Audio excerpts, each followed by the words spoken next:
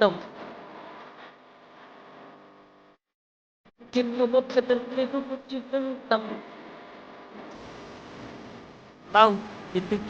that sleep what you really know. That is what you really know. Hey, what you really know.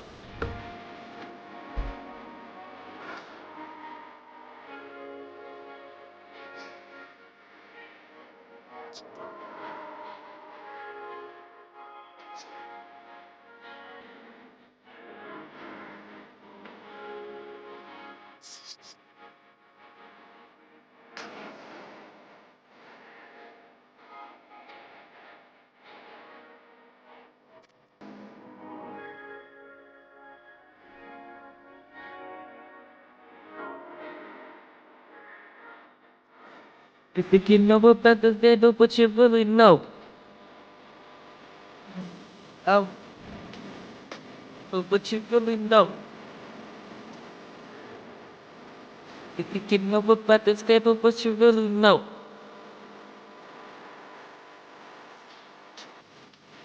But you really know.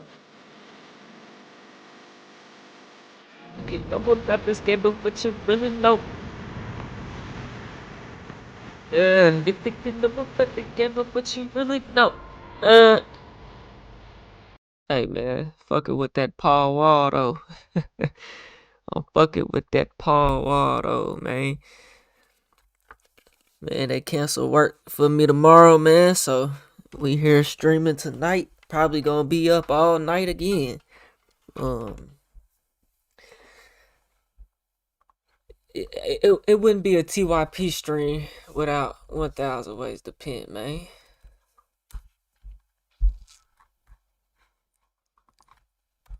So we gonna let this ride, and then we gonna get to the videos, man.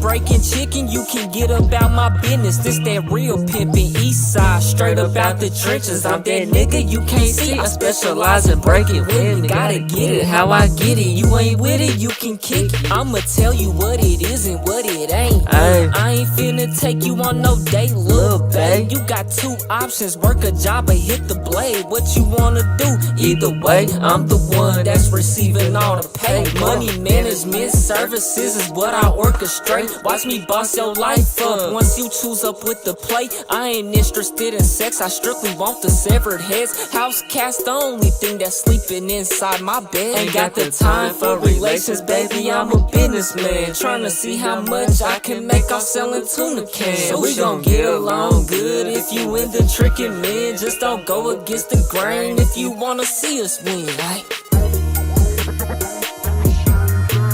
I need that money fast, baby. Yeah, I need that money fast, baby. I need that money fast, baby.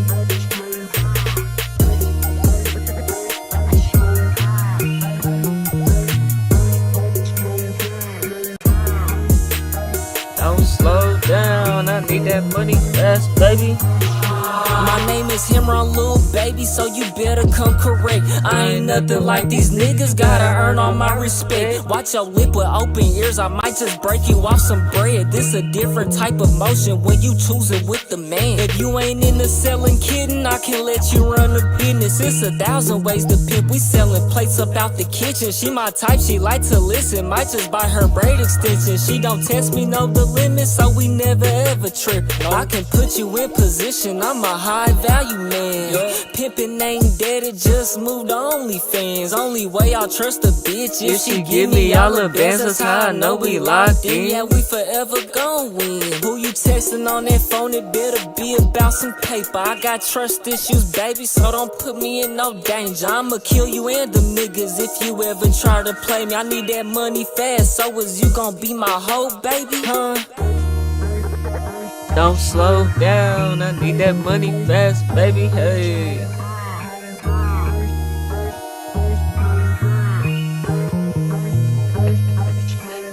Yeah. What's good with it, man? Since I came out the P, nigga, real TYP shit, nigga. Yeah. Alright, man, we gonna do one more song, man. Welcome to the motherfucking stream, man. If you don't hit that like button, subscribe button, and turned on all notifications, slap that dog shit about yourself, because it's the first thing you should have did when you clicked on this live stream. Now, just because this is what I was doing, I've already snippeted or showed y'all this song before, but I think I finally got it done. The mix and master, I went back and retweak the vocals and whatnot for the last hour and a half, so I think I got it there. So this might be the final version, so I'll go ahead and show y'all this. I don't know when the hell I'm gonna drop it. I just need to get the cover art and hit upload on it. I don't know, I might do a little video. I don't know if I'll do a video for this one, but I'm gonna go ahead and play it for y'all, man. Then we gonna get to the videos for sure.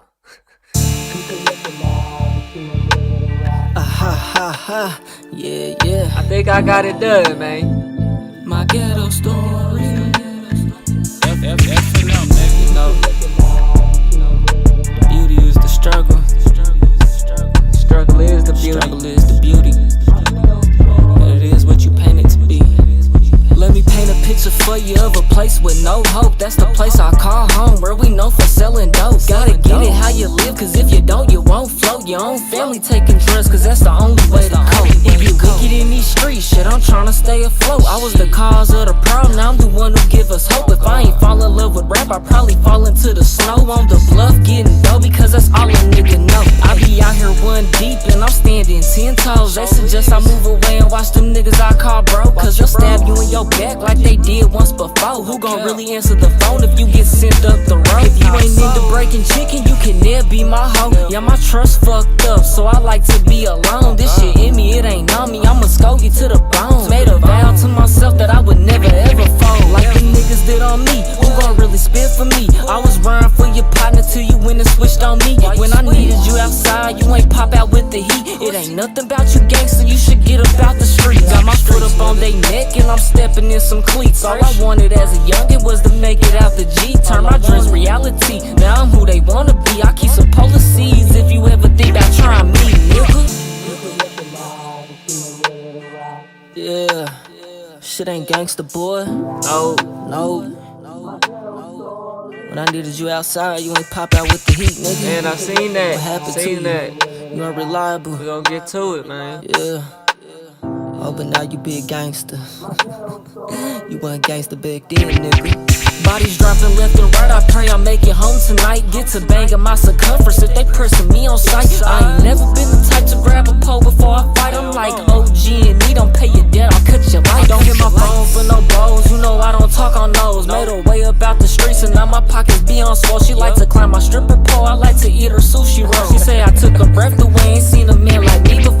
Niggas faking, they a fold, in the streets that's how it goes. I ain't get to pick and choose, I took them losses on my own. Like a man, I stood tall on them suckers, I'm a ball. Keep that blicky on me, nigga, even when I'm at the mall. I'm a star, I'ma go hella far. First to do it in my city, so I had to set the bar. Came up from a Mustang, now I'm driving foreign cars. I probably hate myself too if I was sorry like you. Well, see me hang around the G, that's just something something I can't do. I was taught to make a way, and that's exactly what I'll do. With every picture that I paint, I let the G live through. Muskogee in me, it ain't on me, that's the motherfucking truth. If you ain't with me, you against me, and you probably is a goof. I was selling dope just to hoop, I'm talking AAU. Since a youngin', I've been gritting, it forever will do. Running circles round these niggas like a basketball hoop, nigga. I know that's right. Let's be talking to this bitch, cause the bitch talk to me, and the bitch is the beat, and I made it my bitch. Well, how I dog this motherfucking instrumental, nigga. Yeah. Now the one problem with this mix, I gotta hear it. I gotta hear it. It is what you paint it to be. Let me paint a picture for you of a place with no hope. That's the place I call home, where we know for selling dope. Gotta get it how you live, cause if you don't, you won't float. Your own family taking drugs, cause that's the only way. It ain't that big a deal. I'm just gonna leave it and let it be, cause that's the way it need to be. I've got fatigue after so long and just listening to that shit, bro. I really get fatigued on it. All right, man. So, bro said you see the man that got shot, that shot that man in Minneapolis this morning. I did see a little something about it. I seen it, but I didn't watch it though. I seen it, but I didn't watch it. So, I guess we're gonna start with that. I need to turn that shit off.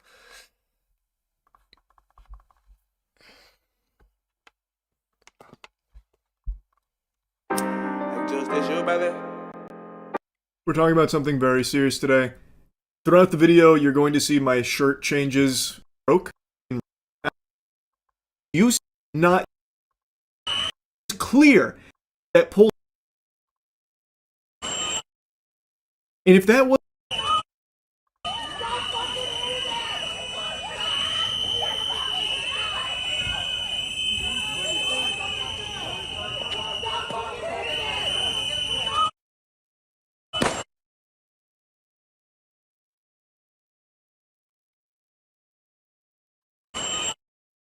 And if that wasn't definitive, there is something even more clear that I think is completely irrefutable for anyone that's actually looking. An agent takes Alex's gun out of its holster in front of the agent that pulls out his gun and shoots him.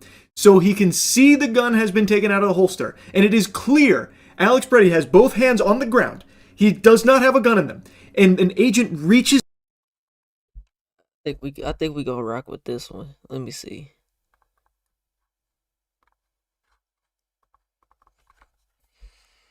Cause I never actually watched the clip. How you spell Minneapolis?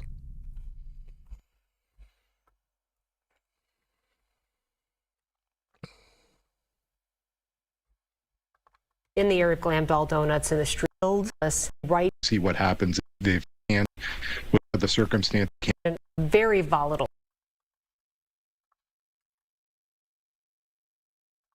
Chris Hrapsky joining us. Republican jacket and trying jeans. It doesn't apply to this. Don't know. I can't. All right, I'm sure Penguin's gonna give us the whole We're talking about rundown something on very it, man. Let's go ahead and get it, man. We're talking about something very serious today. Throughout the video, you're going to see my shirt changes. It's not some kind of like crazy, wacky, magic trick from America's Got Talent or anything. I actually filmed this video earlier this morning when the story first broke. It's the killing of Alex Preddy in Minnesota at the hands of border agents. And I made the video, but I was pretty heated and I wanted to kind of simmer down and take a break, so I went out before posting it. I just got home, and now even more angles and videos have been released that show beyond a shadow of a doubt that this is a 100% unjustified killing of an American citizen here. Is that and right? It seems like the execution stems from them finding out that he had a gun on his person. his Second Amendment rights. Right, In right, all right. of the videos that exist, there is not a single moment where he is reaching for the gun, brandishing it, threatening with it, or anything at all. And we have video that shows the entire interaction from start to finish. Is that His right? name was Alex Preddy, a 37-year-old nurse who worked in the ICU at Minneapolis VA healthcare system.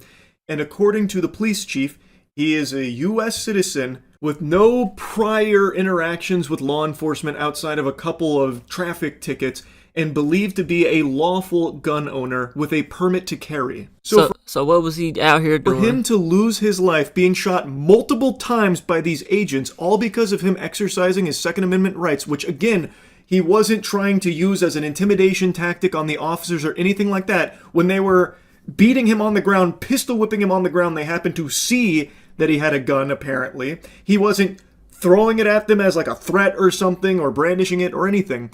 He simply had it on him, which he was well within his right to do, and he got murdered for it. This is completely unacceptable, and the fucking drones that are somehow like parading around like this is some kind of victory or something is sickening. It should be viewed as treasonous by any real Americans when you see this footage. And they had the gall to say that Alex Preddy was like the instigator, labeling him a domestic terrorist I saw from a couple of places, claiming that he approached these agents with a 9mm. He approached them with a gun looking to start shit. But that is not right? true. In all of the videos you see, he has a phone in his hands. Not a gun in his hands, he has a phone in his hands. No sane person would ever mistake a phone for a gun. This is blatantly obvious what they're trying to do. And it's something they've been doing a lot recently. Trying to tell you that what you're seeing isn't real. Trust their words, not your eyes. That is completely fucking outrageous, and people are willingly doing it. That's the craziest part. There are people that are like, oh, I saw he had his phone, but if they say it was a gun, well, that must have been a gun. I cannot believe we've reached this level of brainwashing. There are so many angles of this, and in every single one of them, you can see he has his phone in his hand, and at no point during this interaction did he ever, pull a gun on them or anything. And In fact, he actually probably should have pulled his gun on him. one of the angles, you can even clearly see that the agents actually took the gun from him prior to him being shot. You can actually see what looks to be one of the agents disarming him, taking the gun out of its holster and running away with the gun prior to him being shot. Wow. So did he die? Did he survive? He's getting jumped. What was he out there doing? Protesting or something?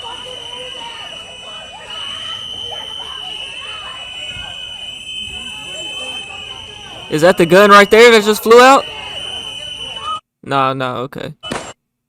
Wow. And who was this guy with the jacket on? So officers, who is this guy? Officers are allowed to wear jackets over their vest that covers up their vest that shows that they are law enforcement. He doesn't look like he's law enforcement at all. Does he have the guy that's grabbing the gun? He doesn't have a belt on, just like that. Well, I guess this dude right here doesn't either with the vest on, though. He doesn't have no belt like this dude right here. But is he actually law enforcement?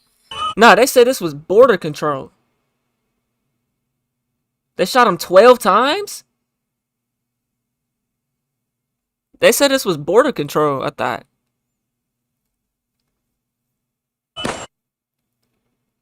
And get shot. Maybe they didn't know he took the gun at that point. It did happen real quick, but man.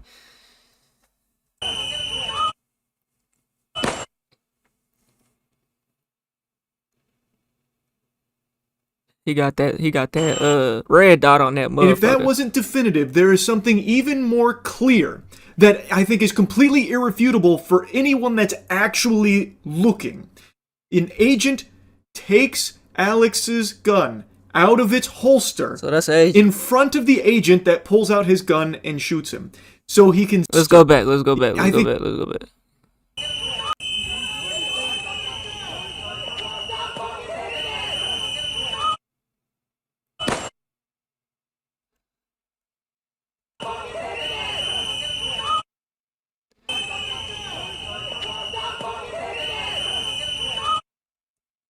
the place he pulled the gun out of, it's people that's kind of like towards his head. I ain't trying to sit here and defend it, but like, I can only assume that they didn't necessarily know he had the gun and took off with it that fast. Cause the shot happened instantly after he took the gun and went off. Regardless, this is just crazy, bro. And it's niggas out here claiming they the Black Panthers finna go in defense of these niggas. Yeah, good luck, buddy. You finna end up just like this. You know what I'm saying?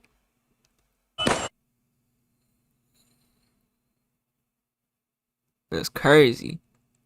And if that wasn't definitive, So apparently they shot him 12 times.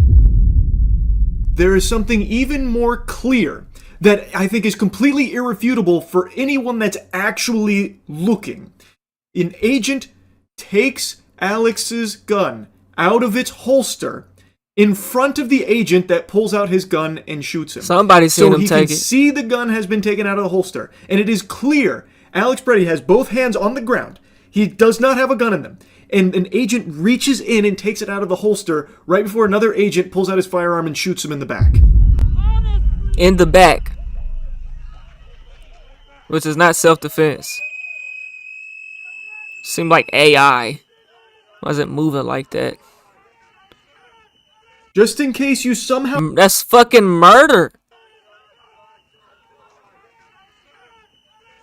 Just in case you somehow missed it, look. The agent in gray has his hand on Alex's weapon, which is still holding... Hold on, let me see. Let me back up.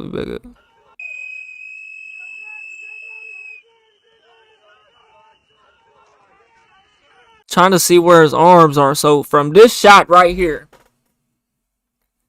I can't even tell if there's a gun on his hip or not, actually. But I can definitely tell that his hands is not back. His right arm is not back trying to grab that gun at that point in time. As this officer already has his gun out.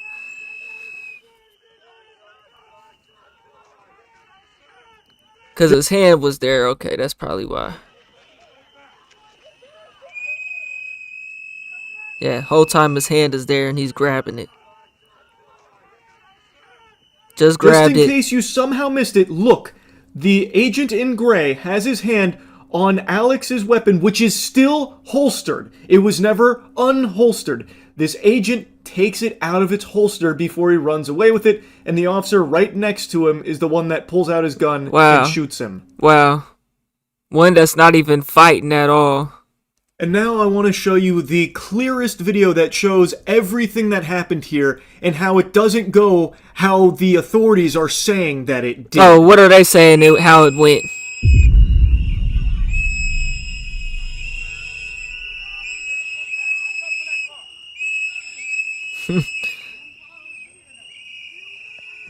That was Alex Preddy you saw walk by the camera right there. Hold on.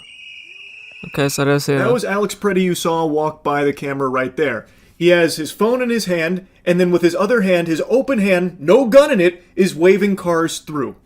There is clearly no brandishing of a firearm here. He is not approaching agents with a gun or anything like that, and you will never see anything even remotely close to that happen. Go!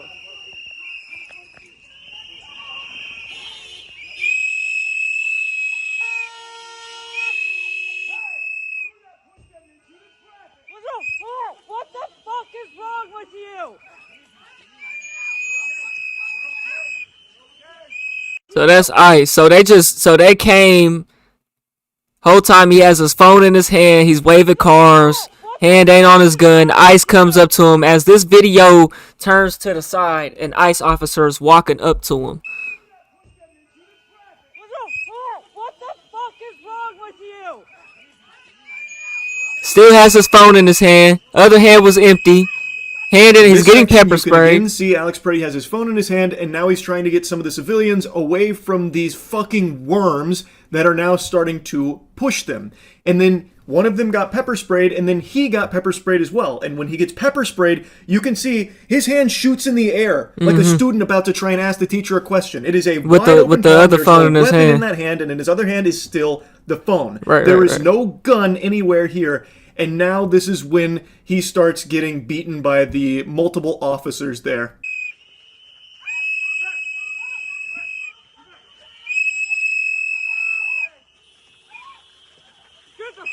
And who was People!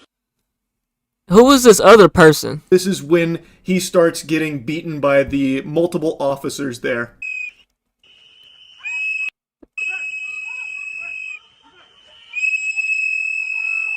Is he like fighting her or what the fuck he doing? The fuck, people!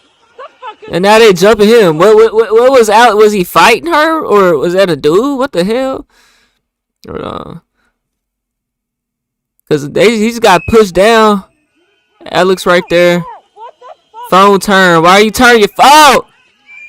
Got his arm around this person. That must be another person that he had his arm around. Gets pushed down by ICE What the fuck or whoever. with you? It's a straight shove. In this He's section, getting you can pepper sprayed. And then what was he trying to do? Pick her up right there? again see Alex Pretty's got pepper sprayed when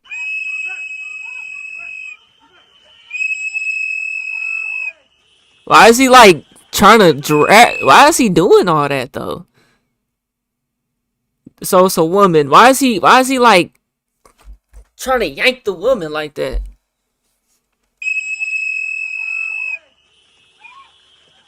What is he doing? The fuck, people! The fuck is wrong with you? And then they jump on him.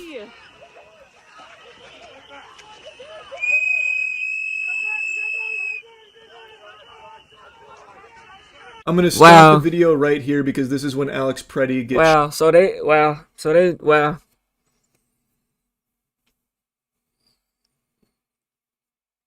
shot to death. This fucking subhuman coward, you can see, pulls out his firearm and shoots him in the back, and then shoots him multiple times after as Alex Pretty lies on the ground. You can hear one of the agents says gun, and that's when this brain-dead troglodyte pulls out his firearm and starts shooting into Alex while he was still surrounded by his boys, mind you. This is like the antithesis to all training that agents go through, by the way, to shoot into a suspect while still being surrounded by authorities. You're going to get your own people shot too, by the way, you fucking moron, you unbelievable homunculus. So he immediately starts dumping into Alex because someone said gun. But the gun, from the other angles we can see, had already been taken away from Alex, out of his holster. You can see one of the other agents running away with it. But again, he was never brandishing this firearm. And as an American citizen with Second Amendment rights and a lawful gun owner by all available information, he was allowed to have that gun on his person. It is not grounds to execute a man because you fucking freaked out and panicked because the guy you were beating and pistol whipping with fucking 5 of your friends happened to be armed.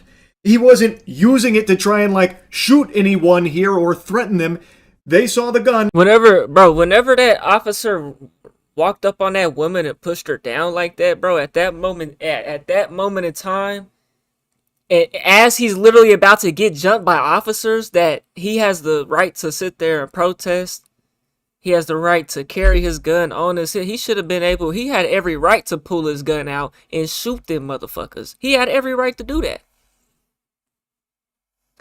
He had every right to, at that point in time, pull his gun out and defend himself, bro. What they say, he was getting arrested or something? You're under arrest for... What is even going on in the situation? They still protesting out there? Okay, I get that. So if you're going to arrest one person for protesting, you got to arrest everybody, and you can't do that. At that point in time, he had every right to pull his gun out and shoot them. Lawfully. This is the problem with this shit, bro. Like you won't catch me out there protesting, bro, with a gun on my hip. Even though it's an open carry state of the great state of Oklahoma. Constitutional carry state. You won't see me do it because it opens. People need to stay their ass home, my nigga. Cause this is what's gonna fucking happen, my nigga. Is it right? No, it's not right. But this is what's gonna happen, bro. Straight up. That shit is crazy, bro. Beating and pistol whipping with fucking 5 of your friends happened to be armed. He wasn't using it to try and like shoot anyone here or threaten them. They saw the gun and then this guy just freaked out and murdered him. Shot him. So he's dead because of this. Wow. The officer ran up and pushed that woman down, didn't try to put him in handcuffs. If they was getting arrested, why would you walk up on him and push him down? Like, what the hell type of, that's not in your training. You don't do that. Not to a person that's walking away, backing up. You know what I'm saying? Like, and then apparently he was trying to help her up there. You know what I'm saying? Multiple times. At that point in time, he should have pulled his gun out, bro, and shot them. And got away with it. He would have ended up dead regardless, because they was going to kill him if he done that for sure. You know what I'm saying? That's crazy, though. It's crazy. So anybody that has a gun, and they're wrestling them to get him down, just shoot him because he has a gun. You know what I'm saying? This is indefensible. Completely indefensible. And the fact that... Right. And everybody was talking about the woman was really trying to kill that man with his car. With her car. Renee Good was really trying to run him over. That shit is crazy. Took him to the ground in the first place and started beating him, with one guy pistol whipping him, by the way. In other angles, you can see a guy just like pistol whipping him like he's trying to hammer a nail in with his gun. Like, it should have never even been acceptable for that to happen. All Alex So he was at the bus stop going to work? What he was doing was filming, and then when some civilians started getting pushed, he tried to help. And when one got pepper sprayed, he tried to help. From all available angles and evidence and videos here, it seems to be that's all he was doing. He even made an effort to try and show that he's not like a threat or something. Like, he threw his arm in the air, wide open, nothing in his hand or anything. He wasn't fighting back against the officers. He got taken to the ground and then immediately started getting beaten. Like, all because he was fucking filming and trying to help other people around there, it seems. This is so fucking sickening. And the freaks that are cheering this on and parading around like this is something to be celebrated are just scum. You're not even American. You're a fucking drone if you actually think this is a good thing. All you care about is just like sucking wiener from the authorities now all of a sudden. You care more about just being on a team than you do thinking for yourself. It's fucking tragic. It is embarrassing. This is crazy now that I'm seeing people justify this guy's murder because he had a weapon. Wake the fuck up. This is America. You can carry weapons. I sometimes carry a gun in public. I have friends who every day carry. It is your right as an American to carry a firearm if you so choose. He should have shot them. Ain't no he should have been able. That's what I keep wanting to say. Nigga, he should have killed they ass. At least one of them. In defense of himself, Shorty got pushed down, and then they coming with pepper spray and jumping him. At that point in time, he should have shot somebody. And apparently, he was waiting at the bus stop and started recording. That is not grounds for a murder. And based on all of the video footage, all of the available evidence, this guy was not brandishing it or anything like that. Thus, he wasn't threatening anyone or about to shoot someone with it, so they had to kill him to stop him. That doesn't seem to be the case. They're now just using the fact that he had a gun as a justification to kill him. That should be extremely alarming to anyone who cares about 2A. Like, again, him having it should not be an issue. And any real, actual American, like a real patriot, should be arguing for his right to carry, because it is something that we have the right to do, and that should not be a justification for this man being killed by these agents. This point that they're trying to beat into the empty minds of a lot of people that are trying so hard to justify it is that the only people being arrested and targeted by ICE are rapists and pedophile illegal aliens. Which is just not the case. There definitely have been rapists and pedophiles that have been snatched up in all of this. And those rapists and pedophiles that have been caught and taken away, that's good. They shouldn't be out there breathing the free air. Great. But that's not all that's happening here. You could also right now march into the White House and arrest everyone in the White House, and you would get a ton of rapists and pedophiles. Why isn't that happening? If the goal is getting rapists and pedophiles off of American soil, thrown in the slammer, taking them away from society, why is it only just walking through the fucking streets of Minnesota trying to do it? Bro, because we live in a matrix, bro. Trump ass should have been in jail, nigga. Oh my god, it's a matrix, dog. Matrix. Why is it only just walking through the fucking streets of Minnesota trying to do it? You would get significantly more rapists and pedophiles if you took ICE and brought them to the White House. And an administration is actively covering up a massive child sex trafficking operation and letting tons of evil people get away with this, tons of clients. So if the goal is to get this kind of evil out of this country, why would you not start with what is provably a spot that has so many of them? Also, that belief of like a secret pedophile ring was a very popular one among Trump voters for the longest time, and now that it has been proven beyond a shadow of a doubt to be real, legitimate reality, they are now just ignoring it. They have been proven correct that there was a huge pedophile ring of these powerful politicians, but because some of their favorite politicians are potentially wrapped up in it, they just want to drop it and forget about it. Absolutely unhinged, by the way. It's crazy. Well, at the end of the day, bro, police, they all work for the same people, which is the government, which is the president in a sense, the government. Local police, check to their higher power. It's always a higher power. It's always a higher power, bro. They can't just the regular police can't just walk up in that motherfucker. You know what I'm saying? And arrest them. Oh, we got this evidence, that evidence. They can't do that. They can't do that. Crazy. So many people for the longest time were adamant against like government They need the permission to do that. surveillance and Big Brother watching them being a huge concern. Now, plenty of people are welcoming it with open arms and a huge smile on their face. For the longest time, people would be preaching about the importance of the Second Amendment and gun rights. And now, even with this, they're saying, well, he had a gun, which means that's an executable offense. So it seems like they now no longer believe in Americans' right to own guns or carry guns, which was a core component of like the right for a long time, where there was like this big fear about they're coming for our guns. And now the same people that were arguing like to protect that are now arguing against it, saying, well, this guy deserved to die because he had a gun with him. Well, the clear agenda here is it can't be trying to take gun rights away when they just killed this man who had his gun on him and didn't even use it at all in no way, shape, or form. So the agenda for this one is not gun rights. It's a fundamental right of Americans to have guns, gun ownership. You can carry them in public too. Like that, you shouldn't be killed for that. And in the footage here, it doesn't seem like he was brandishing it or anything. And also, the same people that only like a year and a half ago were constantly telling you to question the government, that you can't trust anything that comes out of the government, the authorities always lying to you, are now just willingly, blindly, unquestioningly following anything authorities tell them to believe in, and shut out any and all thought and just have the hive mind think for them.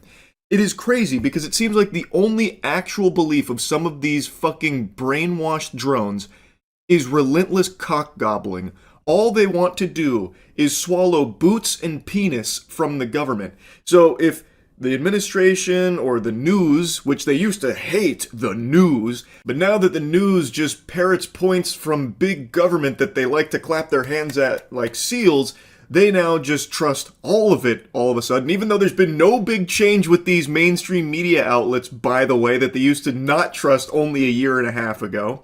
But now, anytime they hear something from the news or anything that comes from the government, they will just immediately accept without a second thought, and then attack anyone else that is saying differently, or even just probing them to maybe think a little bit more about the narratives. Facts. Keep in mind, the government themselves are currently not even complying with their own laws that Trump has signed, like the Epstein Transparency Act, where the DOJ is still putting up a fight and are over a month late to compliance with releasing the Epstein files. They are still fighting tooth and nail to not release them, and even recently, only a week ago, outright said maybe there's no court that can force them to order this. They didn't even say maybe. I gave them a very charitable thing right there. They actually said courts can't force them to do this, and that if they don't comply, there's nothing anyone can do. They can't be sued. If the DOJ doesn't comply, go fuck yourself, pussy. That's basically their sentiment. They are not complying with their own fucking laws, and yet people are still willing to overlook that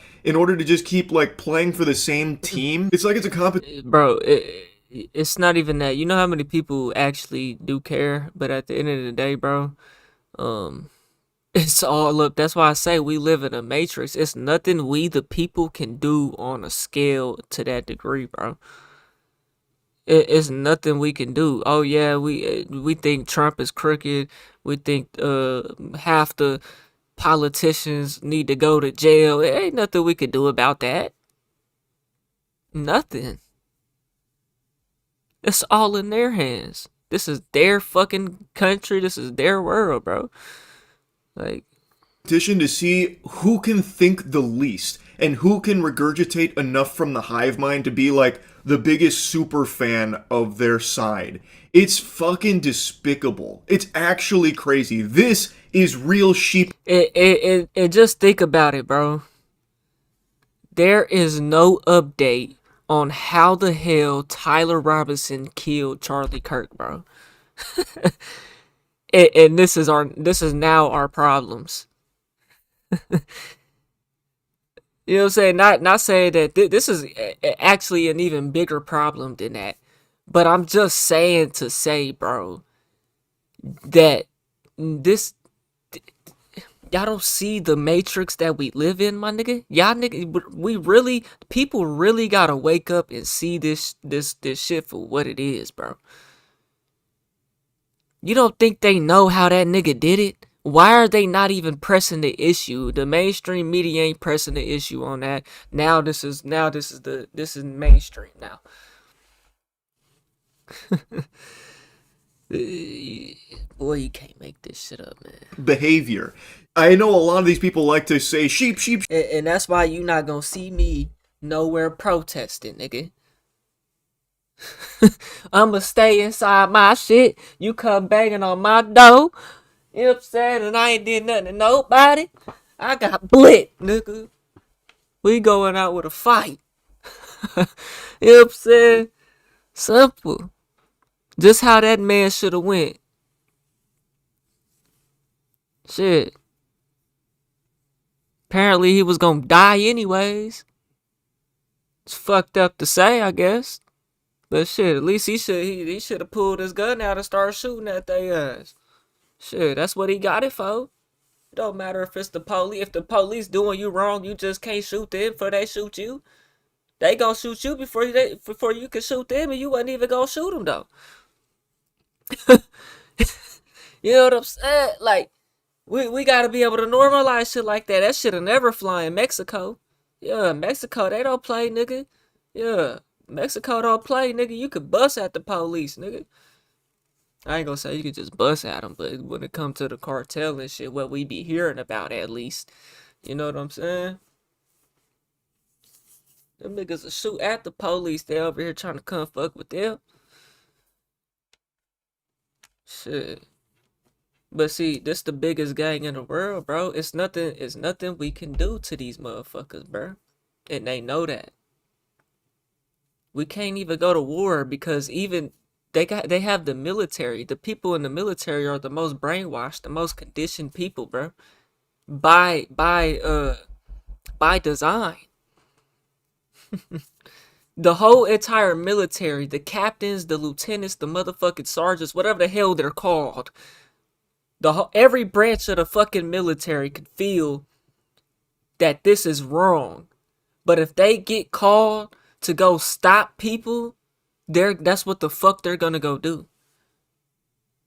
If they get called to go do martial law, that's what the fuck they're gonna do, bro. even if they think it's wrong personally. They're fucking puppets, bro. You know what I'm saying? They're puppets, bro. And people are willing to fucking die for the bullshit that these countries do to other countries, bro. That they don't have nothing to do with. The militaries are not the ones that's going and picking battles with niggas. It's the fucking government. And people is willing to go die for this shit. Get the fuck out of here. Sheep for the longest time, but now they are actually the epitome of that. Here's just a little thought experiment if you can break through the programming for a second. Imagine what's happening in Minnesota was happening under Obama or Biden, where there were masked agents that were constantly surveilling you, and even at times asking for your papers, your documents to prove you're an American citizen, constantly needing to provide your private information to these masked agents. And these agents also had killed 2 American citizens. What do you think your response would be? Would you be like, oh yes, please, everyone needs to comply with this. This is good. This is what I want. This is what I look for in Obama or Biden. This is what I'm happy about. Would you be as excited then as you are now in that scenario? My guess would be probably not, because you would rightfully view this as an infringement on your rights as an American. Your Second Amendment it's it's because Trump got that influence, man. That's what it's all about, bro. See, Trump exposed it. It's really he woke me up to it, honestly, because Trump is not a traditional president in a sense. Every president before Trump was kind of like a traditional politician, worked their way up through the leaderboards and this, that, and the third, bro. You never heard of them other than from politics or what. Trump was a fucking billionaire already, bro. And that exposed how this world really operates. It's all about influence and money and power, bro. Trump got the influence, man. You know what I'm saying? And most of the MAGA motherfuckers, they love their gun rights. They love their gun rights. You know what I'm saying? It's all about influence, bro. Control, power. Then, as you are... Anybody can be the fucking president. You know this, right? As long as you're of age, you're a natural born U.S. citizen. What's the other qualifying factors? It's basic fucking shit. There's no real standards to be the president, bro. All you gotta do is get enough so-called votes. Right. So-called votes, right. People think their vote matters. Yeah, okay, buddy. Okay, buddy. Yo, shouts out to Eric TV, man. Appreciate the love, man. Sup? I think this is, ain't this say, bro, that come through every day, bro? With the love, bro. I appreciate that, man. Straight up. People think their vote matters. Yeah, okay, buddy. So had killed 2 American... I'll never go sit in line to vote for no fucking president, bro. The hell I look like? A fucking controlled goofy? You know what I'm saying? What I look like, bro? I could think for myself. Citizens. What do you think your response would be? Would you be like, oh yes, please, everyone needs to comply with this. This is good. This is what I want. This is what I look for in Obama or Biden. This is what... Heavy gun laws only help criminals. That is true. That is true. But I'll be looking at these other countries, though. A lot of these other countries, but then again, that's probably another reason why they might be struggling out there so bad, though. You know what I'm saying? And they probably dealing with a lot of crime as well. You know? They don't have gun laws like we got. You know? They don't have guns at all in a lot of these other countries. I'm happy about. Would you be as excited then as you are now in that scenario? My guess would be probably not, because you would rightfully view this as an infringement on your rights as an American. Your Second Amendment right, where Apparently, even carrying a gun now is a crime punishable by death. Like, this isn't something anyone should be championing for, but because it's become such like a team-focused sport, people delude themselves into thinking that they have to support this, and thus they will abandon all of their beliefs in order to stay on this side. It's crazy to me. I truly don't even know what the solution here is, because people are just willingly, on their own accord, no longer trusting what they see and what they know to be true. They would rather just have the government tell them what to think and what's true. So that way they don't have to do any level of thought for their own. How do you fix that? I genuinely do not know. I have no idea. I don't know how you can watch this footage and multiple... You can't, bro. The masses are always gonna be able to be controlled, man. The vast majority of people are never going to be able to think for themselves, bro. That's just the way it is. That's life. We're in a matrix, dog. That's the way it is, bro. Angles of this situation and still come out trusting the government's word on the series of events that unfolded, when you can yourself watch the footage and prove them false. What do you do to someone that just refuses to at least try and see things clearly? I don't know, but it's fucking tragic, and it's only getting worse. It is so...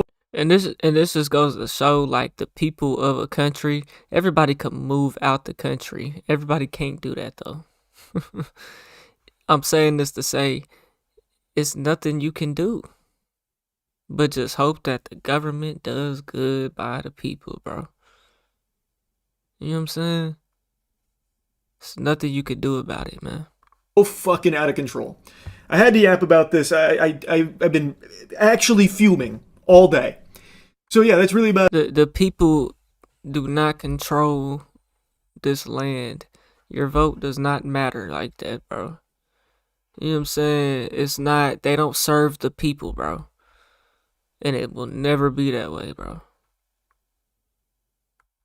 You know what I'm saying? It will never be that way, man. So yeah. Because this is their shit, not ours. You know? In America, everyone has the right to vote. All that shit is an illusion. It's an illusion.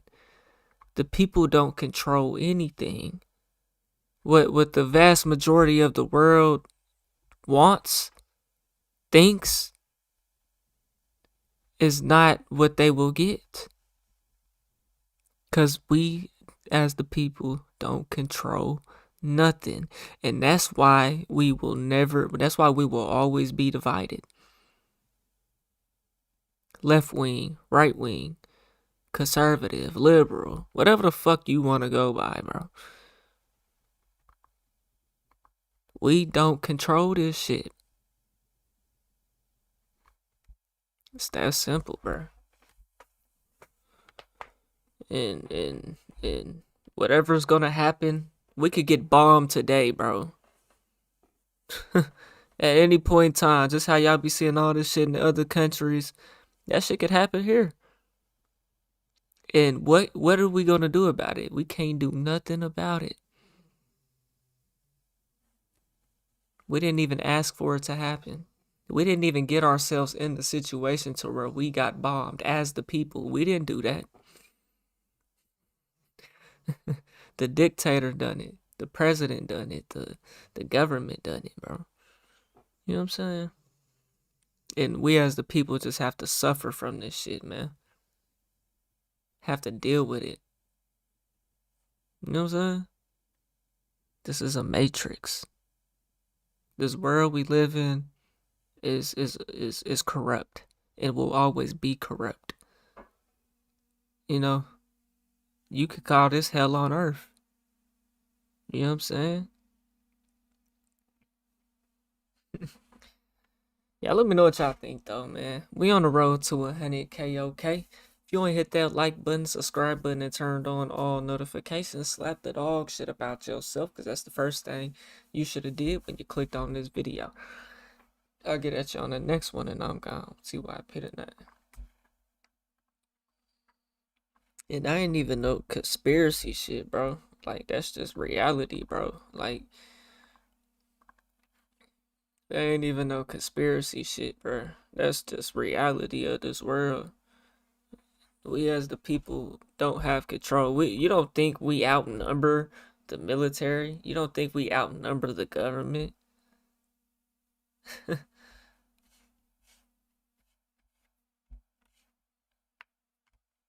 Like we couldn't wake up tomorrow and just take over this shit. If that's what we did, there's no unity and there will never be unity, bro. I would love to see it.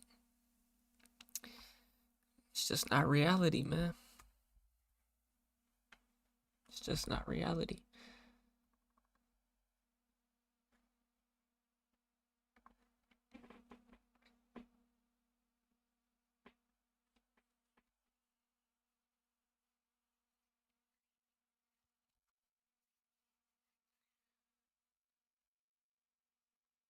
We're talking about something very serious today. Throughout the video, you're going to see A few hours.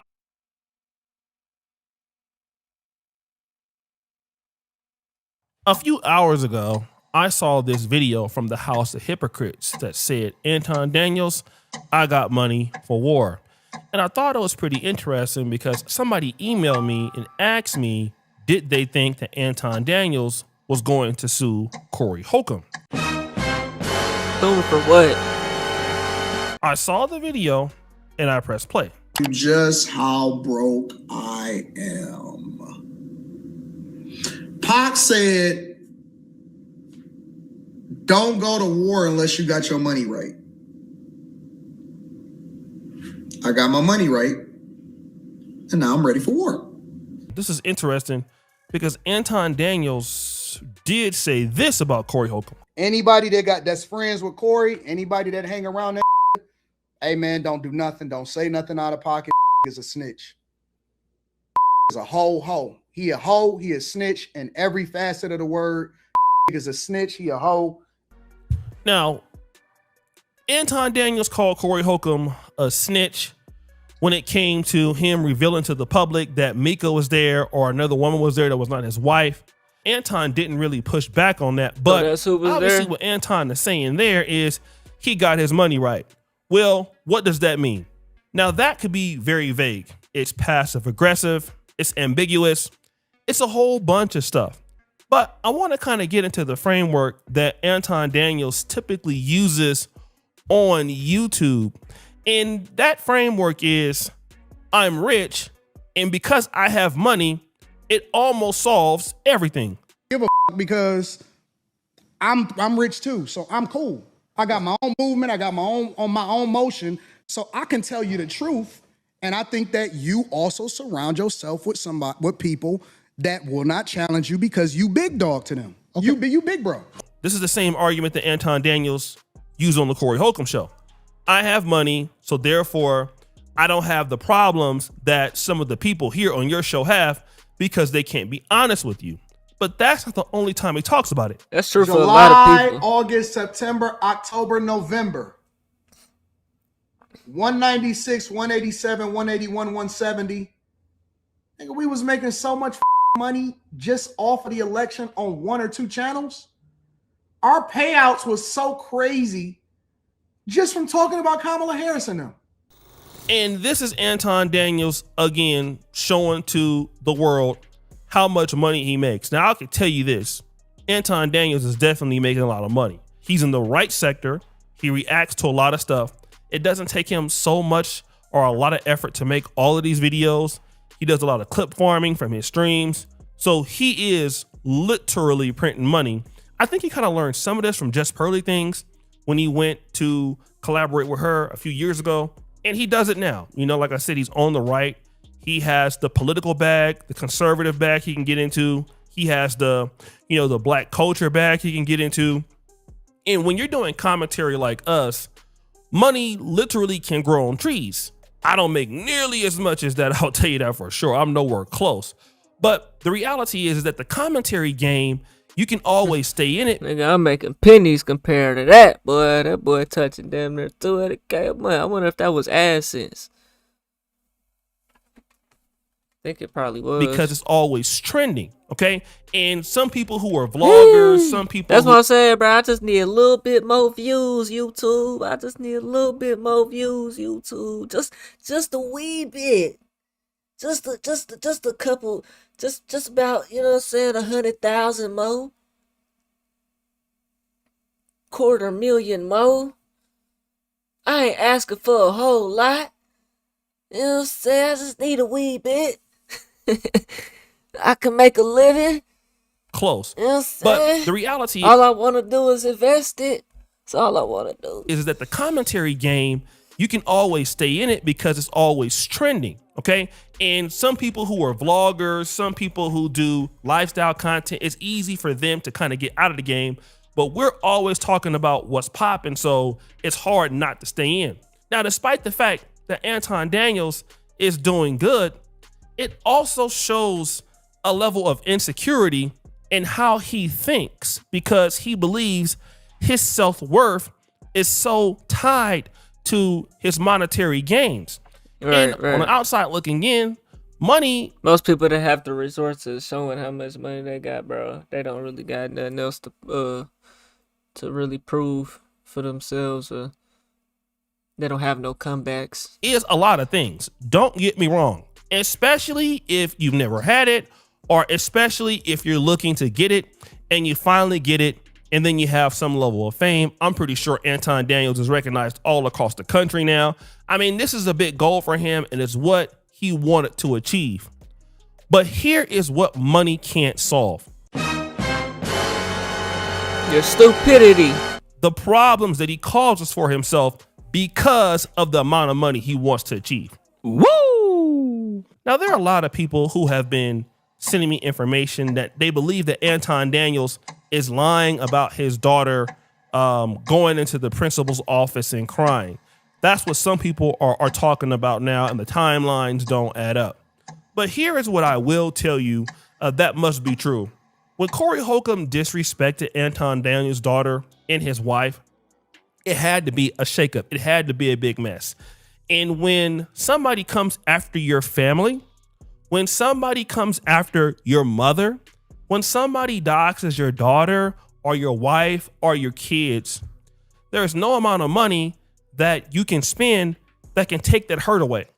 I can almost assure you, when Corey Holcomb put Anton Daniels' photo up there, the first person that had something to say about that had to be his wife. The mother of the daughter, which is Anton Daniels' wife, she birthed this young lady. So somebody is talking about my daughter. Whether or not his daughter was crying or not, or in the principal's office, I'm not necessarily sure. Would he have any reason to lie about that? I don't know. I don't think so. I mean, Anton Daniels did lie on me earlier, but that's okay. Woo! I'll get to that in a minute. But for sure, I know that his wife was hurt, and his wife confronted him. His grandmother, his aunts, his uncles, anybody living that loves him and his daughter called him. And ultimately, the situation is this. He is to blame for part of this, if not at least half of what's going on right now. I don't want to blame him all because Corey Holcomb made a choice. But then he's making it worse. So not only do people hate you on the internet, you decide after that your daughter has been disrespected to come online and post your earnings, adding more fuel to the fire to people that hate you. And again, this just goes to show you that Anton Daniels, number one, he's misappropriating his leverage, and that's something I'm going to deal with. Anton Daniels feels that he has more leverage than he really has, but money doesn't buy leverage. I mean, when you get your money from YouTube or anything else, you know, in this business, money doesn't buy leverage. Your perception of how people dislike you buys leverage. See, we're YouTubers. The more money that we have and people know about it can actually work against you, because people who work, you know, daily jobs and don't make $100,000 a month, and you make that money a month, and then you have a position in which they hate, they don't want to hear that. So relatable. You know, they just don't. So what happens is when something happens to your daughter or to your wife, and then you come out and brag about how much money you make, well, then what somebody will say, oh, well, his daughter got disrespected, but it's okay. He got money. He can figure it out. When in reality, Anton Daniels can't. If this is happening right now in his family, there is no amount of money that can remove this pain from what he has caused, partly from getting into it with Corey Holcomb. Facts. The way he acted after that, the week after that, causing all of this calamity, and then Corey going back and forth, he's not, innocent either. If he could write a check to remove that pain out of his household as if nothing happened, trust me, he would. He is a father. He is a husband. It's not worth it. But you want so much attention so bad. You want clout so bad that you're willing to prove to the world that you're successful. You have this. You go talk about money all the time.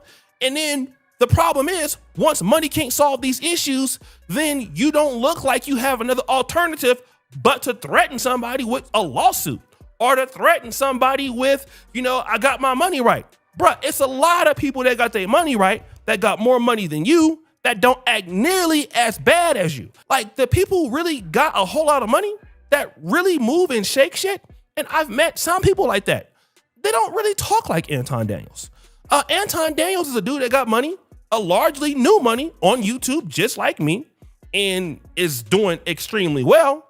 But like nobody needs to know that you have all this money and you're just so great because you have this cash and others do not. And so other people are broke. It's almost like you're trying to hide an insecurity as if that money is going to change that insecurity that you have. And it doesn't. And you think that people can't see it. And so you stick out like a sore thumb. So now, even if you do got to pay for a lawsuit, that's more money and that's more stress and that's more going to court. You just cause problems chasing money that you cannot solve with money. So what happens to all that money that you got? It doesn't change their perception. You've just made things worse. If he wants to sue Corey Holcomb for what happened, I don't have anything really to do with that. But the whole idea is, because I got my money right, is the part of Anton Daniels' problem. And he said, I used to call him and gossip about a whole bunch of stuff. And again, it's his word against mine when you want to talk about that. But before he's even said that, I have talked about it here on my YouTube channel, that I have called Anton Daniels and criticized him for being opulent. I've said it before I started to have a disagreement with This Anton is true. intellectually. I've said it before. Now the story is, well, you know what? O'Shea Duke Jackson just calls me to gossip. I don't call anybody to gossip for the most part, unless I really, really consider you a close friend of mine, which I can say that Anton Daniels was not a close friend of mine. Now, could I call and shoot the breeze with people? Sure. I do it with George Macon.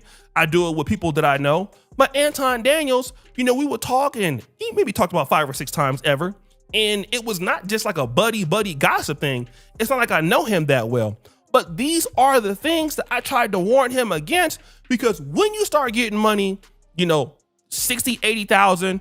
I know YouTubers that made $500,000. I know YouTubers that made $800,000 a month. You can feel like, you got that money because you're just so talented and you work hard, and you did. One thing is, that shit don't last forever though, bro. You know what I'm saying? You gotta invest it. You gotta pay taxes, bro. And then another thing is, it just opens you up for more haters, bro. Whenever you showing how much you making and how much you got and this, that, and the third, that opens you up for people that want to do harm to you.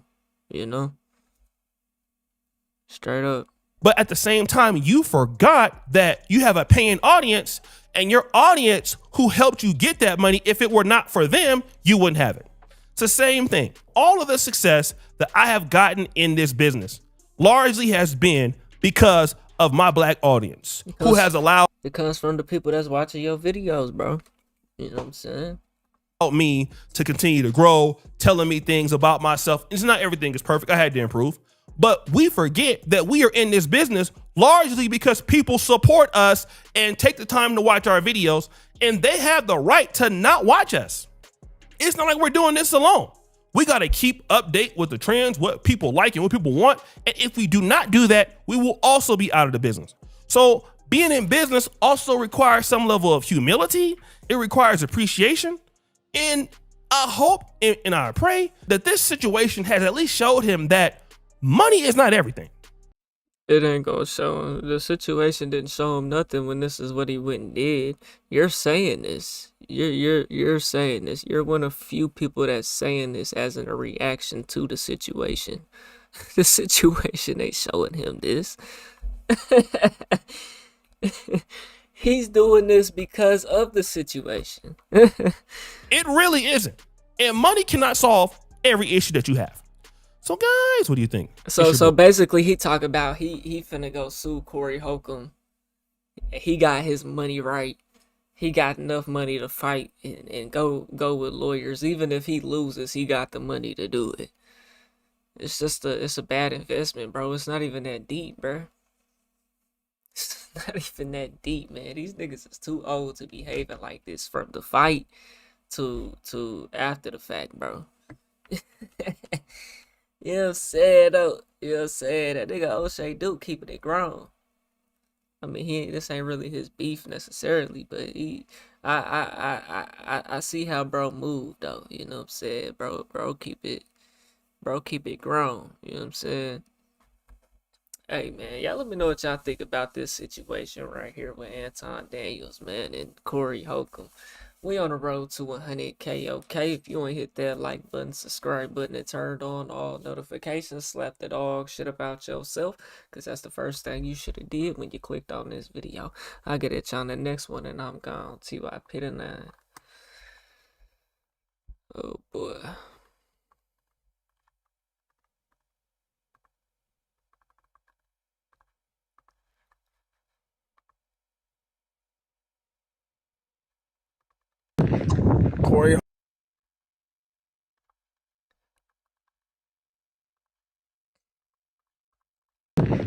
Corey Holcomb has lost a lot of respect.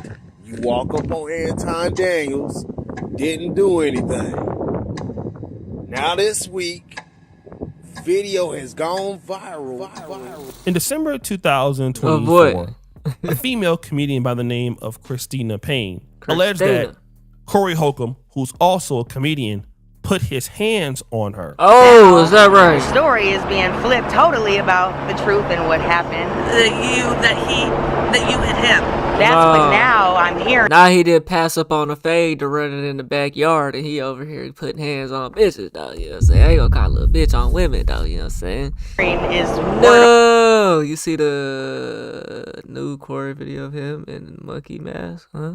On the street that I'm an attacker now or something. Why do you think he's saying that? He doesn't want to go to jail, probably most likely. I mean, it is an assault. Yeah. And at the same time, there are witnesses who saw what happened, but he also has people who are willing to lie for him as well. Yeah. When Christina Payne came out and said this, she went to Instagram with the post. When was this? She went and said that people were lying for Corey Holcomb, that indeed he hit her.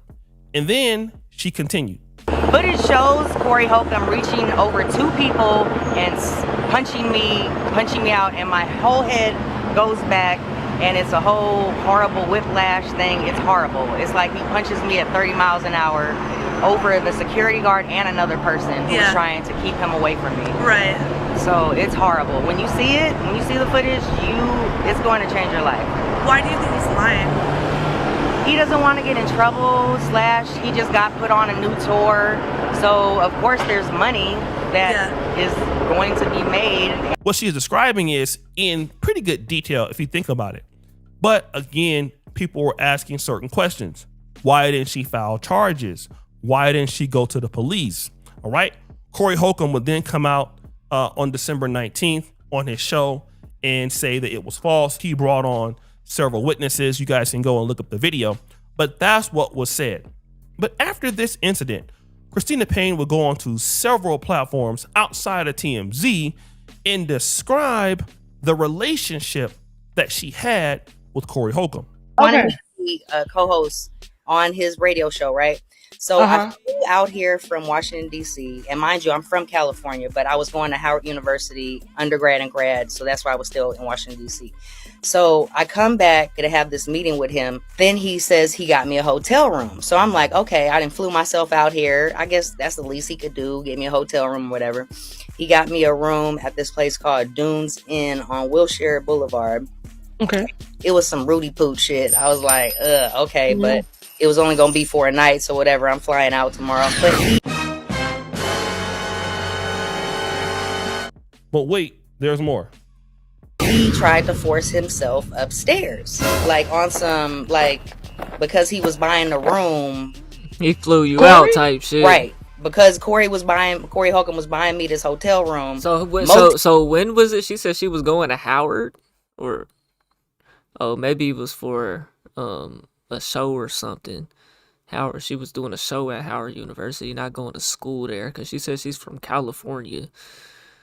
Hotel room, mind you. That he had a right to come upstairs and it was about to go down or whatever. He was like, yeah, woo woo woo. And I was like, huh? Like, no. I was like, I'm sorry. I recall you being married, and that nigga was trying to pull a Dr. Umar. Man, that's just something I just do not do. Woo! He was trying to pull a Umar. But this was the most important thing. Now, would you have to gave him some if he would have got you the W? No, because I don't mess with married men, period. You started on that. You was like, no. You had to think about it. Some examples. I was like, dude. But if he wasn't married and he got that W hotel, would you have gave Corey Holcomb some? I probably would have made him still wait a little bit, but like I would at least had him in a better mind frame of it all. Damn. Nigga, what? Now, that's Christina Payne. Fast forward. I feel like that's a little wild to even ask that question though. Like, would you still have gave us a push? You ever talk about he thought he was gonna force us? Maybe whenever she was telling the story, it wasn't that deep. You know what I'm saying? Now she coming with allegations that he punched her, and maybe he did punch her though, for real. I mean, apparently it's on video. That's Christina Payne. Fast forward. You gotta be careful with these women, man. They wishy-washy sometimes, man. You know what I'm saying? A few months after this, Corey Holcomb would end up in Hampton/Norfolk, Virginia, on We Them Ones tour. Okay. And then what ended up happening was there was some cell phone footage of people leaving Corey Holcomb's comedy show toward the end, okay? And people were saying that the reason why people were leaving Corey Holcomb's show is because the jokes were not funny, they were offensive. And the person that brought this out was the show at the time called Comedy Hype, also now known as Hype Plus. And Corey Holcomb would respond to this. It's some dude, it's a gossip page. It's called Homosexual Hype News. Homosexual Hype went on the internet with some regular clothes, like he a regular man, with a whole bunch of gossip. Now, Comedy Hype's founder, John Abba, would then come back and release this information. I would receive an email showing a report filed by Holcomb on trying to have that very report removed and taken down.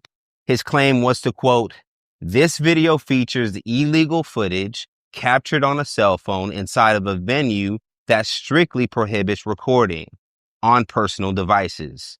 Additionally, inaccurate reporting of events hurts my brand." Yeah, that's what he wrote. Woo! So people can't go to a show and so record Corey no Holcomb more? tried to get the video taken down that Comedy Hype, also now known as Hype Plus, released. What do these two entities, what's the video? Christina Payne and Hype Plus, have in common? On January 23rd, 2026, So this the video? today, Hype Plus released this particular video called Corey Holcomb Caught on Video Hitting a Woman, Surveillance Footage Released. And I'm not going to play the entire video, but you do see Corey Holcomb outside arguing with the woman by the name of Christina Payne. So you see they're out there. A lot of people are there, okay? You then see Corey Holcomb walk up to her, and then he does strike her in the face. Okay? Just like that? She points in his face before, but we do see that. Once this came out, I did get people asking me to weigh in on this. And before I do that, I want to start off by playing this. The last time he was here, let's just talk about this time. Corey just said that a woman has to have sex with at least 10 men before she can make wise decisions in her dating atmosphere. Is that what you said? What did you say? When you have been destroyed due to rejection because you thought you were special, it makes you a better woman. But why does it take 10 This men dusty to sleep ass with the nigga. It takes about after that 10th guy. After that 10th guy, I think intelligent women are like, you know what? I'm not who I thought I was. But wait, before So that is Corey Holcomb and Kendra G when she was on 107.5 WGCI. And I want to talk about this because Corey Holcomb has always been criticized for his takes on women. He's been called a misogynist. But one of the things that This Corey dusty Holcomb ass nigga, has man. always been able to do is mask whatever he feels, whether it's political, religious, ideology, underneath comedy. That has been one of the reasons why Corey Holcomb has never really been canceled, because he is a legit comedian. But when you look at this footage, the one thing that cannot be denied is what did she say that caused him to walk up to her? Does it matter what he said? What she said? What I see is there is absolutely nothing that she could have said that would have made him walk up and hit her. Now, again, he says that she hit him. That could have been before. I'm not sure. There could have been other things transpiring. But what I'm going to say is this. If she hit you before and y'all still sitting there, standing there talking and whatnot, if you was ever going to hit her, like you did, apparently, allegedly, because we don't see it here, but I ain't see it then, but why you didn't defend yourself when she did hit you prior to this? Like what? It makes Corey Holcomb, in my honest opinion, and I like Corey Holcomb, I love his show, I support Corey Holcomb. Oh, shut up. But what this does, it's a bad look. It makes it look like he hates women, okay? That's how people are going to play this. Now, we know that Corey Holcomb, he says a whole bunch of stuff. He has women on his show. He has women that he shows respect to. He has women that I've seen treat very well, especially female YouTubers. But nobody is going to look at that, all right? And then it seems what Hype Plus did is, since Corey Holcomb has this situation with Anton Daniels, it was the perfect time to release this footage and put more stress on Corey Holcomb. Number one, you're already in beefs, or you're already having a problem with Anton Daniels, okay? That just came out in December. That's already something covering your mind. Maybe it is, maybe it isn't. Corey Holcomb just disrespected Anton Daniels' daughter. What I feel is Hype Plus always had this around, okay? It's always been there.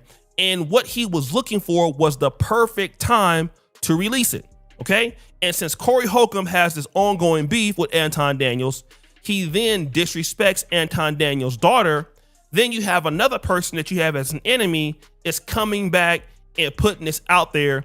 And then on your podcast, you have said that this lady is lying. And clearly, what we see is what we see. We don't see the whole thing, but we do see this. And, I don't have Corey Holcomb's phone number.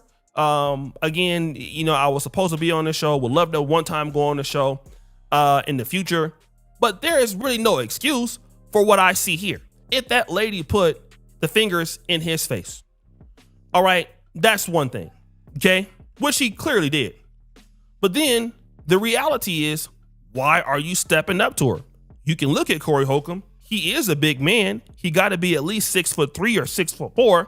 So the way people are going to look at it is, well, what was the reason why you felt like you needed to step up?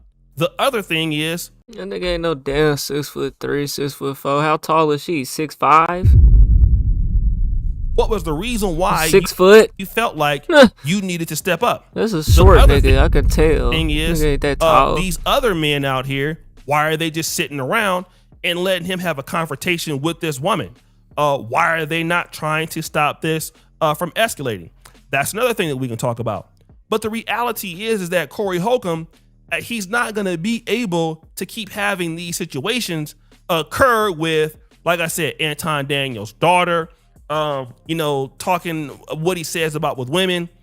this situation right here, time is kind of winding out, and he really got to get in front of this. And again, this is as a brother. I love the brother and all this other stuff. But if I don't really speak up on what I see as a content creator, people will say, well, you covering from Corey the same way they used to say I'm covering for Anton Daniels. It's just not a good look. Respectfully, it's not a good look. Corey Holcomb definitely needs some people, and maybe he does have them in this corner that will just talk to him and say, look, man, there are certain things that you're not going to be able to get into. No, this video dropped a day ago. So, okay, the incident probably happened back in December, but he just dropped his video on Hype Plus.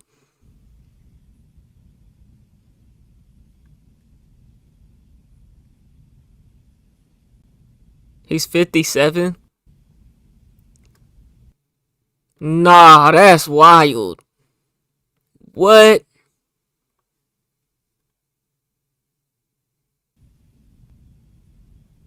Man comes to defense.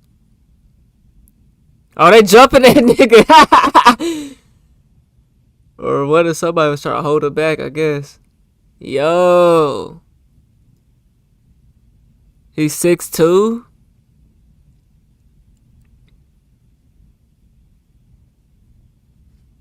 Hold on.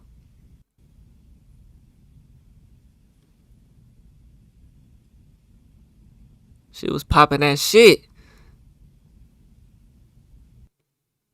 What?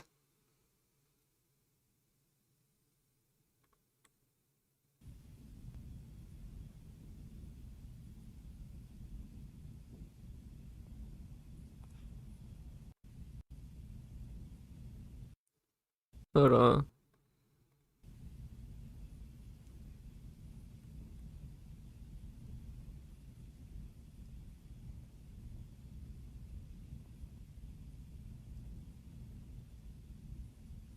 Now she kind of want to fight him.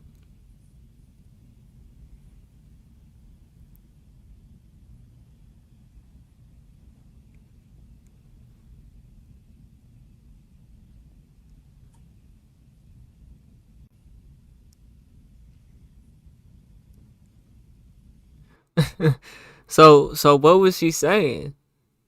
He hit this lady but didn't put finger in that dude calling him gay. and niggas still that's tough. That nigga dropped that shit right on the money. And so he didn't take the opportunity to go in the backyard though. Anton didn't say what he said, but he offered to go in the backyard though. And he didn't go in the backyard. You know what I'm saying? And niggas was saying, niggas was taking sides with Corey on that. I been telling you, I feel like Anton walked away as the bigger man, but here you see he didn't want to go in that backyard. But when it came to this female right there, you know what I'm saying? He didn't have no hesitation putting hands on her though. You know what I'm saying? You didn't have to put hands on him on camera in front of your platform. You know what I'm saying? Y'all could have went to the backyard. You know what I'm saying? That didn't have to be on video. You didn't have to get no strike for that. You know what I'm saying? You didn't have to get flagged for that. You know what I'm saying? But you got energy to put hands on a woman though. See what it was that man was probably drinking at that point in time. He was probably drinking. She probably said, suck my dick. Anton licking his lips and rubbing his hands like Birdman. Anton probably paid for this to get released. Y'all think he told her to say it again? What a coward. If a woman didn't put her hands on you in a violent way, you shouldn't put your hands on a woman. Apparently she put her hands in his face, but it's just like, bro, if a woman's willing to take it there, especially in front of like other people, bro. I mean, at any scenario, bro. You should be walking away. You know what I'm saying? Now in a private setting, if that woman's like really pressing your ass, like really like swinging on you hard knock, I'm not saying you can't defend yourself, bro. It's certain ways that you at the end of the day, you a man, bro. You don't have to resort to swinging back on the woman though. You know what I'm saying? It's ways to where you can pin her down or whatever, bro. You don't have to physically swing on her, you know? That's crazy. For the next year or two. You are exceptionally too hot, all right? You know what's going on with all the people that dislike Corey on some of these, you know, it's on site, they hate him there. The neighborhood talk, they dislike him. You know, so you already have this reputation for disliking women, and what you've done with this clip is, hey, you've added fuel to the fire for all the Corey Holcomb haters to come out. Same thing with Anton Daniels. Both of these dudes have a whole bunch of people that dislike them. And again, whatever the woman said, you know, unless you got evidence that the fact that she hit you before, and even if she did hit you before, it was broken up then why didn't you leave? You know, if she hit you before, why didn't you call the police? Okay, now I did see him, you know, basically manhandling her husband later on, which we can't show that. So, fam, you must not know what a Negro wake up call is. How am I gonna receive a Negro wake up call because I don't know the full story on this? That don't even make sense, dude. that, you know, the husband jumped in and he was easily manhandling the husband. That wasn't no problem. But again, Corey Holcomb is this in a particular point in his career where he's really gonna have to weigh what he says. He's gonna have to weigh in and really have a serious conversation about his behavior before he lose everything. Okay, because the way that it is with women in comedy clubs and all this other stuff and whatever's going on, people could really criticize this. And in a way, he did kind of have the same energy with Anton, you know what I'm saying? But if he felt that big of a way, what did she say in that situation to where you wanted to put your hands on her though? You told him to say it again, you know what I'm saying? But you didn't put your hands on Anton at that point in time though. Look at this unfavorably. It most likely, like I said, would die down. He did file the restraining order on her, but this clip, you know, like I said, he gonna probably come out and say it's only part of the story and it's not the whole story. And he could be right. It probably isn't the whole story. I'm pretty sure it was something, maybe a little bit more. But what we see right here is clearly him walking up, putting his hands on her, and what people are going to be able to say is that this is nowhere near justified. There's no way to justify this. That's what people are going to say. Even the people who support him. We can say we support Corey Holcomb, we love Corey, can't defend this at all. Then you're going to have your folks saying, look, this is what he do to women, but he can't do it to men. Now he didn't give Anton Daniels with this whole situation more room to come back and swing back. It's just not a good look. And that's me being fair. It's me being unbiased. It's me calling it like how I see it. The brother needs some people that is in his life that can really sit back and talk to him. And Anton Daniels did make the point that a lot of people that he feels hangs around Corey Holcomb don't necessarily challenge him. I cannot prove that, but I see a whole bunch of men in this video that none of them are trying to stop Corey Holcomb for what he's about to do. And I'm pretty sure that I mean, it's not like they had a problem. We just seen the video. It's not like they just let it slide. They didn't let it slide, bro. At least one person didn't let it slide. Holcomb will say me and these dudes are his friends or his partners. So then where is his friends who care about him so much that he would not make this mistake in his career? So it got to be at least, maybe that's some truth to it. I'm not sure. But Corey Holcomb needs to have a serious self-evaluation. So guys, what do you think? It's your boy O'Shea. How you gonna host a forum? I didn't know this was a forum. I didn't know this was a forum, nigga. And don't even have the entire story. I'm a reactor. I'm not a blogger. I'm a reactor. Not a blogger. A blogger is the one that comes with the full story. I'm not the nigga coming with the full story. O'Shea Duke is a blogger. O'Shea Duke is coming with the full story.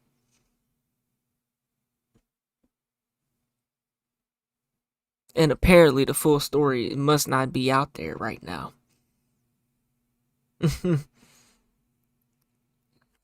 You know what I'm saying? Nigga said a forum. Nigga Get your ass on, nigga. Go back to Reddit.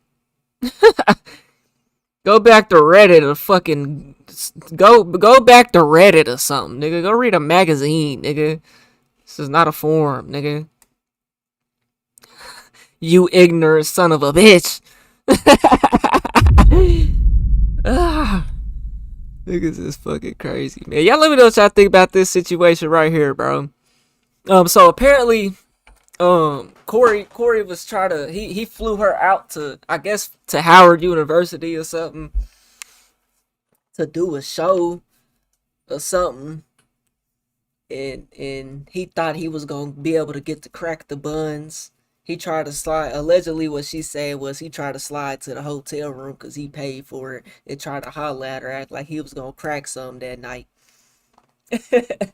and because he was married, she wouldn't do it. That's a little fishy right there. So basically, what I'm saying is you can see that they probably had some type of falling out, confrontation. Things went left. You know what I'm saying?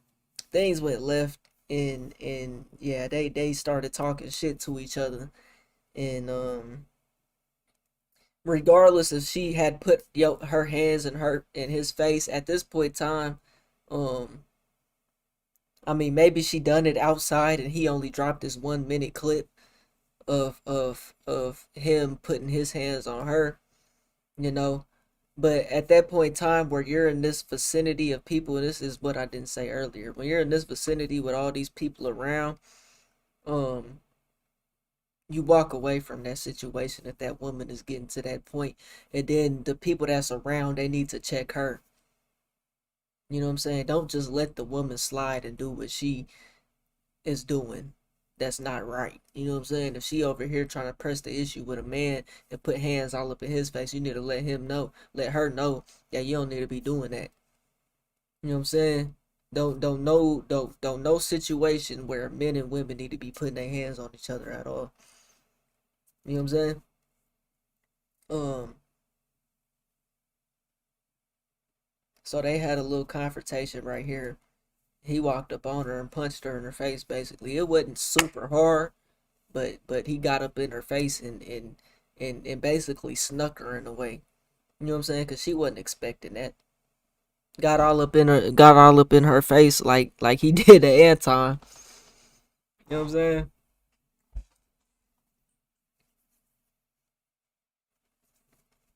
You know. Y'all let me know what y'all think, man. Yeah, this is a lie. This is live, bro.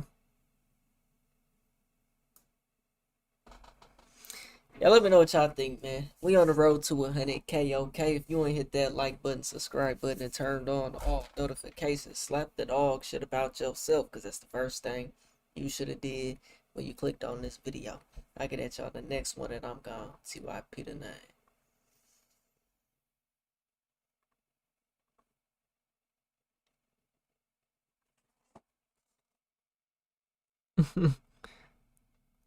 I wonder what these comments is talking about on O'Shea Duke shit.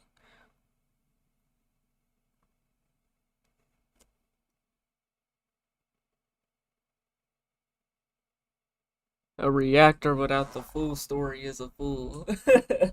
Okay, go back, go read a forum with your weird ass, nigga. No profile picture having ass, nigga.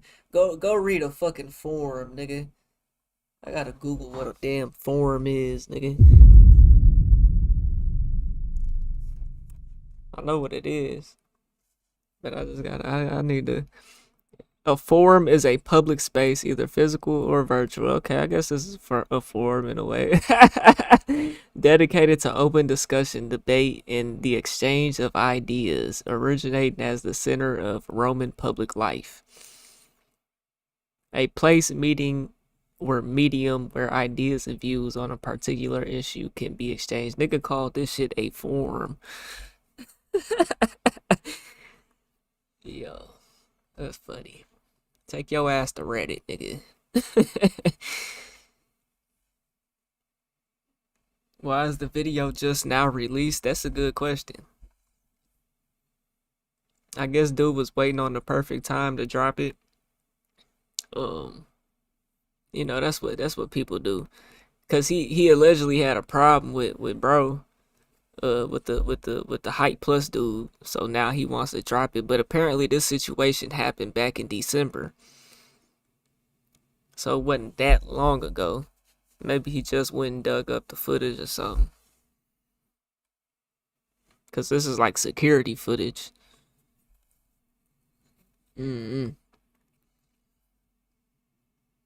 O'Shea is milking this beef for every red cent he can get. No cap. He getting paid too, boy. Quick to swing on a woman, but slow to hit a man. I don't think Corey really cares about his life. He seems low-key depressed and unstable. He looks like a...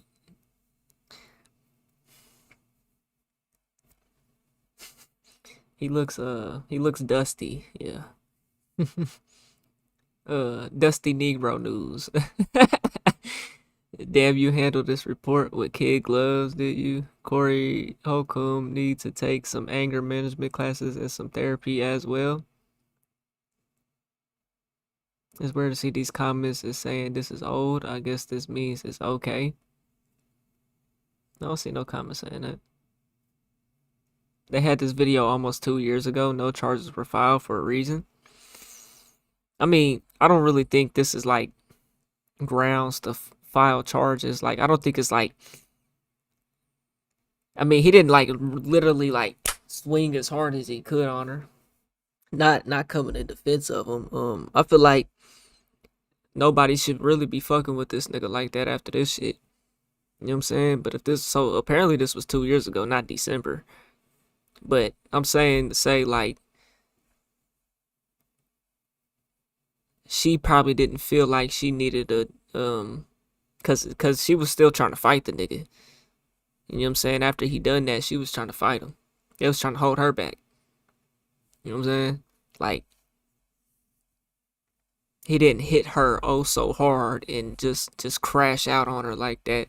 So she probably felt like it's not that serious to take to the police. He's gonna get exposed. He a goofy. It is a little weird, strange. If this was 2 years ago, why are you just now trying to release this footage, bro? You know what I'm saying? This shit should have been out a long time ago.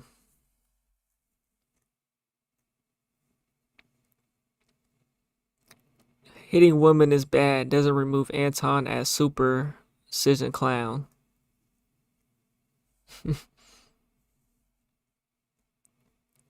What is she doing in his face, arguing with her husband there? Nigga, what?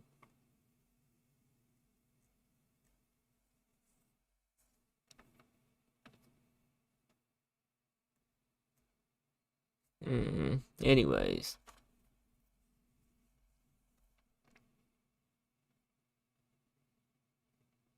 An assault is an assault. That is true. It is true. I'm just saying she probably didn't feel like it was, she got just oh so violated, which she did though. She most definitely did. But she didn't run to the police for a reason, you know.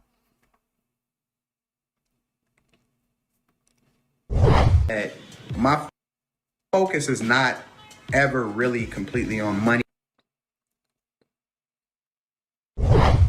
Yo, they milking the shit out of Anton, bro.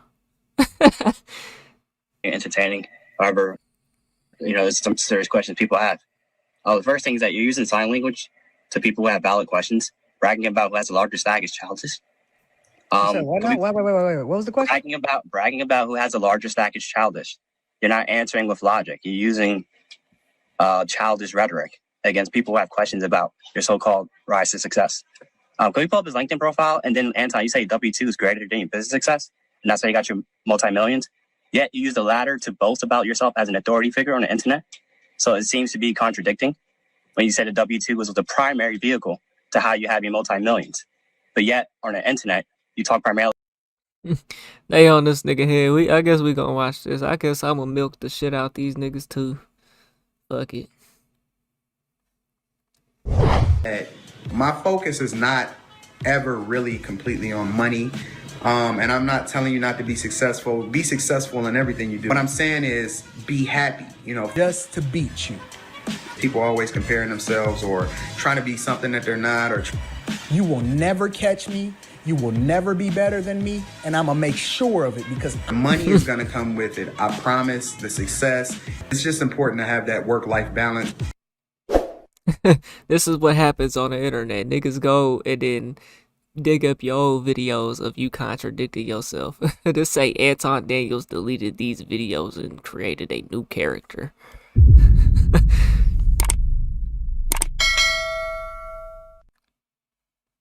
Shouts out the LTTV photos. I'm broke. Don't. Listen. Y'all picked the wrong one this year.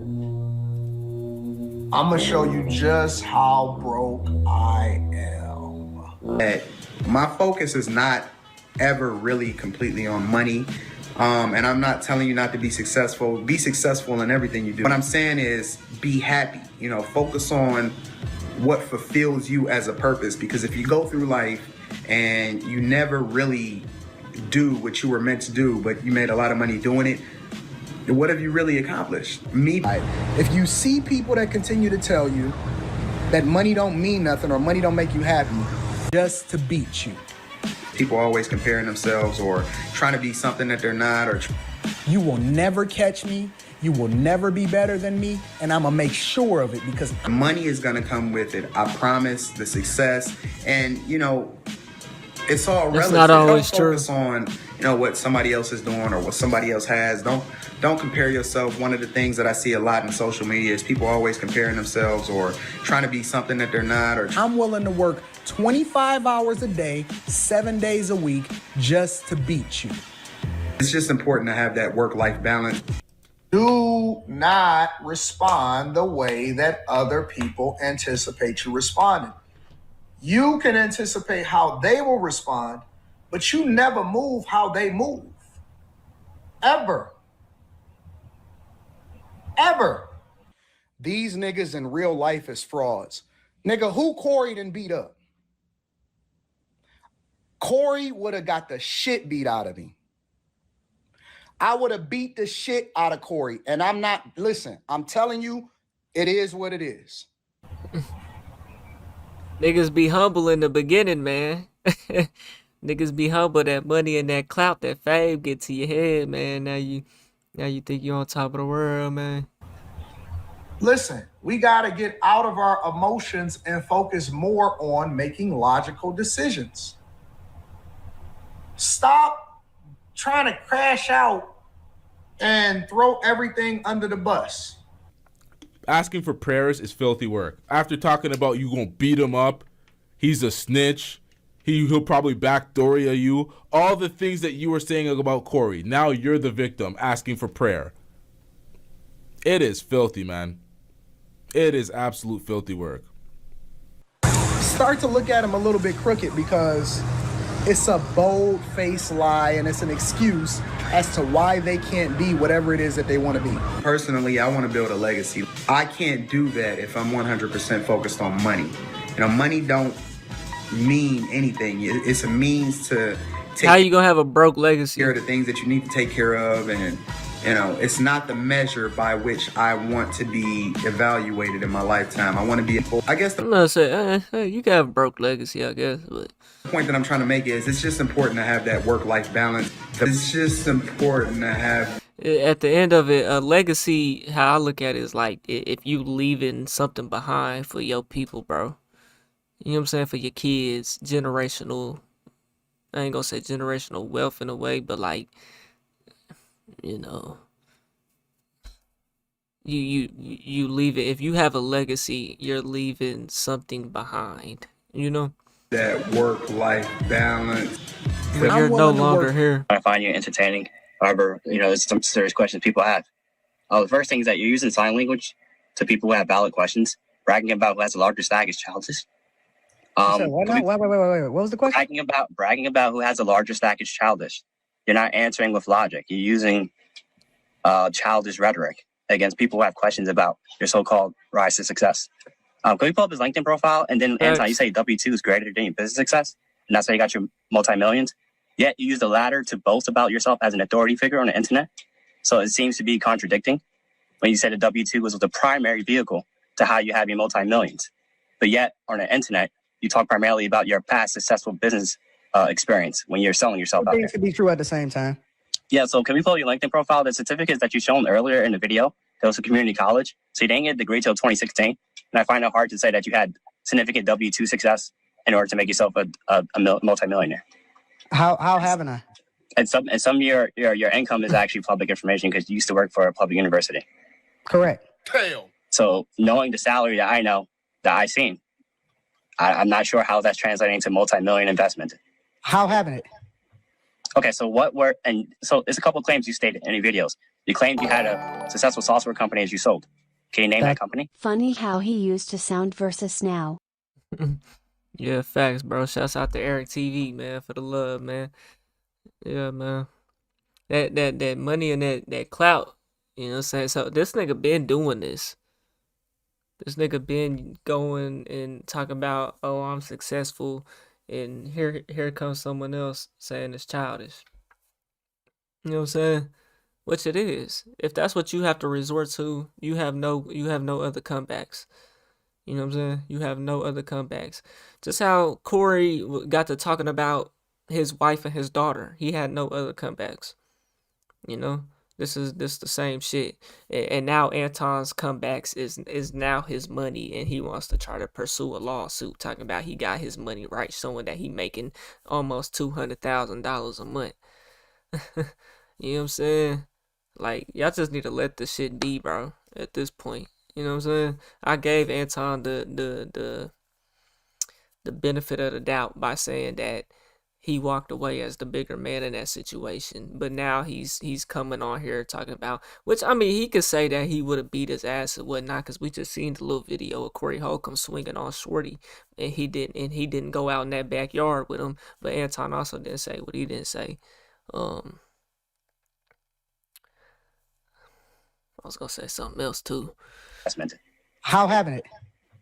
Okay, so there's a couple of claims you stated in your videos. You claimed you had a successful software company as you sold. Can you name that company? I didn't sell the software company. Do you have a name for it? I'm not telling you what the name of my software company is. I don't think the same way that what happened to the restaurant, I'm not giving out information. I'm not. Yeah, I mean, the only thing I can find about you, it was your restaurant. I didn't see any information about your software company online, and this should be public information. The restaurant information is public, so I saw the UCC filings, all that, like everyone else can see. But the other businesses that you claim to have created are not online, and it should be online. I'm gonna tell you how you can find information. You are more than welcome to join the Patreon. I disclose all of my information in there. You see, it's like a sales funnel, right? Like it's this cult to authority. I don't. Anton, you're not answering the question. Nigga said you could join my Patreon. Hold on.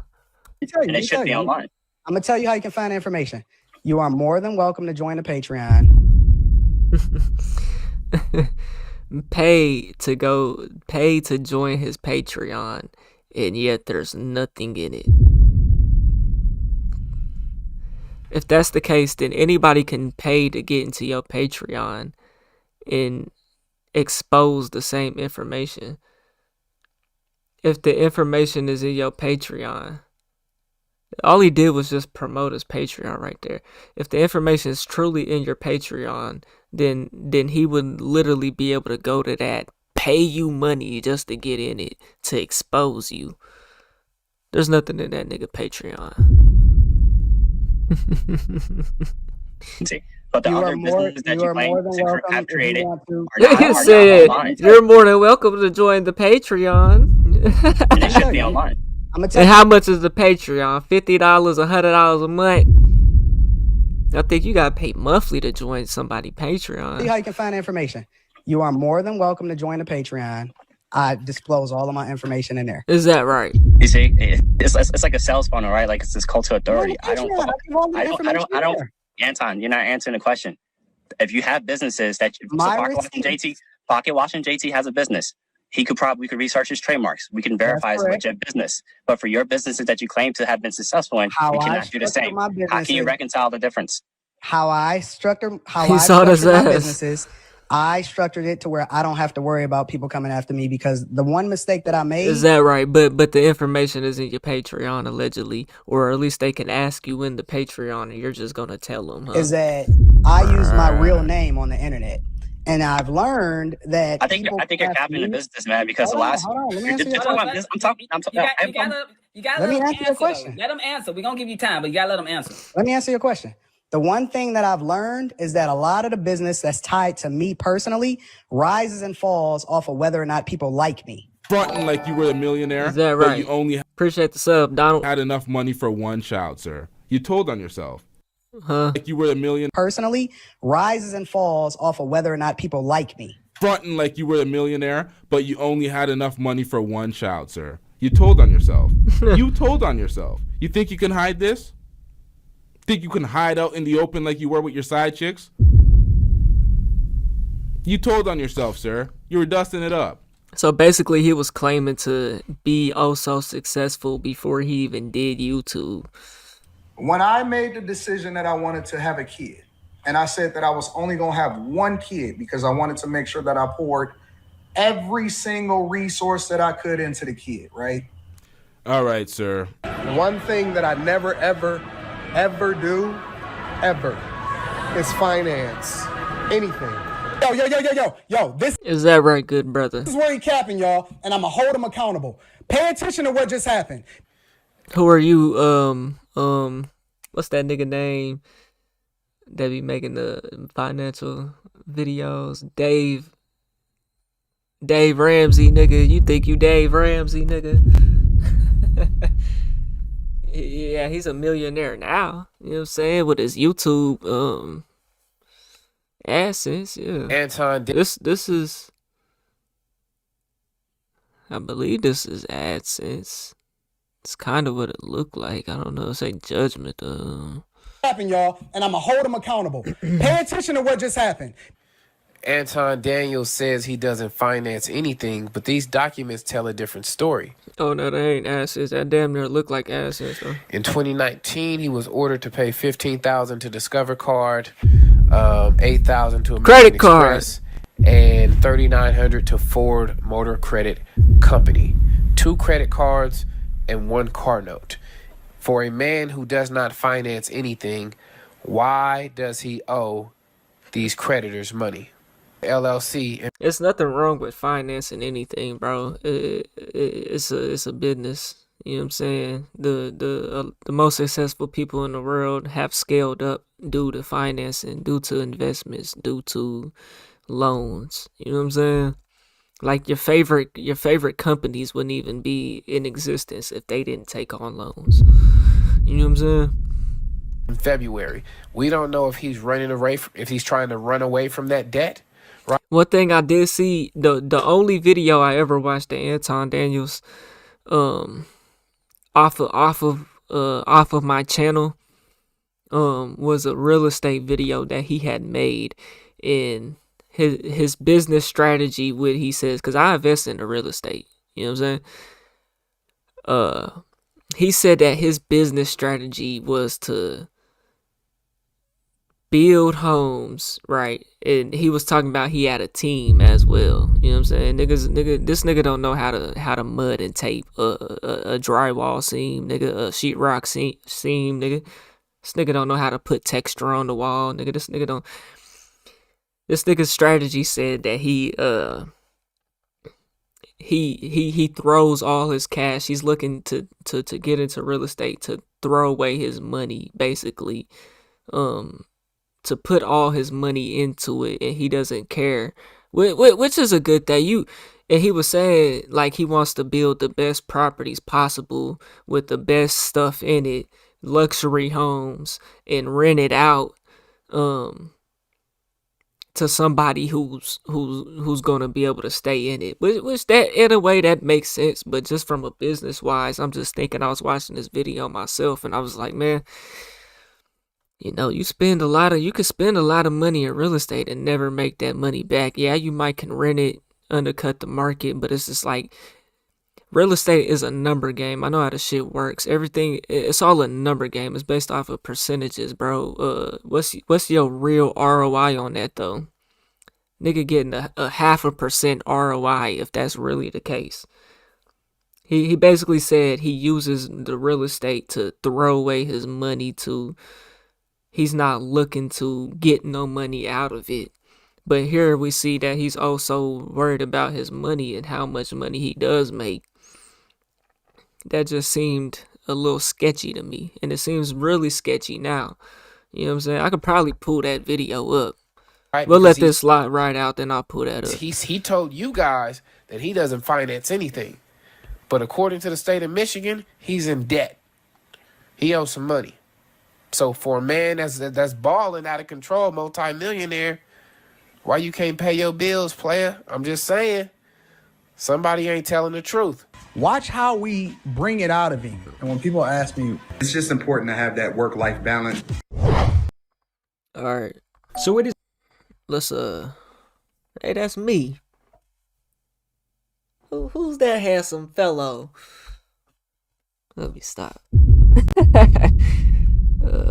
I seen it. I'm probably not even gonna be able to find the video. Maybe I will. Look, watched it right here. 30 minutes. Look, I told you I watched that. That's the only video I ever watched of this nigga, and it wasn't even on this channel. This will be the 20 plus homes, 0 loans. Detroit YouTuber. Cash only real estate strategy. Let me see if I could just read it in here. We tie anti-dance with the city's most outspoken YouTube voices on wealth, mindset, and financial freedom.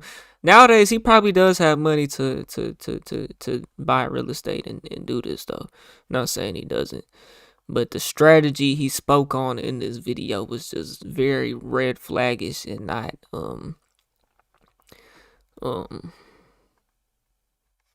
19th property that I have online. Didn't seem profitable. We averaging around $2,300 to $2,500 a month in rent. So we make over $40,000 a month, just flat out. Wow. Right, he averages $2,300 a month. Right. But he doesn't know how to build this home. He's hiring contractors, and he's not working alone on this. And of how nice this is, let's show the interior. If you paid all this out of pocket,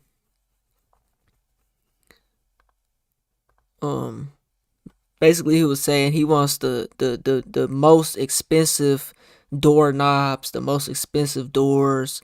When home builders build new homes, new developments, new subdivisions. Where I live in Oklahoma's growing. They're building hella subdivisions everywhere. The most basic entry level home is not gonna have the most the most high tech stuff in it. Now there are homes, communities, neighborhoods that they build that are of the more luxury type of end, right? But you just really got to think about it. You got to be careful, especially in today's market. You know what I'm saying? This is a very nice home. Very nice home. I believe this home even has a basement in it. With the $2,300 a month average. Yeah, this is the basement here. Look at this nice finished basement. I believe that's the basement. I just from the outside looking in, bro. It just don't sound like it seems. You know what I'm saying? He'll make his money back in 10 years. Yeah, that's money back. Hopefully. But you got to think.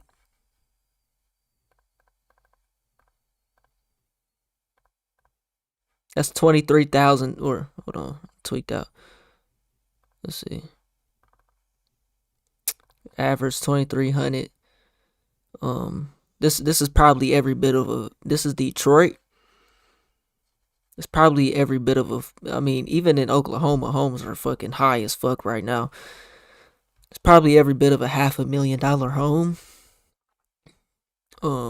20 let's see. 2300 times 12 equals times 10. $276,000. So just to make your money back, and this home is well over that price with that basement. It is well over $275,000, bro. You gotta rent this property for $3,000 a month. $3,500 a month, bro. And he says he wants to build them as nice as he can do it so that he can keep someone in there for as long as he can. Which makes sense. But you're working with contractors. So you're spending everything out of pocket, bro. Yeah, that house is every bit of $400,000 to $500,000, bro. It's 2-story home, got a basement. He just said like we heard at the beginning, $2,300 a This will month be the rent. 19th property that I have online. We averaging around $2,300 to $2,500 a month in rent. So we make over $40,000 a month. You don't make that, you gross that. Just flat out. Wow. Because we don't have any banks, we don't have no mortgages, we don't have no finances, no HELOCs, no hard money loans, no nothing. And I'm not saying at this point in time, he just showed, you know what I'm saying? We just see that he making $200,000 a month off YouTube. He got money to invest in real estate. I'm not saying he doesn't.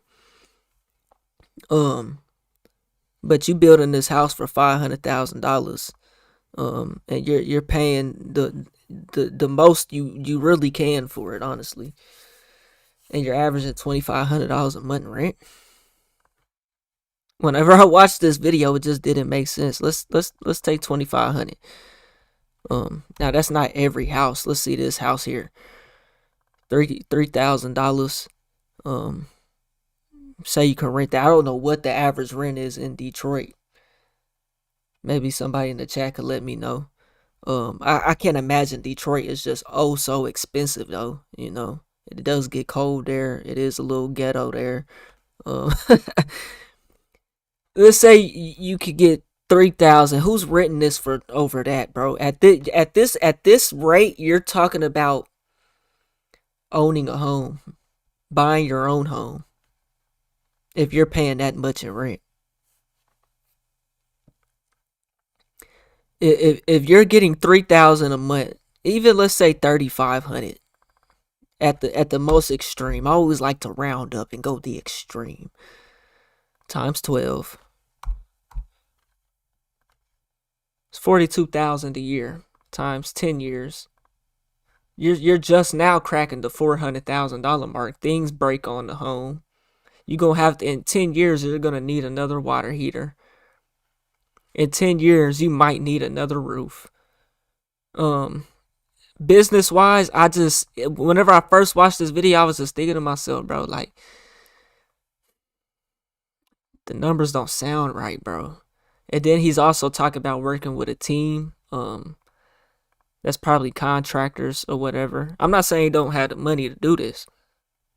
You know, but are you really profiting though? Are you really going to profit like that? I think I actually bought this. We got a similar light fixture like this in my shit. House that I'm working on. But yeah, like he was saying in this, he's spending he's buying it. It's basically a luxury type of home is what he's building and investing in. And you're averaging $2,500 in rent. We could take the word for himself. Just for the property to pay for itself, you're looking at 15, 20 years of getting rent.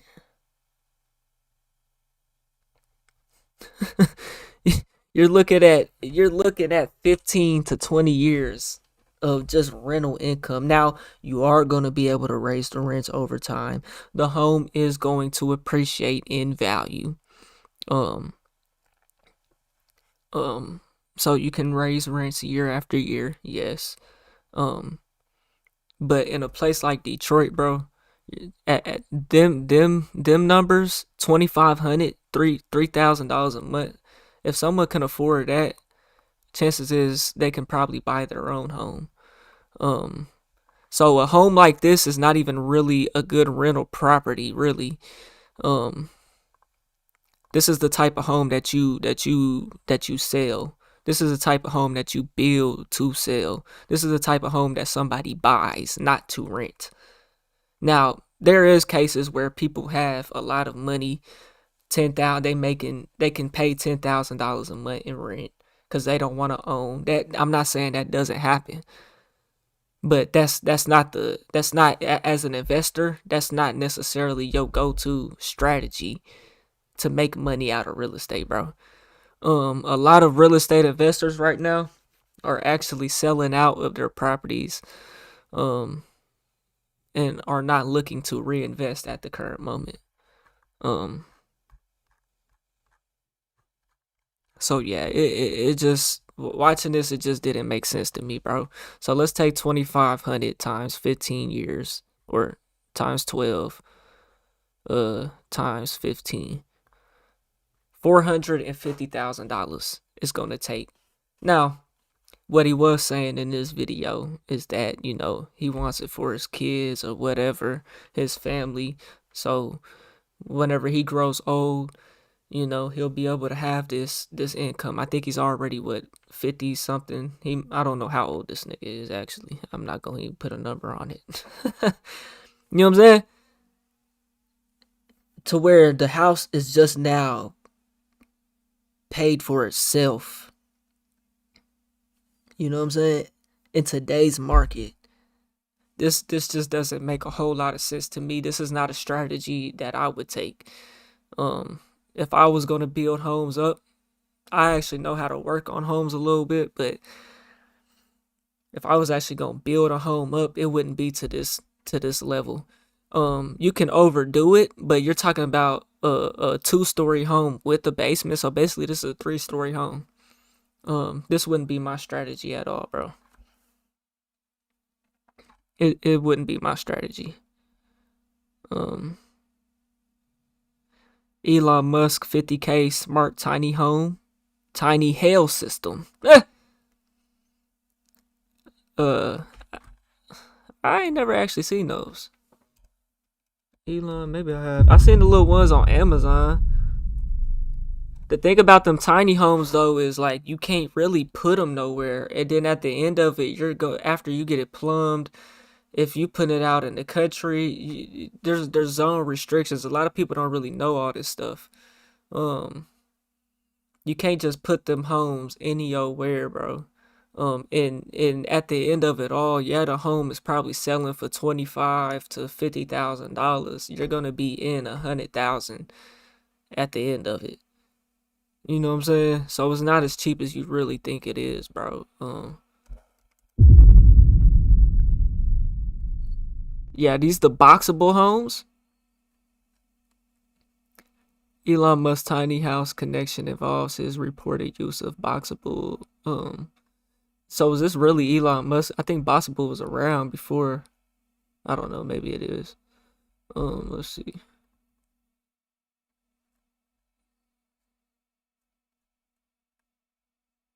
So what? I think you can attach like multiple ones of them.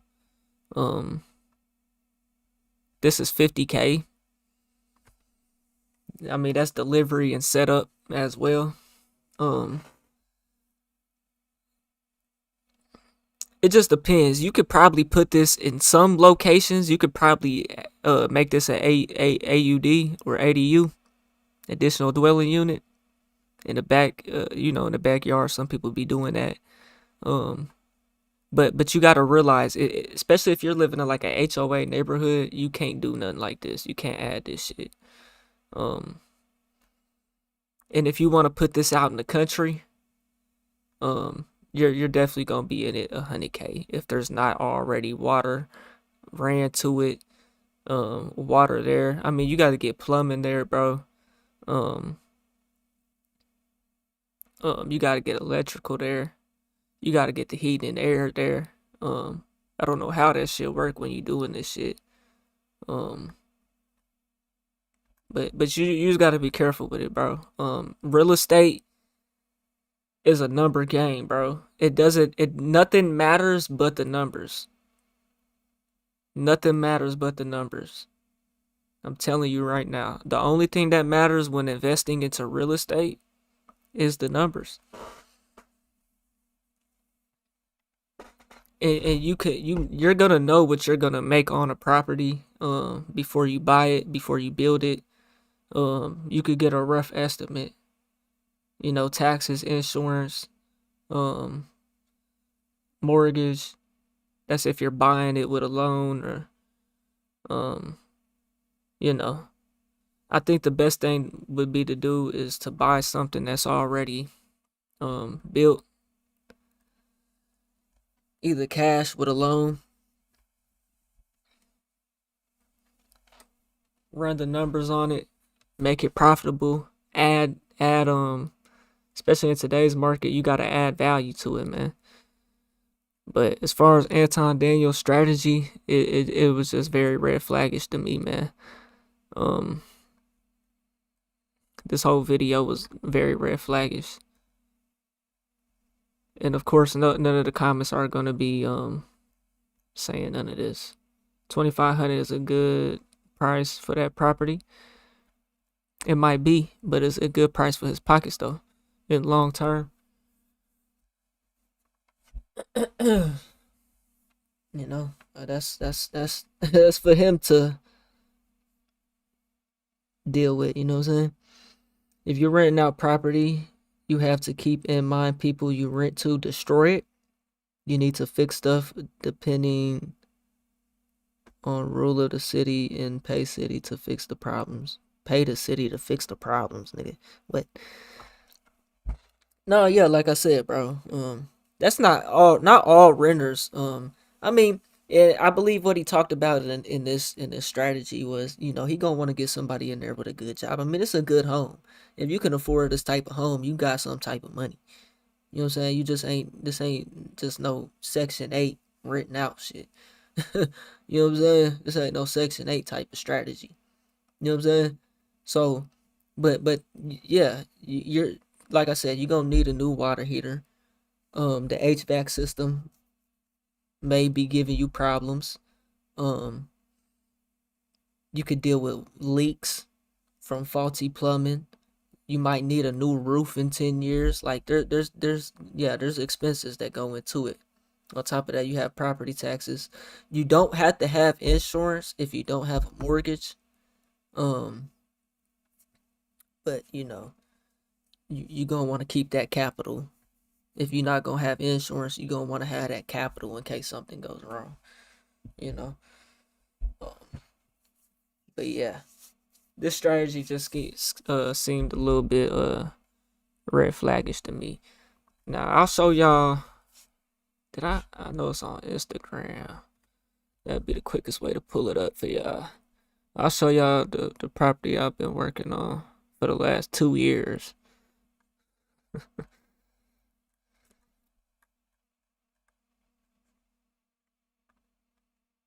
Yeah, we living good. Played the streets for a minute, now I'm out the hood. This that Pimp C flow, diamonds against that wood. I'm dedicated to this grid and I won't never budge. Everything is gravy, yeah, we living good. Played the streets for a minute, now I'm out the hood. This that Pimp C flow, diamonds against that wood. I'm dedicated to this grid and I won't never budge. I flips down the ass, sicker than a motherfucker. Sophisticated type of player in this motherfucker. I swear these niggas know the name, I'm that motherfucker. No, you can't play me like no lame, cause I ain't no buster. Yeah, it's fucked up in my city, niggas dying right. The type to up a pole before a nigga ever fight. But it wasn't always like that, niggas had they squabbles right. You get caught loafing in these streets, so I'm making home tonight. I like that chain around your neck, go ahead and take it off. Yeah, all I think about is money, cause I'm a boss. If she don't choose up with the P, then she took a loss. This shit is in me, it ain't on me, you can't scrub it off. Everything is gravy, yeah, we living good. Played the streets for a minute, now I'm out the hood. This that Pimp C flow, diamonds against that wood. I'm dedicated to this grid every. Now, we've done, see this bathroom right here, we actually added on a shower to this bathroom. This was a half bath. We made that to a full bathroom. Mainly the work on this is really like a whole remodel. All new paint, new flooring, paint, flooring, light fixtures. We converted that half bath to a full bath. It only taken 2 years because you know, me and my team, we're busy working to even make this happen. You know, we got to keep working to get money to even make this happen. You know what I'm saying? So that's the reason why it's even taking that long, you know. But this was not a build. This was something that we fixed up. And yeah. Make sure y'all go follow me on Instagram, man. But yeah, Anton's strategy just seemed very red flaggish to me, man. Y'all let me know what y'all think though, man. We on the road to 100K, okay? You want to hit that like button, subscribe button, and turn on all notifications. Slap the dog shit about yourself, because that's the first thing you should have did when you clicked on this video. I'll get at y'all on the next one, and I'm gone. TYP the name. Now, see some Eric TV, DD reactions, Corey Holcomb trolling video. I ain't trying to react to a reactor now. I'm the reactor.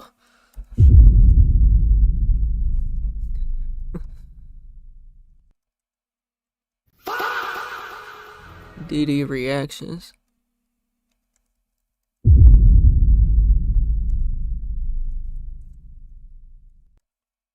Yeah, they broke up in a beach, yeah.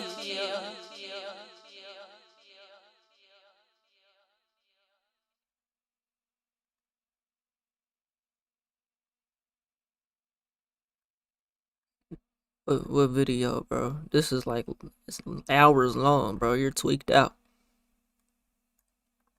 That's exactly. Get her to what she. Oh, I don't want to do. She doing the same shit I'm doing, Playboy.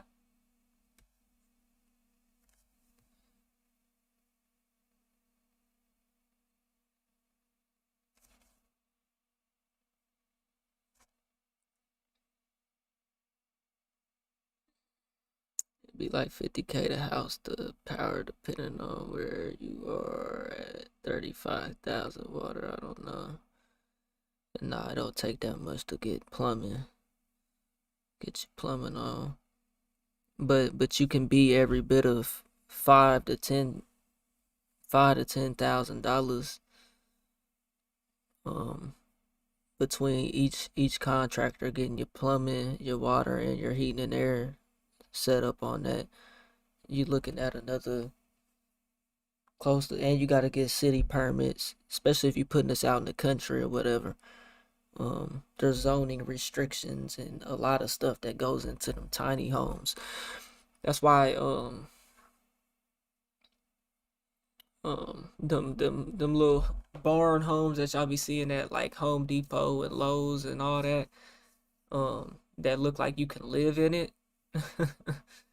A lot of people actually don't be trying to do that because they realize how much money it really costs. Yeah, you can buy this for $10,000-$20,000, but you're gonna be all in for $150,000.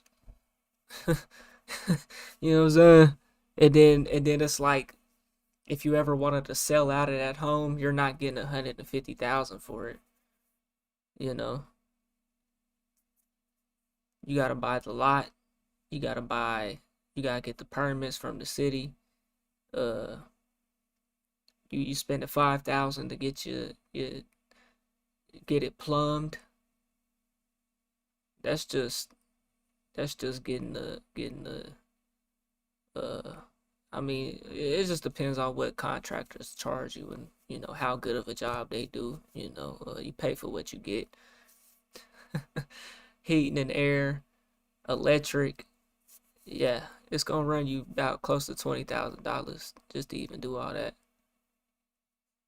Um, and then you want light fixtures in it. You want a sheetrock it. You want to do this. You want to do that. You looking at every bit of another $50,000. So it's not just you buy that and oh you can live it and All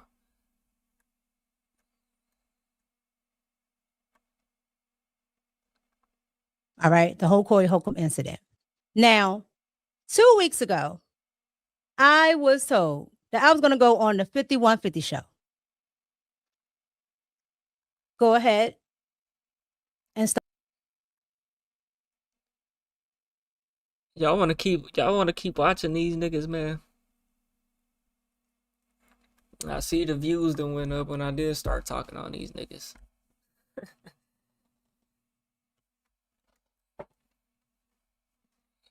20-minute videos is just a little bit too long for me, man, cause I already be talking.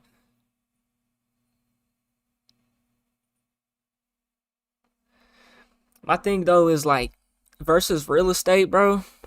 Especially in this current market. I mean, if you are trying to get into real estate, you should lowball the hell out of everything, for sure.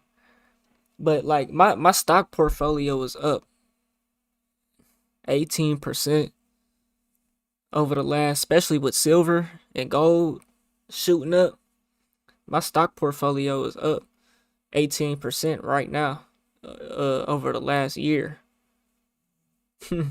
Right now, current day, 18, 17, 16%. It didn't drop back down over these last like couple days. The market closed on Friday. I think it dropped.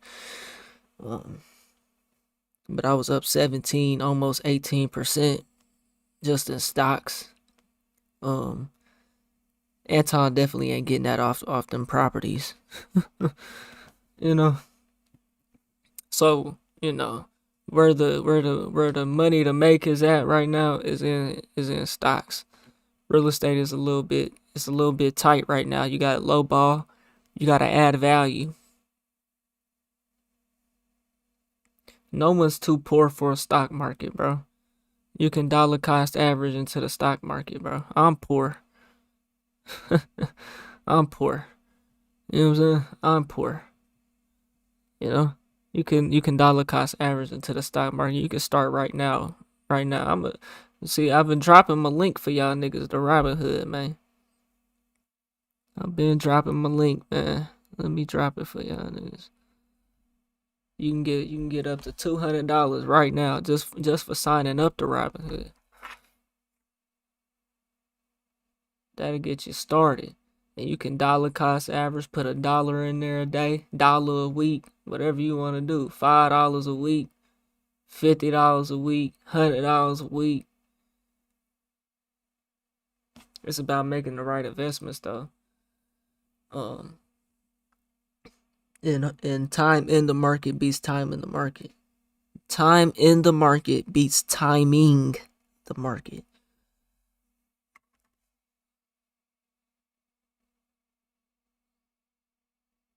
Let me see. Since we on the topic of investing, let me drop the link for y'all.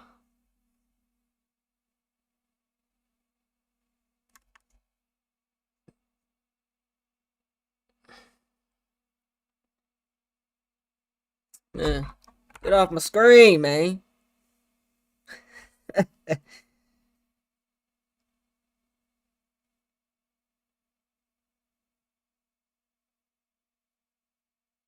The fuck?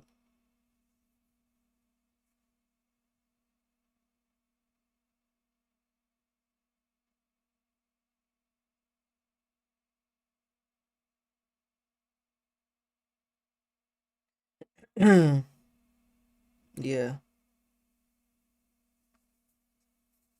Since we on the topic of investing, you can get up to $200 just for signing up.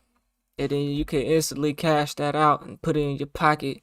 Or you can stay invested in the market and that'll get you you know what I'm saying, invested into the market, bro. But yeah, like I said, my stock portfolio up is 17% over the last year. That's pretty good. That's pretty damn good. You know what I'm saying?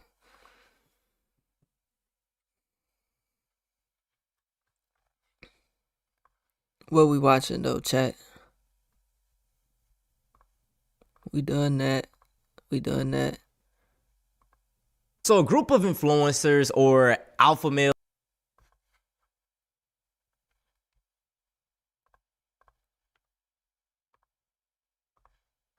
So a group of influencers or alpha males linked up the other day, and many people on the internet are calling them the Avengers of Aura. Regular put together the Avengers, and we have Andrew Tate, Nick Fuentes, Myron Gaines, Andrew Tate's brother, Sneeko. Don't know who this nigga is. The Avengers of Aura. And as we see, everybody's walking into the club. They in Miami. They said, my homeboy got pregnant from karate and now. Now listen, the only people that find this shit cool is fucking 12-year-olds. Not even a normal 12-year-old, just a 12-year-old who is addicted to watching live streams. So you can sign in with 9 different emails? Nah, bro, it don't work like that, man. I actually suggest you don't do that. You know what I'm saying? You might get your account banned. You may not even be able to sign up. You do some shit like that. For the ones, because I just started a new video. For the ones that's clueless to what I'm talking about on live on stream right now, make sure you got notifications turned on so you never miss a live stream. I dropped my link for Robinhood. I'm going to drop it, pin it in the comment section. You can sign up to Robinhood, get up to $200 in free stock just for signing up to Robinhood. Robinhood is what you use. It's a brokerage. It's what you use to buy and sell stock, crypto. They got the prediction markets on there now so that you can gamble. I wouldn't gamble. I don't gamble. But yeah, that's what I'm talking about. Yeah. Don't sign up with 9 different emails. Don't do that.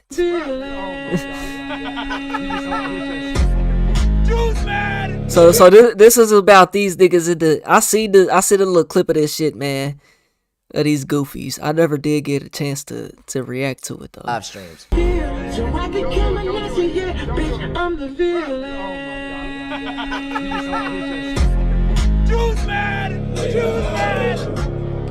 Jews mad.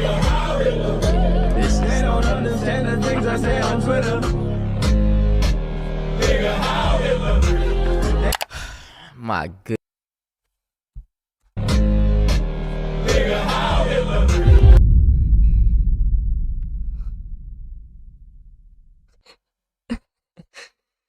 The goofies unite.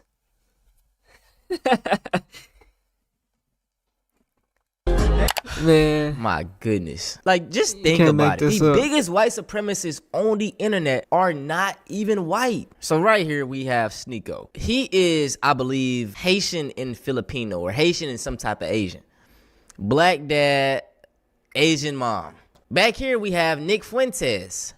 Nick Fuentes. I believe his father's Hispanic. Back here we have Andrew Tate's brother. As you all know, Andrew Tate and his brother have a black dad. Right here we have Amoru from Sudan. And then right here we have the only, man that Hitler would probably tolerate. Fully white, you know what I'm saying? Yeah. They don't understand the things I say on Twitter. And look at, oh my goodness. Andrew Tate looks so uncomfortable. That's Andrew here in the club? Yo, like, what? Look at this. Check this out. No, they didn't get them to play that song in there too, though. Oh, this is the funny thing, right? Ye said to be frustrated after a group of internet personalities recently played his band song at the club, as soon as he's trying to move away from his past controversies. It don't work like that, buddy. You know what I'm saying? Your past will follow you. That's why you be very attentive with every move you make, everything you say. That's why we don't want no ran throat bitch. I'm gonna bring some girls over for you. I'm good. Nick is never. What happened? Every move you make, everything you say. I'm gonna bring some girls over for you. I'm good. I ain't gonna lie, bro. I went to the club. Last time I went to the club, I just pulled up with the homie. I was like, man, fuck it. You know what I'm saying? Cause I ditched, bro. On New Year's and like the day before New Year's, cause they had popped out. I was like, man, fuck. I'm not a club going ass nigga, bro. I don't not care. I'm not there looking for the bitches, bro. You know what I'm saying? But when I did go, you know what I'm saying, they got some ad thrown on it though. You know what I'm saying? Short, bro. Oh my god, bro. It ain't even a flex though, bro. This bit, bro. Bro, I'm not even in the club for 5 minutes, bro. Me and the homie walk in. A bitch come up and grab me by my chin, my nigga. Hit me with one of these. Bitch hit me with one of these. Come to find out, this bitch was throwing ass and going from nigga to nigga. You know what I'm saying? Bro was like, man, they finding their way to you. Notice how the whole group of the hoes just came right up to you. Stand, man, they want your attention, man. You better bag that. I'm like, man. Anytime I ever went to the club, bro, I'm not in there looking for no hoes. I'm only here because I'm with the hobby, bro. You know what I'm saying? That's what he want to do, so I'm with you, bro. You know what I'm saying? I'm not in that bitch dancing, doing nothing, bro. I'm in there. Nigga, every time I go, niggas looking at me crazy because, nigga, I'm the one in there not having fun. You know what I'm saying? I'm the one in there not. I'm looking over my shoulder left and right. I'm ready for a squabble to start occurring, nigga. You know what I'm saying? I'm ready for a nigga to start getting poked up or something. You know what I'm saying? I'm paranoid. PTSD. You know what I'm saying? That's me in the club, though, bro. I don't want no bitches, bro. I don't want no bitch out the club, though. You know what I'm saying? Say. I'm gonna bring some girls over for you. I'm good. It'd be dusty, dirty hoes in that bitch, man. You get some ass thrown on you. Now you got some type of infection, nigga. You know what I'm saying? Shit, hey, I ain't got shit. You know what I'm saying? I ain't got shit, but boy, I'm lucky. Nick is never going to beat the gay allegations. And like I say, it's nothing wrong with being gay. But y'all gotta live y'all truth. Stop acting like y'all some tough alpha males. Nah, Nick is definitely, he definitely in there and can't get none for sure. Just though. like every clip I've seen of him, he's just looking so awkward. I ain't gonna lie though, bro. When I was in that bit, bro, they was flocking to a nigga. I'm like, bro, what? The homie was like, man, I'm bringing you with me every time. Every time I come, I know to bring Cam. I'm like, man, I'm not in here looking for no hoes. I don't want no hoe out this bitch. Awkward, so like shy, shelled up, versus like the way he is on live. I want the hoe who ain't in there, bitch. Very exuberant. It's like these days, it's like that's the only place you can even really go to even. I mean, I guess it's always been like that though. Like, where do y'all niggas be going to meet women at, bro? Cause it's like the club is like the only damn near place other than work or what other settings is niggas going and finding the hoes out in the wild? You know what I'm saying? Finding the shorties out in the wild, my nigga. You know what I'm saying? It's like that's where everybody goes to do that, bro. And it's like whenever I was there, right? So the homie ended up he actually had some hoes on deck. You know what I'm saying? Bro actually had some hoes on deck, you know what I'm saying? So it's like before we even went, we already knew that we was like gonna have some hoes though. The hoes he had though, he had his little shorty, you know what I'm saying? But the shorties that she had with her, I'm like, bruh, I'm cool. And they was like getting mad at me. Everybody was mad at me that night because I wasn't fucking with nobody, bruh. You know what I'm saying? I tried to fuck with this little Mexican bitch just because the homie was like, bro, you better holler at her. And I'm like, bro, this bitch had a footprint on her neck. So I knew she had a child. I'm like, bro, I don't even fuck with single mothers. I was just like, fuck it, bro. I'm in there, bitch. I'm bullshitting tonight. That's what I was doing. But anyways, what I was saying was, so bro had the hoes, right? And the hoes so he had his little shorty out the group. she had some friends, right? And they was getting mad at me because I didn't even bat an eye to them hoes. I ain't even gonna lie to you. We standing all around each other, and I'm just in this bit, like, just mugging, looking. No smile on my face, you know what I'm saying? Blanked in a motherfucker. They end up getting mad at me, you know what I'm saying? Cause I wasn't fucking with them. And then at the end of the night, once all the clubs and the bars closed, bro, check this, right? Both them hoes, I think, end up walking away with another nigga. And that right there is why I'm not fucking with no bitch out the club, bro. That right there is why I'm not fucking with no bitch out the club, bro. Because I could have had them had I wanted them, right? But I didn't want them. So right at the end of the night, some dudes had walked up on them right as the club was about to close, bro. You know what I'm saying? And I guess bagged them or something. You know what I'm saying? And then I guess they went with them afterwards or some shit.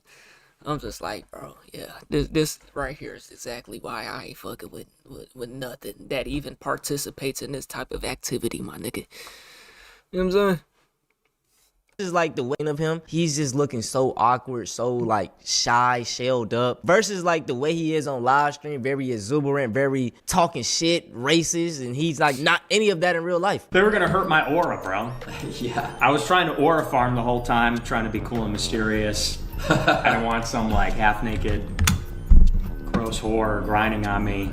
Hey, so who are you? Like, yeah, I don't like none of that shit. I ain't to know farm. that. So listen, I'm out the game right now. I got my wife, right? But when I and then afterwards, I'm like, bro, you already know this ain't my type of environment anyways, bro. You know what I'm saying? This is not my type of environment, bro. I partied in high school. You know what I'm saying? I done that shit in high school, bro. At this point, like, I'm paranoid. I got PTSD. I got PTSD, my nigga. I got fly when I got my haircut, when I had my, you know what I'm saying? When I looked good, when I went out, I wanted attention from girls. My goal wasn't getting attention from men and aura farming. You know what I'm saying? This is the same dude that is preaching about the great, you know what I'm saying? The white population dying. I guess I was looking good too. I had the fresh cut, nigga. I had the puffer on, had the True Religion jeans on. I ain't put no Jordans on though. I just had the regular. I had to get down shoes, nigga. I had to get down shoes on, nigga. I wasn't about to put on no Jordans that night, nigga. I had to get down shoes, nigga. You know what I'm saying? I had to get down shoes on. It's time to go out and actually put yourself out there and find a woman to procreate with. You had the Nikes on. But steady trying to blame everybody else. Oh, it's the Jews' fault. No, nigga, you just a fucking dweeb. I don't take this. Nah, Nick, they definitely dweebs. All of them. For sure. They're not me. Only dinner a woman will ever go to with me is when I'm meeting other men. But like a one-on-one dinner with a girl is a mistake and a waste of fucking time and money. 3 hours of fucking garbage. These niggas think they're doing something with these cigars, bro. This is forced. This is forced aura farming, I guess. Let me tell you what a dinner with me and a woman looks like. What does it look like? To me. Looks hot. The other man at the table respect that, and we talk about business. And I genuinely. The other man at the table, nigga said, "Let me tell you what a date with a woman looks like for me," and said another man at the table. I swear, if you take any of this advice, you will be single your entire fucking life. Okay. It's okay, my son.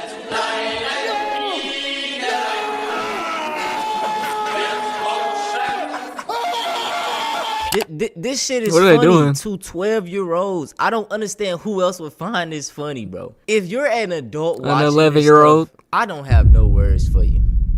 I really don't. You literally did a Nazi salute. You began this whole I seen this clip. saying you're Nazi. Dude, like, yeah. Well, no, I didn't see this one. I seen something of it though. Dude, what the? Look at them all back here laughing, eating it up. These are the people that wouldn't take any of them serious in real life, you know? Fuck? Get this fucking Nazi off our campus. Dude, what the fuck? Do that again? Wait, do that again so we can take a picture of you. Put down your mask. Let's see your face. What are you afraid of? What the fuck? Yeah. Wait, how many Nazis do we have here? So it's like, bro. What the hell? Dude, I don't know if you realize you're at a Klan rally. So, anyway. What the fuck? Yeah. Are y'all hearing this? See, look at him. He's all shocked. Oh my God. Oh God. Yeah, see, this is what not giving a fuck looks No, like. this is why we should kill Nazis. Oh, yeah, I agree with that. I agree with that. Nazis deserve exactly what they get. But when something happened to this dumbass nigga, when he get popped, I don't want to hear he just had, like, when he gets, I don't want to hear nothing. Please do not try to do what y'all did with Charlie Kirk and say that this was a good person. Please don't. If something happens to him, I'm not wishing it, but if something happens to him, don't try to make him a martyr. People laughing and celebrating Heil Hitler and Adolf Hitler. They're on the news. I cannot believe we're even seeing this and witnessing Miami Beach. A Miami Beach nightclub catching heat, accused of celebrating hate with a song about Hitler. Absolute disgust. Disgusted, horrified. City leaders reacting to videos making the rounds on social media featuring the Kanye West song with the lyrics Heil Hitler over and over again. The same men seen in the club, known as controversial influencers, are also in a video from a limo. In that one, they're singing, and one of them is performing a Nazi salute. To have people in our city celebrating this. Animals. This is obviously not welcome in Miami Beach. It should not be welcome anywhere in the world. And by the way, I spoke to other club operators. They are not welcome in their club. How they got into this club, open arms, I want to know how. These niggas made the news with this shit. The video. That's exactly what they want, man. Those are from Saturday night. This one inside the Club Vendome at 743 Washington Avenue. And you see why Myron Gaines is not monetized on YouTube, bro. You can't be on here slanging the ER term, bro, in your videos. You know what I'm saying? Everything you do is going to be flagged, bro. You over here talking about Hail Hitler and all type of shit, bro. You're not ever going to be monetized. The club releasing a statement on social media that reads in part, "We want to be unequivocally clear. Vendome and our hospitality group do not condone anti-Semitism, hate speech, or prejudice of any kind." It goes on to state, "We are deeply disturbed by the harm caused by this incident and the circulation of this footage." The Post explains the business is looking into safeguards and procedures to make sure this doesn't happen again. As for the men in the video celebrating the song, the mayor With the flames in the background, man. has this message. It's disgusting, it's shameful, and you are not welcome in Miami Beach. Yeah, y'all, this is 2026, bro. Just a bunch of dweebs, trying to clip farm for their 12-year-old audience that, honestly, once they get older, they're going to look back and see how corny these niggas are. You know what I'm saying? A lot of stuff I used to find cool when I was, like, 12. It was never on a level like this. Nah, hell no. Some of the funny stuff, I look back and, like... I was never that type of kid, bro. I went to a white school, bro. They was y'all know how Aiden Ross was doing all that rainbow stuff, all them jokes and stuff whenever he first came out, bro. They was doing that when I was in middle school, high school, bro. You know what I'm saying? The people I went to school with was doing that in middle school and high school, and I never participated in none of that shit, bro. I never found it funny, bro. It was weird to me. You know what I'm saying? All that rainbow jokes and stuff like that shit was not funny to me ever. Damn, that was actually lame as hell, you know? And they're going to be the same way, so these guys are just going to fade into irrelevancy. As we can see, Andrew Tate, he was once saying that gambling and alcohol and all this type of stuff is bad. Now he's promoting gambling, going broke. Like, these guys, they don't stand for anything. Sneeko, he said the red pill was dead. He tried to come out and say, oh, yada, yada. Then you're still hanging around these dudes. These guys, they stand for nothing, and they gonna fall for everything. You know what I'm saying? That's it, though, man. It's pretty crazy that they made the news about that. I ain't even know. I was trying to react to this. I didn't even know what this video was about for real. That's crazy they made the news with that shit, bro. So I imagine that they're probably banned from that club now, bro. They could probably never return back to that club. Yeah, that's just crazy, like to the extent, the extreme that they're taking this type of content, bro. Like just to get views and clicks and money. Cause Sneeko's monetized. Nick Fuentes is monetized. Myra fucked this shit up, you know what I'm saying? And he keeps slanging the ER on his shit, so he's not gonna be monetized, bro. You know what I'm saying? But it's crazy that, and controversy sells. Of course they're gonna get views. You know what I'm saying? Them getting on the news is exactly what they want, bro. of course they're gonna get views, bro. Controversy sells, bro. You know. But at what cost? You know. Cause then you gotta carry that in real life and stand with that. We just seen what happened to the mustache dude that popped out. What was that? That was at a club then? With the mustache dude that got smacked by the Jew? The mustache dude got smacked by a Jew, ran to Nick Fuentes and Sneeko, and them niggas wanted to get the fuck out of there. Them niggas wanted to get the fuck out of there, bro. That's funny as hell. That's funny as hell. Dude got smacked and thought Nick Fuentes and them was gonna come in his defense and go do something about it. And they did nothing. They did nothing. But played pussy. Like they are, bruh. At least Myron, you know, he'll pull up in real life and kind of stand on that business. You know, he'll do the debates and whatnot. Nick Fuentes, we know he ain't gonna stand on no business like that. We know Sneeko ain't gonna stand on no business like that. When it comes to throwing hands, you know what I'm saying? I'm curious to see. I want to see that. I want to see somebody. I ain't just advocating for violence though, but I'm curious to see how Myron. We know Fresh ain't gonna do shit for sure. Myron might pop some lip back though. You know what I'm saying? I'm curious to see what he gonna want to do though. He over here talking about he fit, this, that, and the third. He supposed to be fresh. You supposed to be fit. This nigga, we ain't never seen this nigga in the gym in our life. This whole nigga YouTube career, we ain't never seen him in the gym not once. Nigga ain't been in the gym not once. I mean, hell, I be in the gym. I ain't gonna say like that. But to say, to have your brand image as fit though, I do be in the gym. But you know, I be working so much that it takes from the gym. I'm not in it as much as I'd like to be. You know what I'm saying? But is your name is fit, fresh and fit. Niggas don't even go. Nigga, that's how you know your shit is cooked, nigga. Niggas call your ass Myron, nigga. Niggas don't call you fit. I mean, why would they though? Like, that's a corny ass name, really. Like, Fresh and Fit is just the name of the podcast for real. Like, Walter. You know what I'm saying? Niggas need to quit calling him Fresh, nigga. That nigga's not fresh. Nothing about that nigga's fresh. That nigga's dusty and corny, nigga. You know what I'm saying? Call that nigga by they government names. Myron and Walter. Myron and Walter.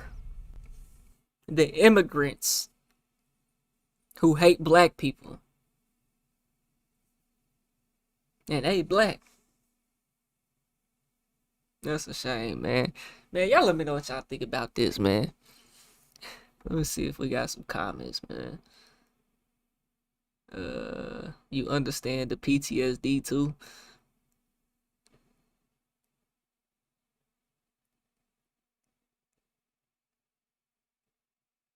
Anyways.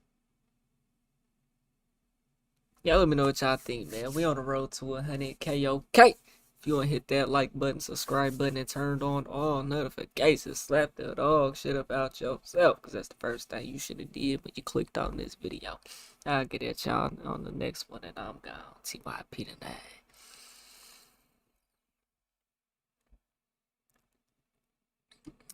I want to do this next one, too.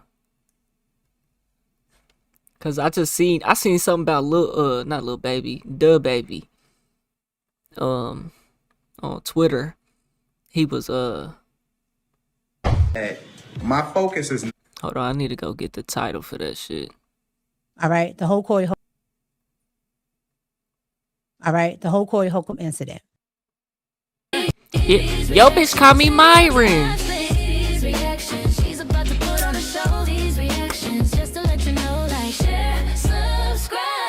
About to go live. What up? Man, come on YouTube? with it, dog. Happy Friday. I hope you guys are doing well. Thank y'all so much Yo, for being bitch, call here. me Shout out to Myron. everybody in the building and everybody watching. Listen, I want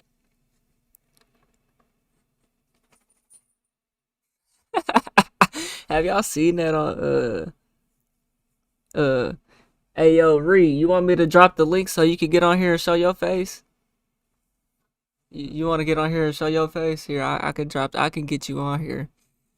Just let me know. I'll get you on here and you can show your face. You want to get on here and show your face? We can do that.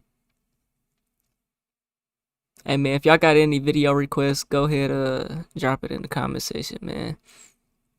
So back in the 1960s,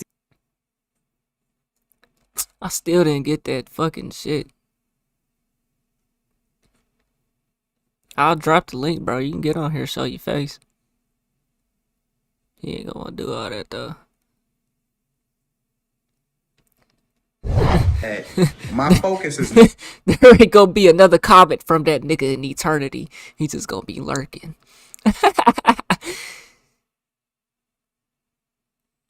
What am I doing?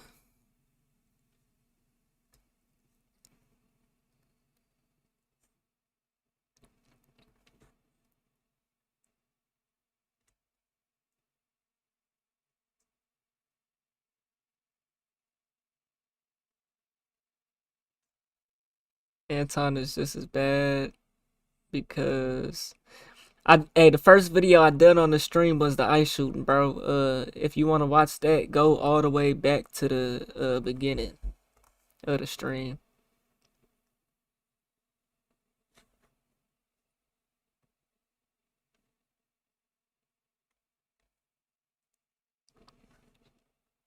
so back in the 19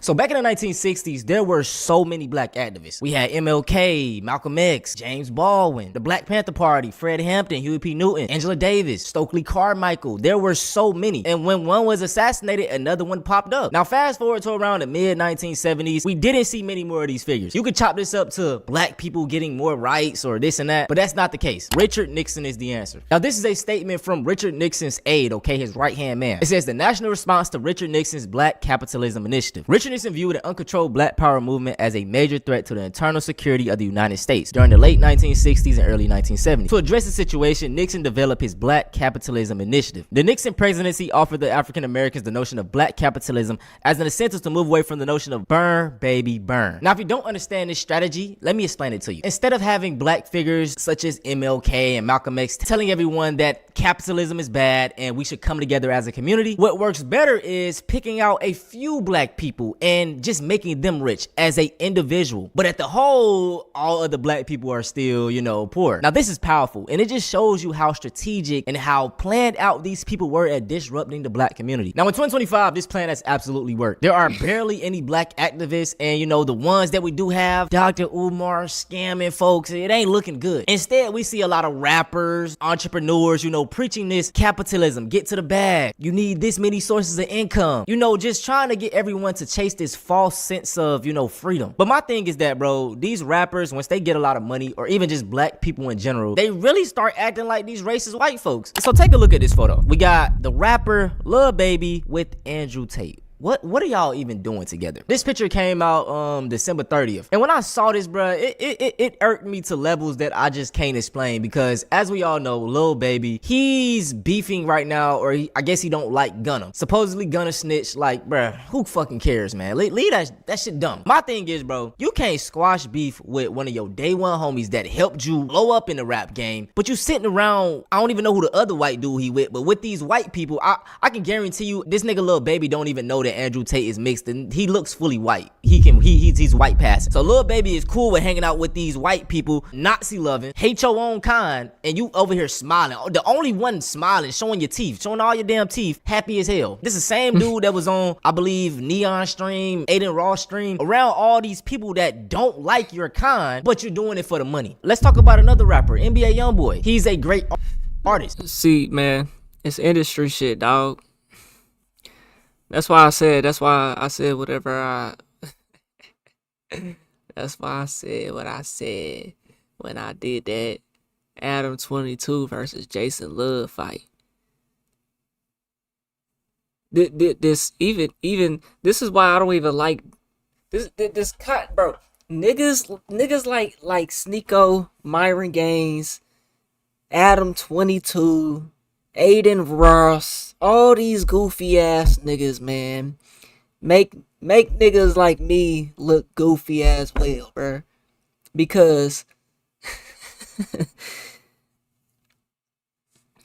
they on here doing goofy shit, making content creators look goofy, bro. You know what I'm saying? I don't even want to be, I can't be associated with these niggas, man. You know what I'm saying? I can't be associated with certain niggas, bro. And it's like, bro, all these niggas, they network and they collab, you know what I'm saying? It helps their brand, you know? It's good for the business, whatnot, but it's just certain shit I just can't be a part of. I just can't do. That's why you don't see niggas like Soluminati. Soluminati was going crazy with the stream shit, bro. Said he was gonna do IRLs. He was gonna pull up and do basketball streams with niggas. And you wonder why that shit didn't work out, bro. Cause I see right through. He sees right through all the bullshit. I see right through all the bullshit. These niggas are not your friends. That's why people fall out left and right. They only around each other because it's popping for the moment. You know what I'm saying? Was it Lil Baby that got on Black Boy Max stream talking about they giving me subs? He said, nah, nigga, they giving me subs. That's my money. You ain't got shit. You know what I'm saying? Lil Baby fucked around, thought he was finna get paid off that motherfucker. You know what I'm saying? Like, bro, niggas would not fuck with you if you wasn't popping, if you weren't. Niggas see my view count, bro. A lot of people know who the fuck I am. A lot of people come across my shit. A lot of people, they fake fuck with me too. They really fuck with me though, but they can't fuck with me though.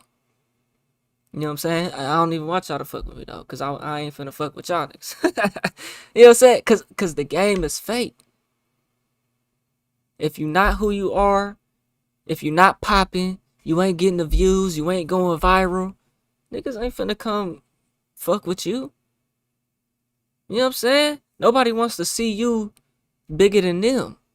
So they might fuck with a nigga who's a smaller creator for real. They'll secretly watch niggas, but they will never publicly fuck with them though, because they're not as popping. It's like they would be putting you on in a way. And they could fuck around, be bigger than you. They could fuck around and expose you for who you really are. You know what I'm saying? A nigga like me, I'm dangerous. I'm dangerous. I'm a dangerous nigga. Cause I keep it too solid. I move a certain type of way that if I get around niggas, like I will expose them. Like this, I say that because this is real life for me. Like in real life, a lot of niggas that I was friends with or whatever, like I end up exposing them for who they really are. Niggas are goofies.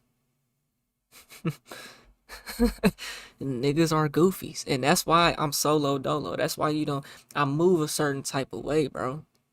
That's why you don't see nobody around me. That's why I don't collab with niggas. That's why I don't do music videos. That's why I don't do the most. Manifesting wealthy whales. What the hell? Nigga, you're manifesting wealthy whales? What does that mean?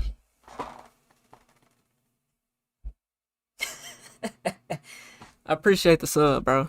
Appreciate the sub. What does that mean? You know what I'm saying? Manifesting wealthy whales, nigga. But. So you see a nigga like Lil Baby around. But see, he don't fuck with Gunna. Gunna really is a snitch now. They said Lil Baby, Young Thug. Let me tell y'all how and this is another thing. You have to sell this image so hard as a motherfucking rapper. Young Thug told the whole world, told the fans, whatever, Lil Baby was making so much money in the trap, that he had to pay that nigga to stop trapping and go to the studio.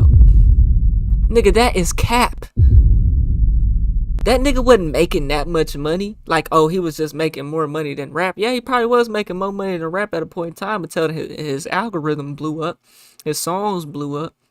Lil Baby can rap, you know what I'm saying? He can make all. I mean, these days, you know, I'm definitely, his shit definitely ain't in rotation, but just saying, like, he can make songs, yeah. But the image you have to sell as a rapper is so extreme. That nigga Young Thug said he was paying that nigga to stop trapping. I don't believe that shit at all.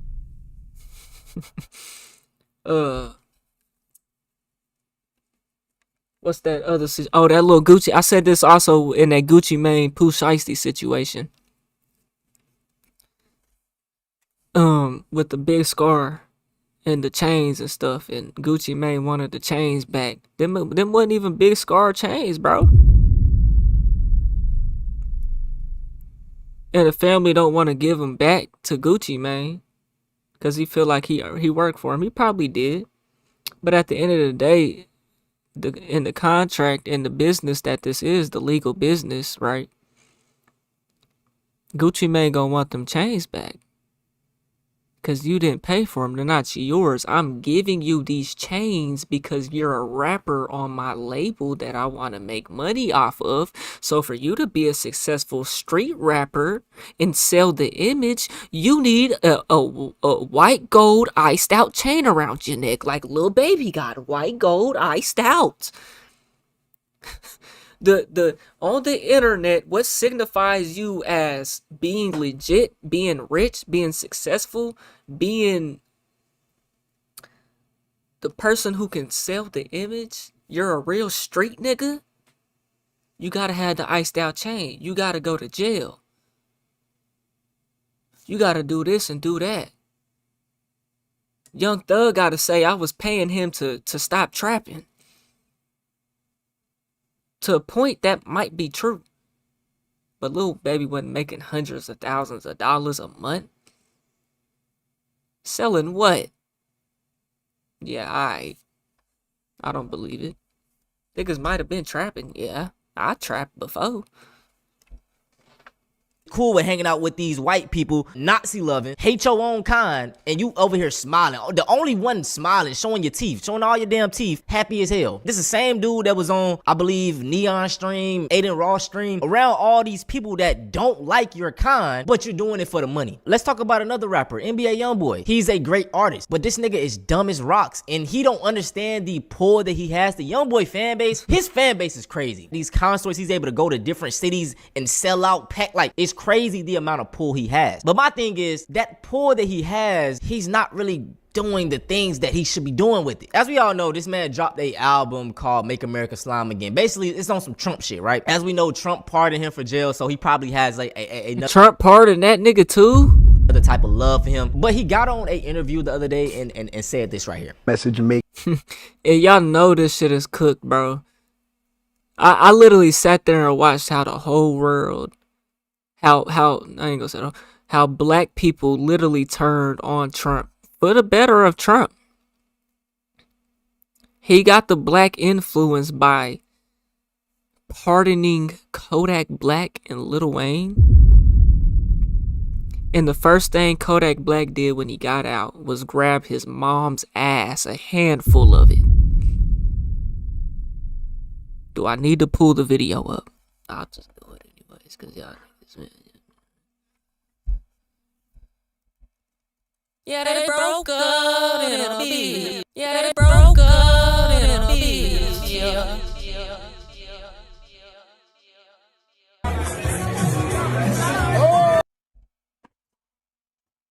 First thing this nigga did.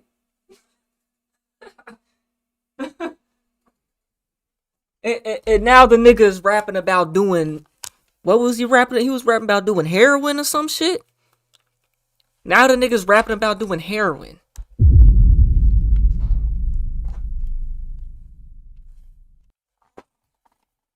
This is his mom.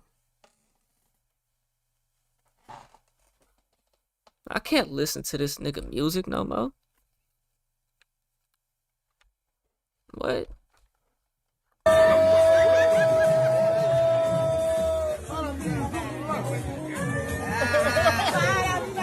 and kissed her and tried to kiss her in the mouth.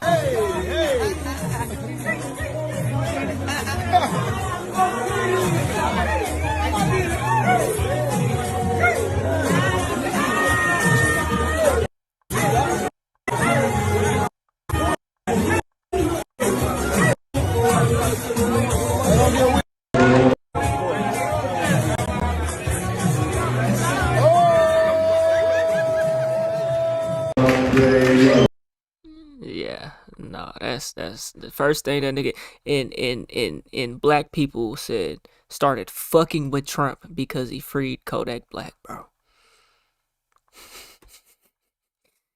Make America slime again. Like, what does that title mean to you? And then, Is that who's that? Is that follow Davo? whatever Trump applying. Follow. Hey, Davo, is it? Right here. Message make Davo. America slime again. Like, what does that title mean to you? And then, follow whatever Trump applying.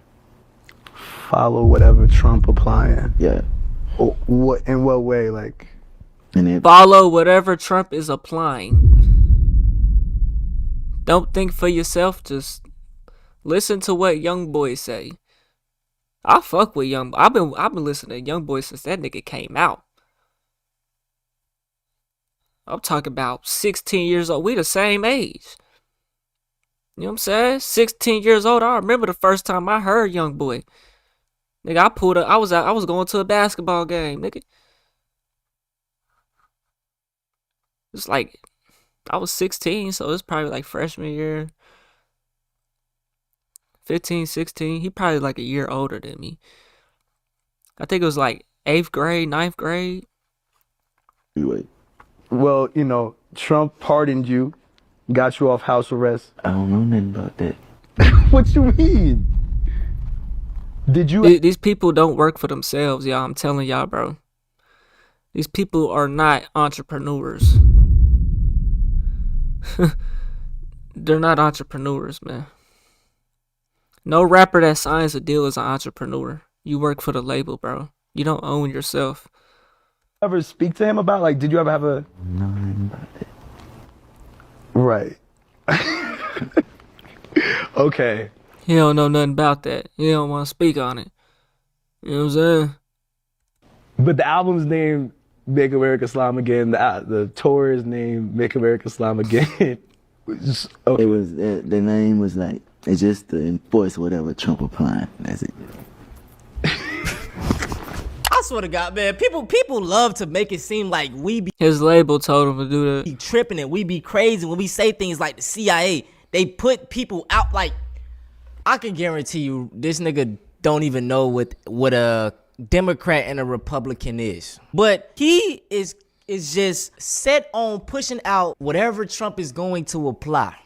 It don't get more CIA informant than that. It don't get more goddamn, you know, like this is fucking The crazy thing is that, bro, his fans are not going to stop listening to his music. When you go into these comment sections, they like, okay, yeah, we riding with Trump too. And that is what I say. These rappers, these entertainers, they hold so much power. They don't fucking realize it. But instead of doing something positive that can help your people, bro, they're not gonna put people in position who can think for themselves, who are going to go against the grain, bro.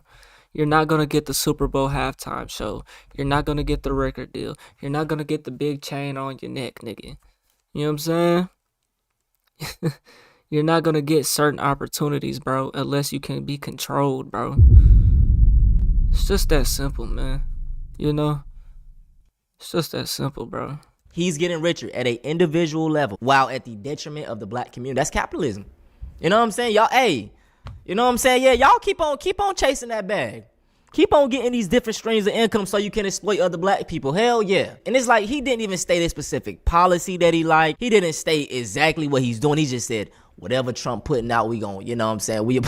And you know, bro, at the core, rap is very red-pilled. The way they talk about women, the way they talking about getting to this money capitalism is homophobic in ways. And even going deeper to just even being in the hood. Yeah, Young Thug, for sure. Like black people in general, a lot of them are very conservative. The way that we worship the church, the way that a lot of our families are homophobic. You know what I'm saying? I ain't gonna lie, if the conservative party wasn't as racist, a lot of more black folks would vote for this shit. You talk to a hood dude long enough, he starts to sound like Charlie. Hey, one thing You could call me phobic all you want. I'm scared. bro, we see, that's what I don't like. Antonio be trying to be a little sensitive with that rainbow stuff, bro. I'ma call it what it is, bro. You know what I'm saying? I'm forever call it what it is, bro. Unless YouTube start yellow marking my shit, then I just won't speak. Then I just won't speak on it no more. But man, we not finna sit here and act like it's not a mental disability, bro. I'm pushing full force on the mental disability, bro.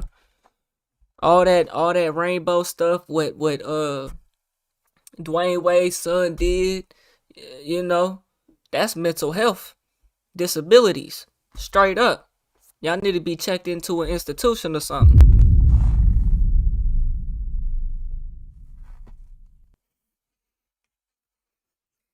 You know what I'm saying? You call me phobic all you want. Something wrong with that. Something wrong with that. A lot more black folks would. You can call me conservative all you want, I guess. You can call me political cab all you want, I guess. Something wrong with that. We ain't gonna sit here and act like it ain't.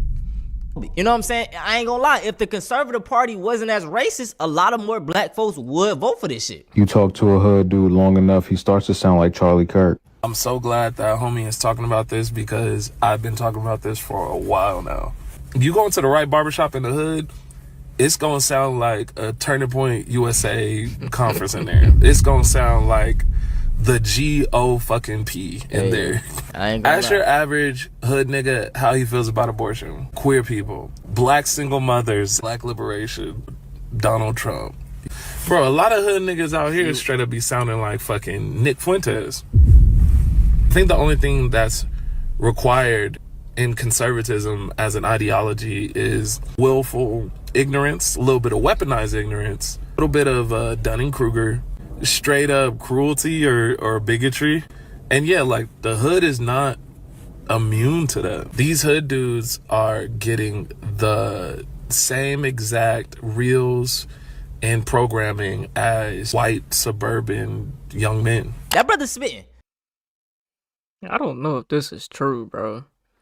Hood niggas don't give a damn about fucking politics, bro. Hood niggas don't give a fuck about no politics, nigga. Like, even with me, I was never homophobic, but just growing up, like, I used to be like, hey, man, I ain't with that gay shit, bro. Go ahead, some type shit. You know, like, it was just, that's just embedded in the culture, and it's... What's wrong with that? Don't come over here with that shit, nigga. Get out my face. The fuck is wrong with that, nigga? Like, hey, man, I ain't with that gay shit, bro. Go ahead, some type shit. You know, like, it was just, that's just embedded in the culture, and it's something that we have to break. Another thing that No, I ain't breaking shit. I ain't breaking shit.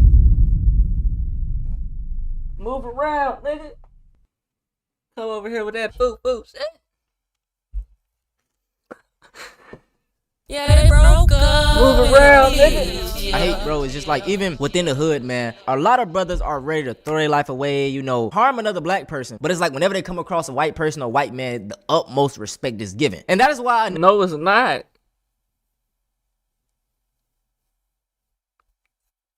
See, I don't think some niggas be understanding what go on in the hood, bro. I don't think some niggas be understanding. Never understood the whole black fatigue thing, because black folks, especially like a lot of us, bro, we are so indoctrinated that we will never try to harm a white person, because, you know, back in the day, the fear that came from it, you know, even looking at y'all, even doing things in the wrong way, it was always met with something bad, we getting killed. So I feel like that has bled over into current day, like, you know what I'm saying? See, white people are not the common enemy right now, though, you know.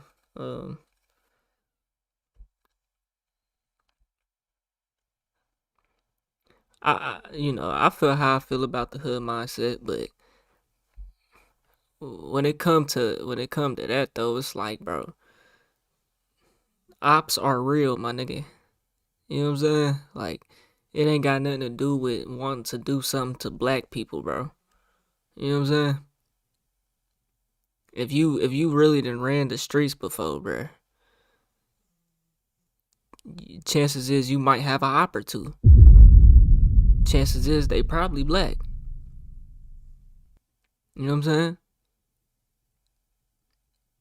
I can't find a video right now, but it's like a lot of memes where you walking past a white dude, you like, hey, what's up, sir? You walk past another brother and y'all eyeing each other, y'all mugging, y'all ready to, got smoke over nothing. And it's like, bro, that is why I took it upon myself, 2024, I said whenever I come across another brother, I'm gonna be like, what's up? I'm gonna try to talk to you, you know what I'm saying? Even small talk, because And not every hood nigga, bro, is a crash out.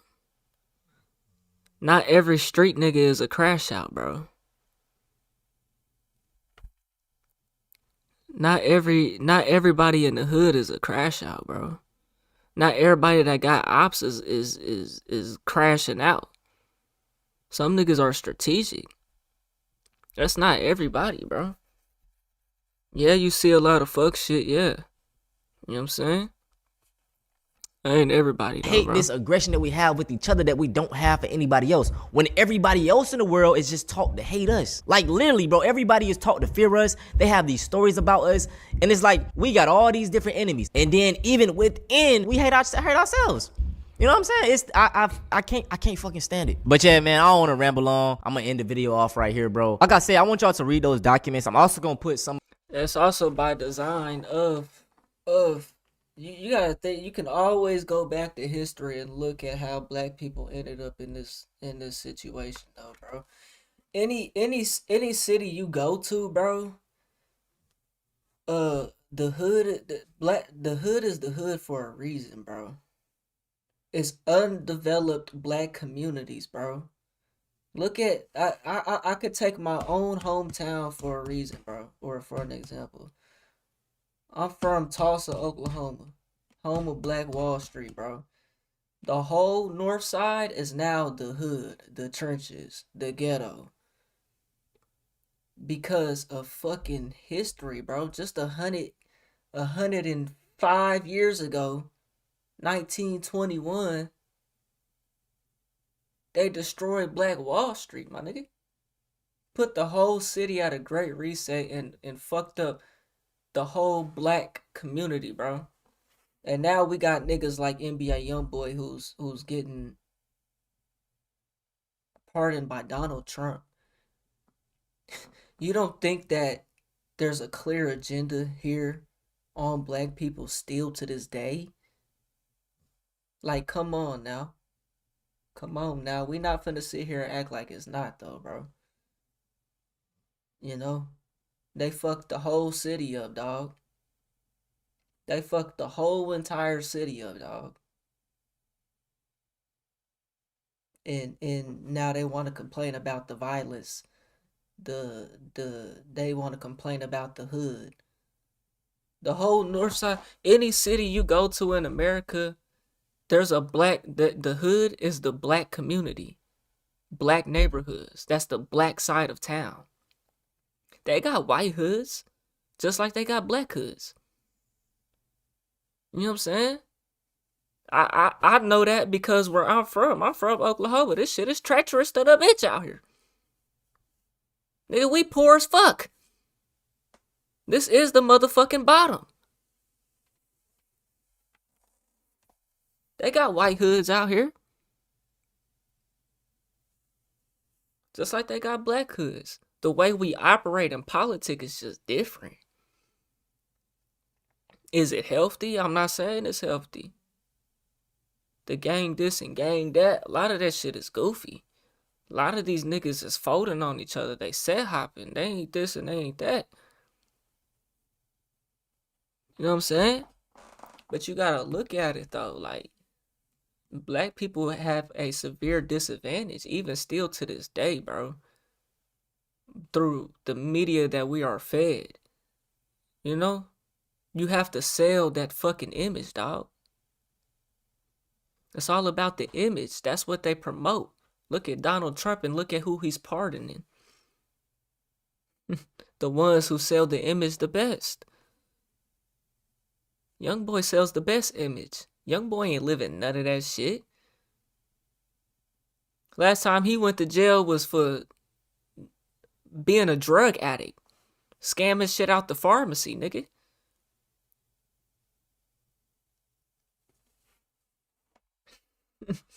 You know what I'm saying?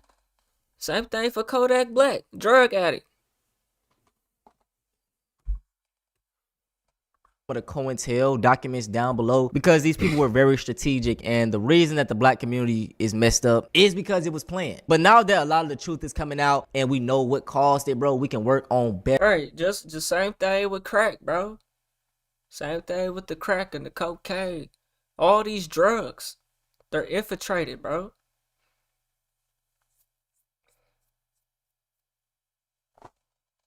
We not gonna sit here and act like white people is not fucked up out here. We not gonna sit here and act like they don't got white trenches. They don't got white neighborhoods. Like, white people aren't fucked up on drugs and doing some crazy shit too, though. Like, I say that the white man is equal to the black man today, bro, for a lot of reasons. The game is on everybody. Not just black people. Black people get it the worst, though. You know what I'm saying? Because we are sold this false reality that you have to be a street nigga to make it. The only thing we think about as black people is the only way to make it in life is to either be a rapper, an athlete, an entertainer in some type of way. We're not taught about compound interest. You know what I'm saying? We're not taught about investments. That's why I dropped that link to Robinhood. You know what I'm saying? Y'all can get up to $200 in free stock just by signing up. You know what I'm saying? I'm the nigga who's gonna make it in a different way. I'm the nigga who's gonna get it out the mud. I'm getting it out the mud. Self-made. I'm the nigga that's not promoting that image like that. You know what I'm saying? I'm the nigga who made it out by working a regular job, by doing YouTube, getting 20 views a video. You know what I'm saying? I'm the nigga that's gonna show niggas that it's a different way to make it out here. You don't gotta make it just by being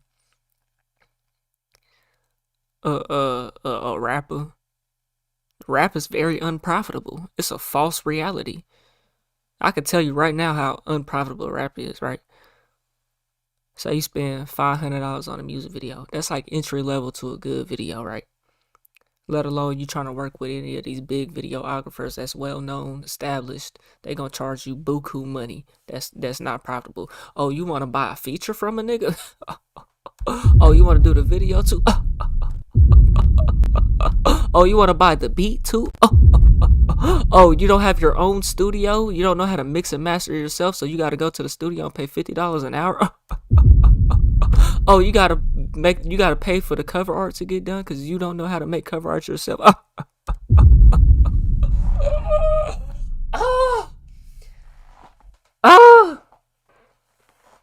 Oh, I'm not about to snitch on myself. I'm not about to try to be the biggest, toughest nigga in the streets just so I could sell this rap image and pay $500 for the music video, pay $250 to go to the studio. We ain't even gonna say that. Pay $100 to go to the studio, another $100 on the beat.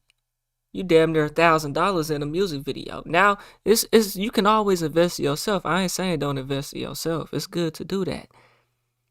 But it's even artists that I listen to getting 50,000 views on their YouTube music video. Right. 100,000 views. Let me tell you something. We're just going to base it off of YouTube because YouTube pay the most out of Spotify, Apple Music, all of them. All the streaming services. To make your $500 back just off the video. Let's say you mix and master the song.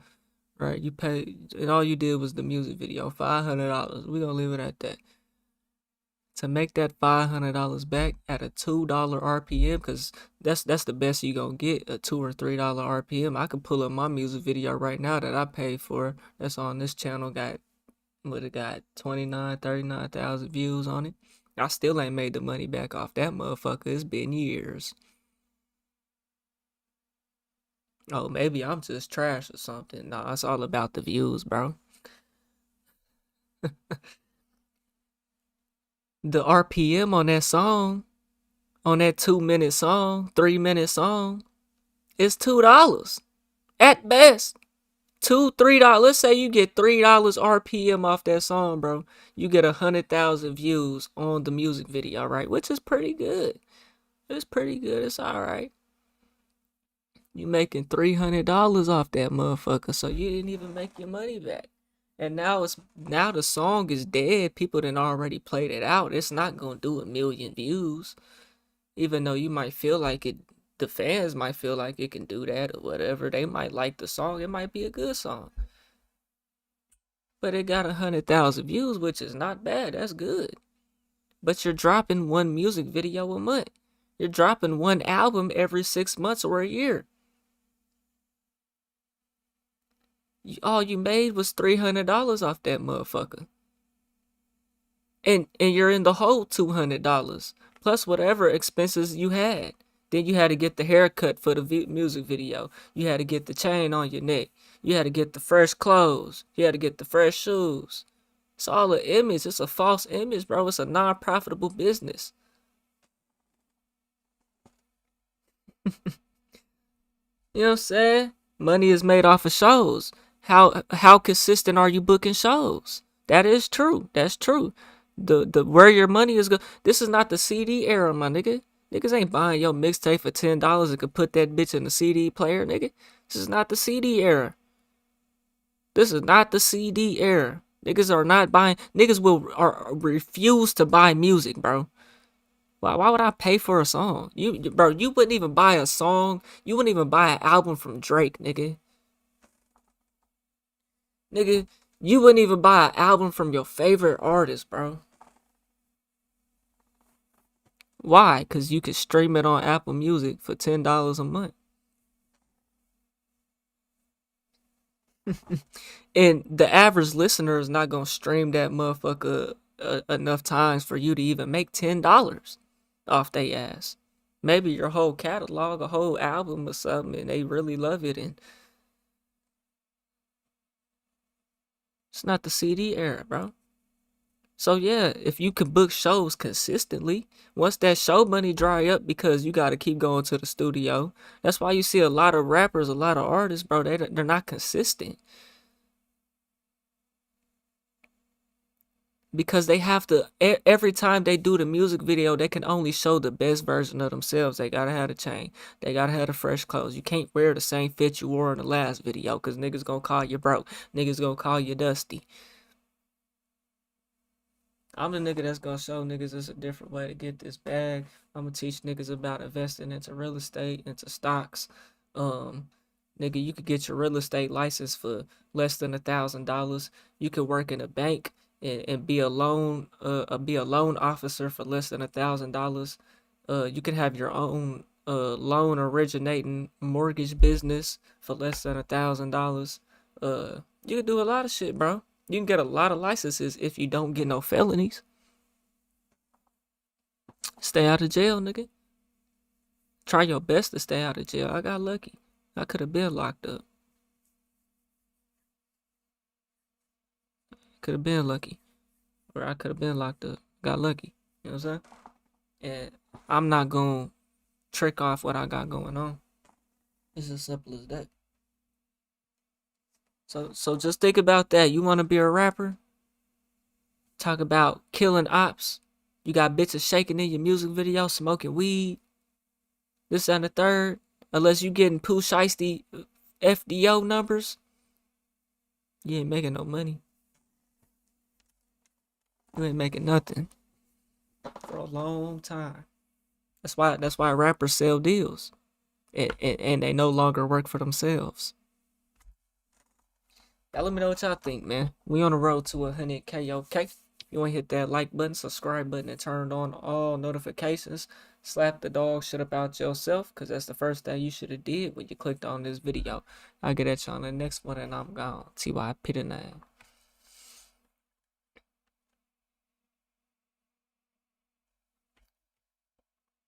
Unless you booking shows consistently, bro. You ain't And the average upcoming artist is not booking shows consistently, bro. And then that money, you get the money, and then what expenses went into that? How long are you going to be able to survive off that money plus streaming revenue before you can book a show again? Good luck, buddy. It's a tough game, man. I wish it wasn't like that. I wish niggas could stand on the corner and sell their CDs. You know what I'm saying? Niggas would be up. You could sell 10 CDs a day, bro. At $10, make $100 a day. You sell 20 CDs a day, $10 a pop. Let's be real. CD these days is probably worth $15, $20 a pop now. Probably $20 a pop.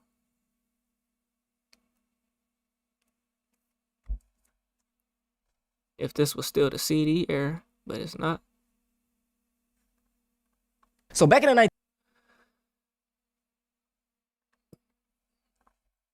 rap is the most unprofitable thing in the world. That's why I sit here and make YouTube videos, nigga. That's why I do reactions. I don't even edit my videos for the simple fact it take too much. I don't have enough viewership. You know what I'm saying? I don't have enough viewership. Equal to time. It just don't add up. I can edit my videos. I can edit every video. It just ain't profitable like that. Not at this current point. So I gotta keep moving how I'm moving.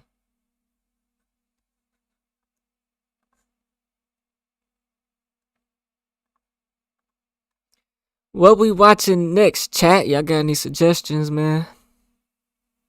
I'm gonna try not to talk so long.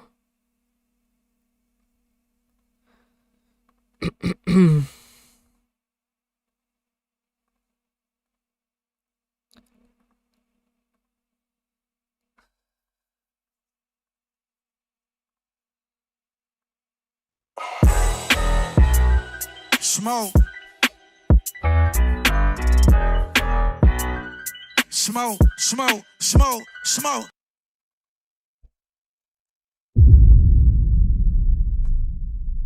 Niggas be wanting me to react to some bullshit.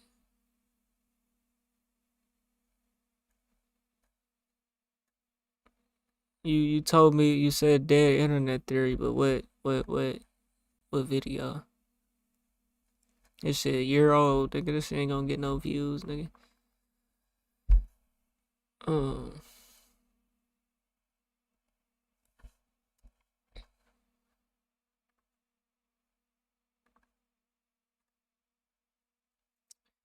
This nigga ain't been dropping, man. It's a little dry right now, man. It's a little dry. I think I done did about everything I can do.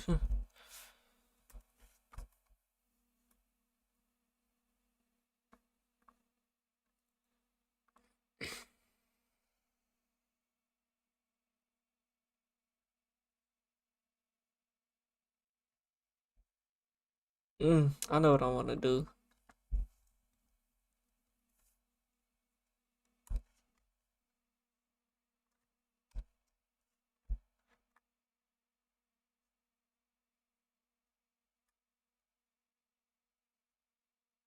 That's 2 minutes.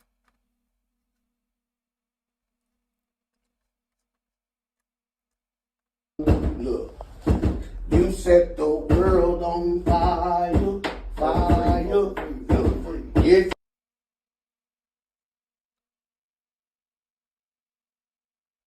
My boy Poco Don, man.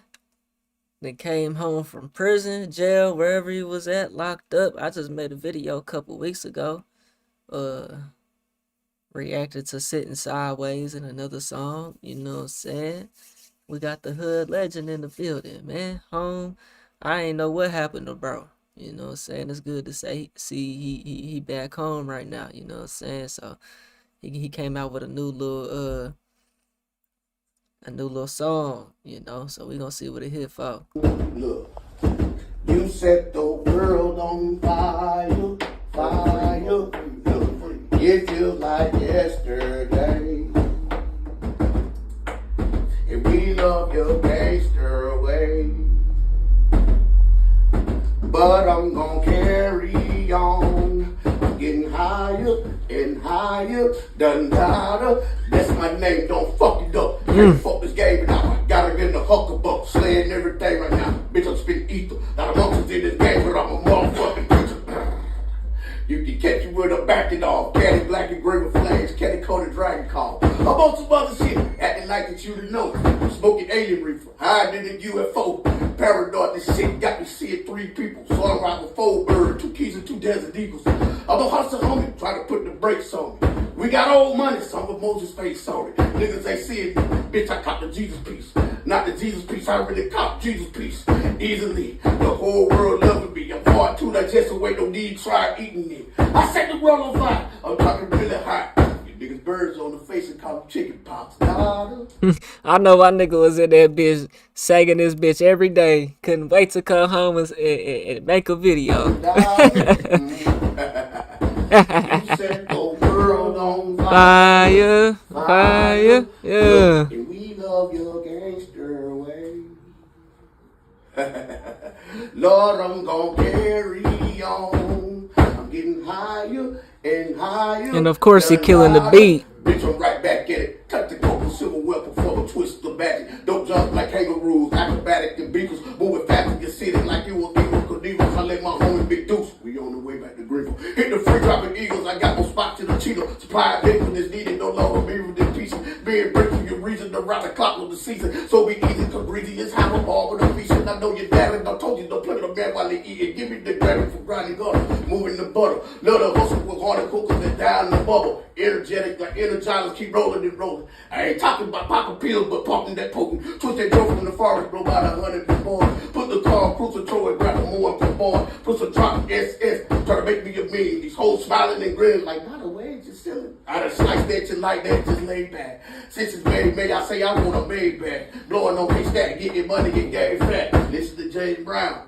big payback. Yeah. Flame up, my nigga. Y'all know what it is. Yeah, that shit too hard. Hey, man, that boy Alpoco. Boy, what y'all know about it, man? Y'all know nothing about no Alpoco. Man, it's good to see bro and them back home, man. You know we gotta hit that sitting sideways one time for the one time, oh. That raw freestyle. Hood news. Dandada. Nah, that last one was a banger, bro. I'm definitely gonna be slapping that joint. No cap. We sit sideways. Yeah.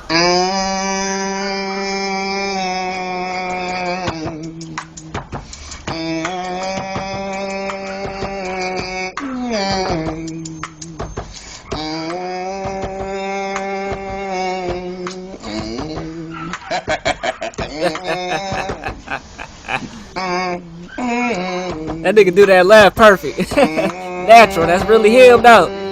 You can catch me sitting sideways. It's something pretty with the ratchet on me. I stay strapped cause I always keep a package on me. Dirty! You get serious niggas die here. Y'all niggas had it up to now. This is my year.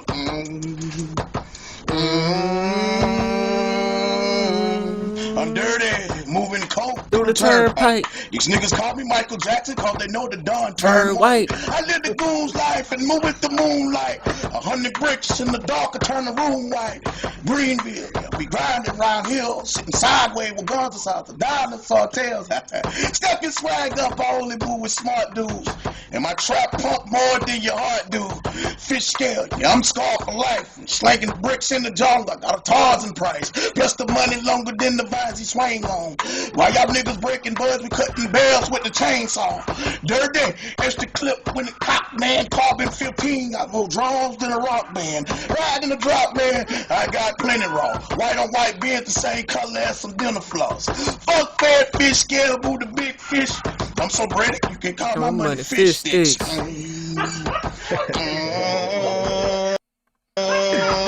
You can catch me sitting sideways and something pretty with the ratchet on me. I stay strapped cause I always keep a package on me. Dirty, you get serious niggas die here. Y'all niggas had it up to now. This is my year. Okay.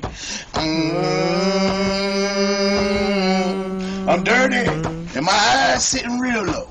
And the coupe doors up like I just kicked the field goal. And and hop off in the Tahoe. I blow so much color purple, you can call me Harpo. Y'all niggas can't get close to the door. Y'all got more straps than your mom's throw to the dogs. Bloody dollar make you fatal, homie. If I kill you, only way they find you is they gotta cut a couple gators open. I've been gangster since I've been born, and these pussies niggas phonier than a 3-cent coin. I'm a in the game.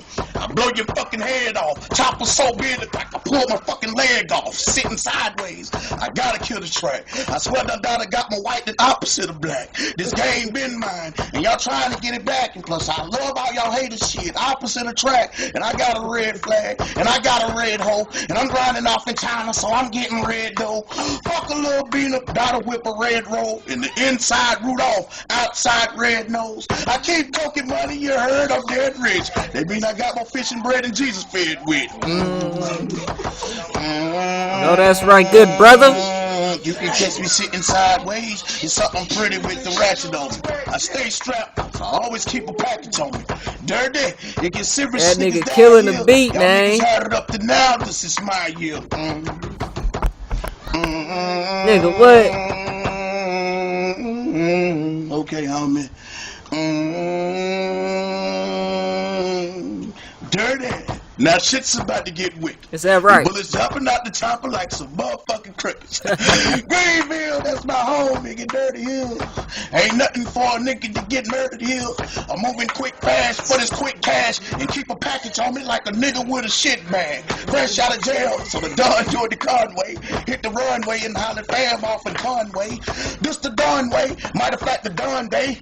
And I only move 2 blocks like a pawn play. This my day off and don't feel like touching nothing. But I got some cocaine that's jumping like she double dutching. You can catch me sitting sideways. Something pretty with the ratchet on me. I stay strapped because I always keep a package on me. Dirty, it gets serious, niggas die here. Y'all niggas had it up to now. This is my year.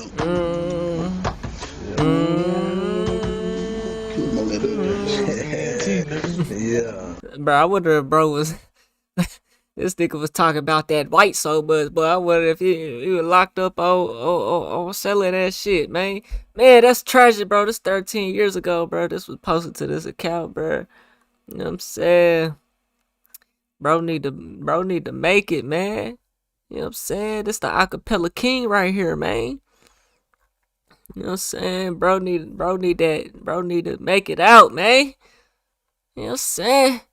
It's time for bro to make it out, man. Hey, y'all let me know what y'all think, though, about this new Al Poco, dog, bro. Glad to see you home, man. You know what I'm saying? Hopefully, he can turn this thing around and get back on track, man. We on the road to 100K, okay? If you ain't hit that like button, subscribe button, and turned on all notifications, slap the dog shit about yourself, because that's the first thing you should have did when you clicked on this video. I'll get at you on the next one, and I'm gone. TYP the name. Alright, chat. What y'all want to watch, man? Cause yeah,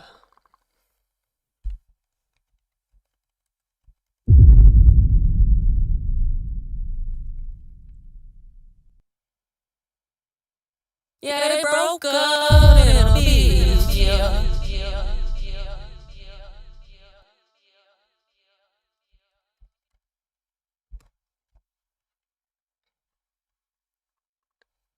Cause I'm tempted to put this O'Shea Duke video on, or watch a body cam and get up out of here.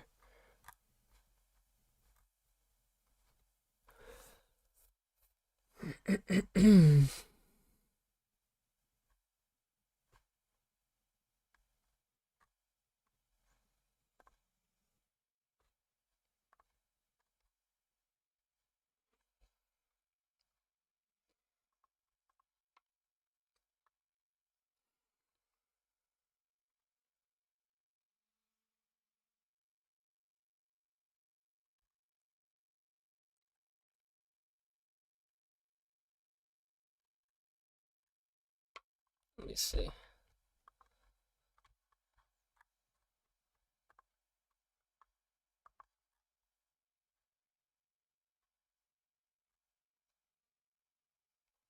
Yeah, I don't know if I'm gonna do that one, man.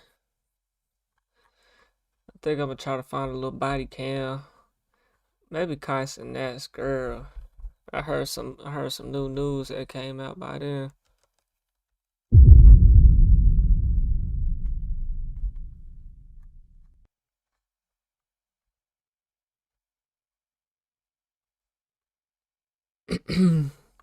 Kaisena's ex Gigi video exposing the real got a lot of people upset.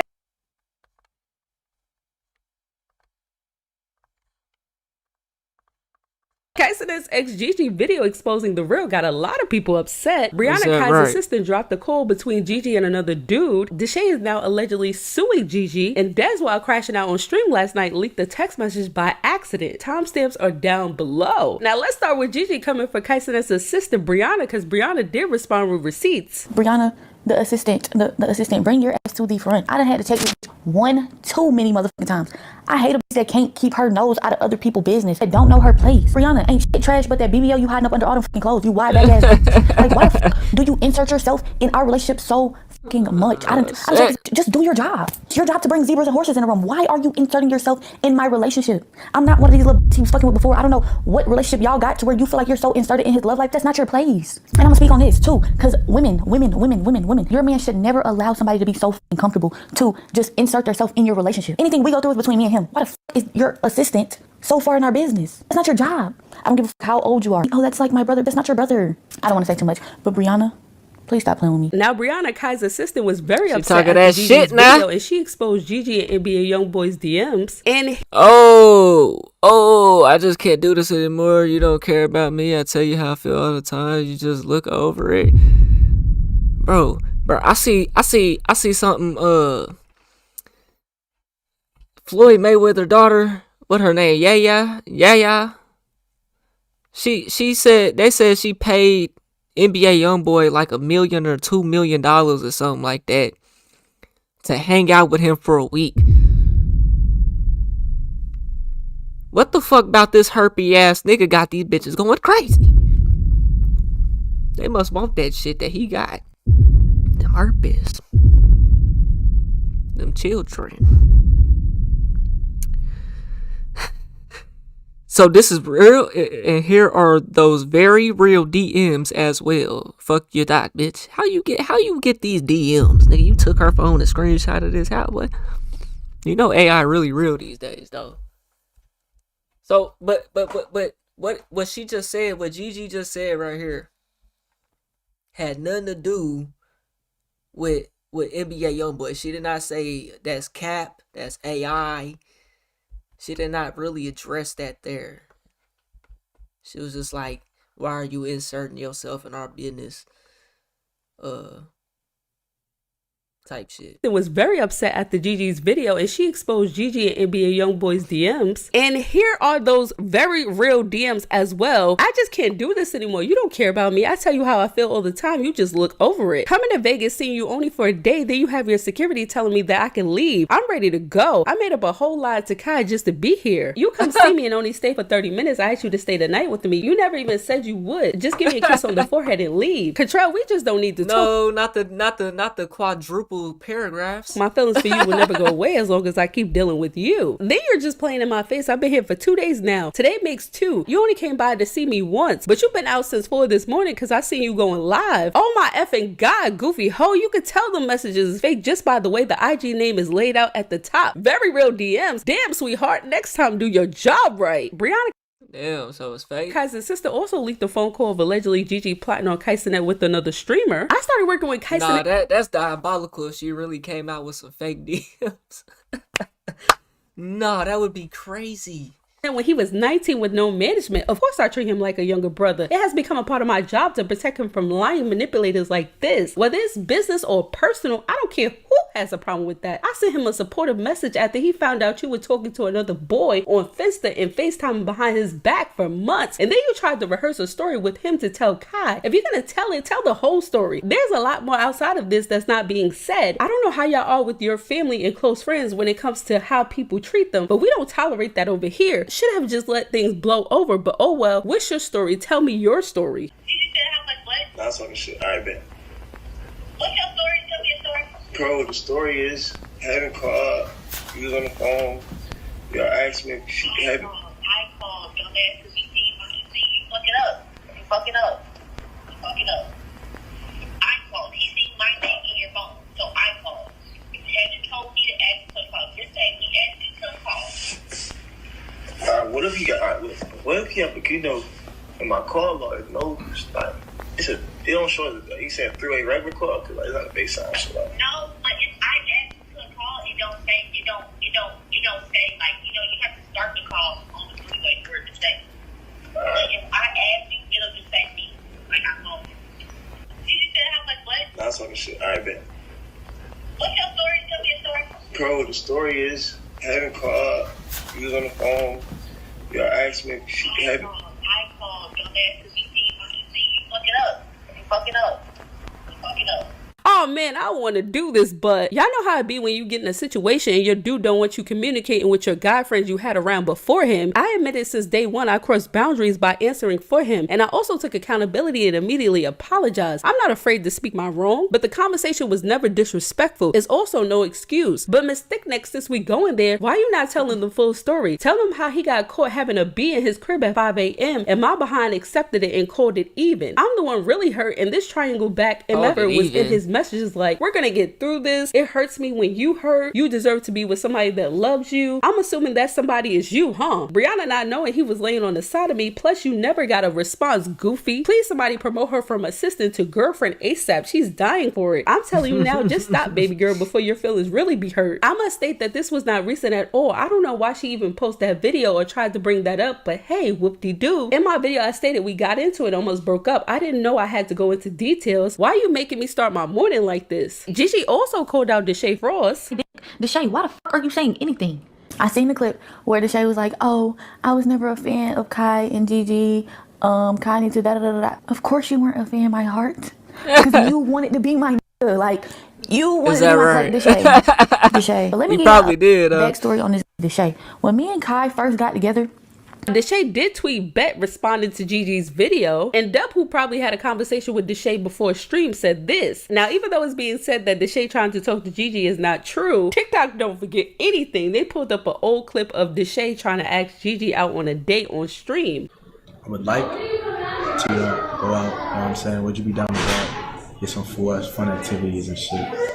Like on some, you know. Are you asking me on a date? Kind of, a little bit. Maybe, no, yeah. But we can stream that bitch too, because, you know, I feel like people want to see that bitch though. I feel like we connect, you know what I'm saying? Do you not believe so? You guys send it on Cash App? I don't know what you mean. What the fuck? I'm saying though, like, you know, don't look at the chat. Don't look at me. Give me your real feelings. If he is actually trying to bag her though, for real, like, bro, you gotta do that off stream. You can't do that on spot like that. Like, that ain't never gonna work, bro. Your real feelings. On some real shit, like, not even like that shit. Like, for real though. You tell me what. And she told you this was green, like this was. No, she told me to be able to talk to you. Okay. I didn't tell her what I was gonna do. That ass. You can say no, you can say yeah. Who babies is them? Take you out, get some food. What you like to do? Golfing? Nah. What you like to do? Nah. What's your vibe? I like to chill. I like to. Oh no, she didn't grab the beatbox. Been like. Oh no. This car driving? Like go kart? Yeah. That's fine. You fuck with that shit? That's cool. You think you can beat me? Bro, she is not feeling that. Gigi also called out Dez in her video. Dez, I just caught your ass the other day. Hold on, let's pull it up. Cause I just caught your ass the other day on my page. What the fuck are you on my page liking my shit for? Once I caught you on my page liking my shit the other day, I then went to your page, went to go DM you and tell you about yourself until I came across the DMs you have been sending me since 2021, Des. Hold on. Where is it at? What this say? You are so epic. Actually, I'm gonna just put it right here. I'm just put it on the screen. DTB Des. That's exactly why, because he does it for content, nigga. That's it. I said if he was actually trying to bag her for real, which I don't necessarily know if he was actually trying to. The shade of type, I don't know, the shade of type nigga, he just trying to hit hoes. You know, he ain't really looking for no real relationship. Kai and GT was supposed to be in a real relationship, bro. Bro said, why would he do it off stream? Deshay's whole thing is using girls for content. Exactly. If he was actually trying to bag her, why would he do it on stream? I don't know if he was actually trying to bag her though. Goes to Paige. Cool. Mind you, Des was liking my shit on, what day is this? And if he was, he shouldn't have tried to do it on stream. What day is this? January 16th. Today's January 20th. Who was Des? This was 4 days ago. Okay? You are so perfect. So epic. Heart. I don't know what that emoji's supposed to mean. Des crashed out and accidentally leaked a text message between him and Bree. Brianna texts Des, she said, I don't give a F, bro. F that B when she's talking about Gigi. He don't even come home for days and I doubt he's gonna go live when she's talking about Kaisenet. I like shit like this because I got the truth. I'm Lahi. No Dahi. But it's like, I need niggas' heart to beat like my. Let your heart beat like mine, man. Your heart, let it beat like mine. Here's what Gigi had to say went wrong with her and Kaisenet's relationship and why they really broke up. All relationships go through shit, so I ain't gonna sit here and say like, oh, I was always peaceful, because I wasn't. Like, as a girlfriend, that relationship really made me grow up in ways that I never thought I would have to, but I appreciate it so much because now it's like I know. As a woman, we are very emotional. When we don't feel like a priority in a situation, or when a man can't prioritize us the way that we are prioritizing them, it makes us feel defeated. Well, it makes me. I'm not gonna speak for all of y'all, but if I'm pouring everything I got into my nigga and I don't feel like he's pouring everything he got back into me, it causes conflict. It makes a woman feel neglected, and then once a woman feels neglected, now there's problems. What was you really pouring into him though? You wanted G-Wagons and all this. You wanted all time. What was you doing to help his brand though? What was you doing behind the scenes to make his job easier? What was you pouring? What all was you pouring into him? Your affection? Your body? And that's okay. Relationships go through shit. Brother, you know, I was trying to reach out to you. I don't know if you changed your number. Holler back at niggas, man. You know, when that rumor came out about YB, I reached out to you. I don't know if you changed your number, whatever. But I'm letting you know, YB tried to reach out to you. He tried to reach out to you to let you know he ain't never did nothing with your girl neither.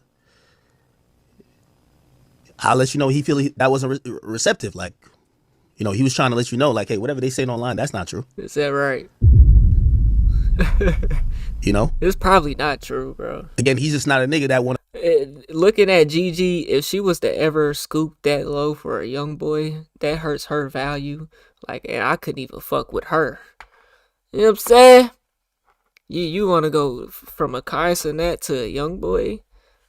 It ain't even like I'm looking at it like you mess like Kai is just so better. It's just certain shorties that fuck with certain niggas. If you a shorty, right, and you was ever on my radar, you was ever in my eyesight, ever in my field, and it's like a nigga, you go fuck with a nigga that's like don't make no sense to me, look like a dusty, dirty nigga to me, like.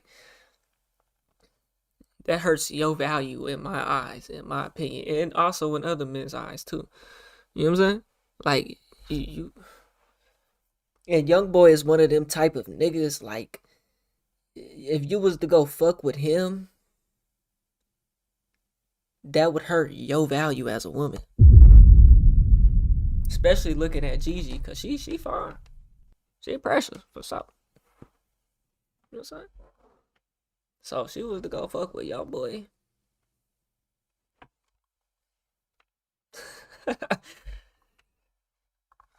Like, yeah, the internet's gonna be like, yeah, he fucking everybody bit. Nah, he ain't fuck. Wait, did I miss something?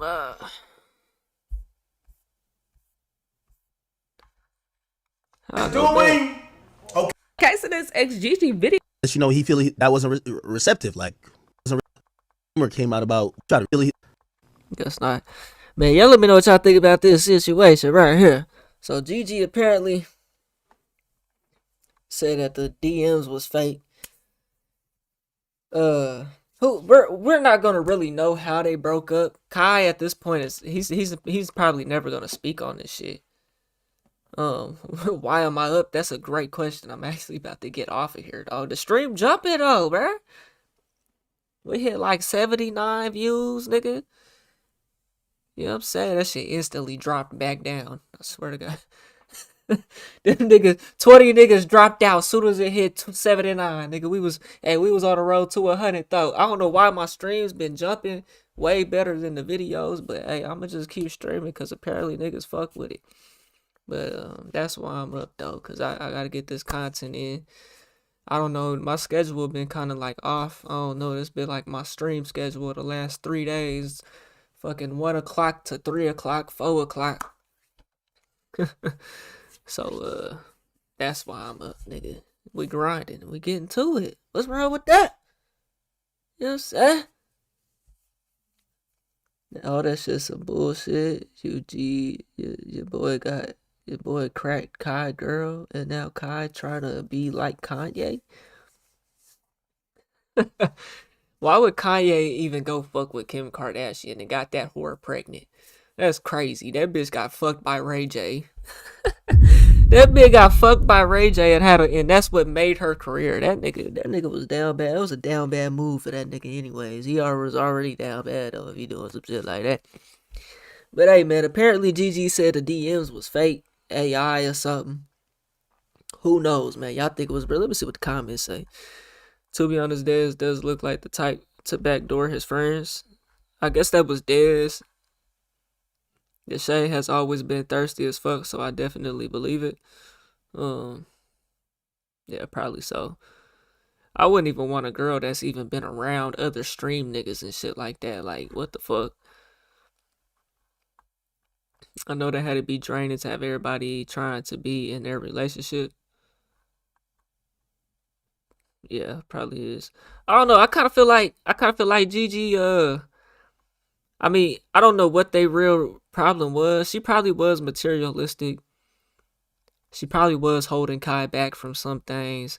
They was probably getting into it. You know what I'm saying? I don't necessarily think that they was cheating on each other though. I mean, you can never put it past women though. You know what I'm saying? Especially good looking women. You know what I'm saying? You can never put it past them. They always got another nigga up their sleeve. They always got another nigga up their sleeve, nigga. You know what I'm saying? So glad Gigi stood for herself. I feel like I don't know. I ain't just go that's her real name, Gabrielle Alea.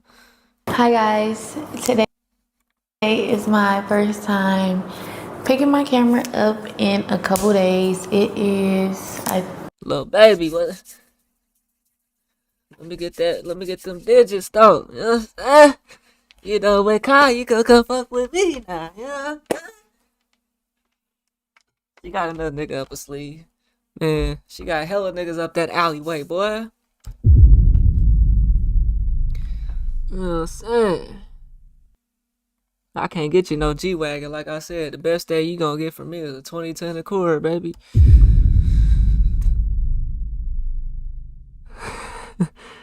Whole time the assistant probably started all this shit. Look, it's gonna be straight girls in this comment. You don't know what you... Oh, man. Now she popping 600,000 views. She about to make 10 bands. She about to make 5-10 bands off this one video. This an hour and 30 minutes long, nigga. She about to make 10 bands off this bitch. All she gotta do is get the post, and now she famous now.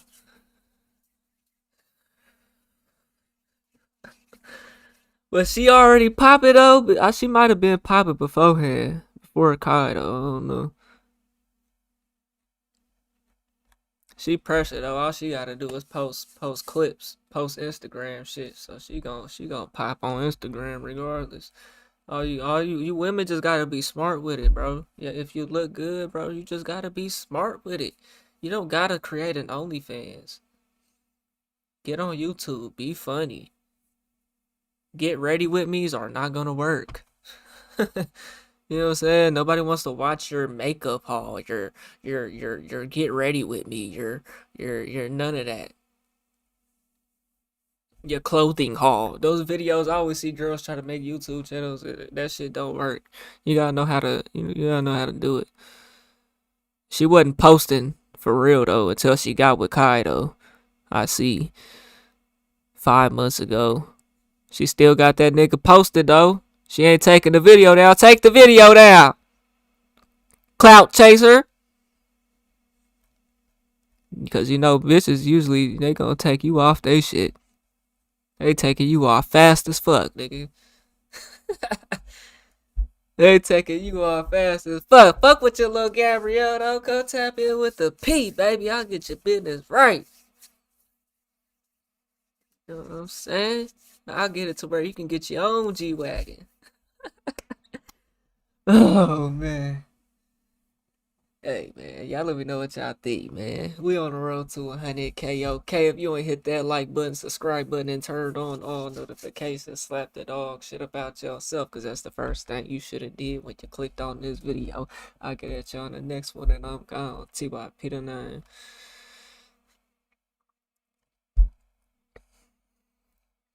Got a little GG pressure.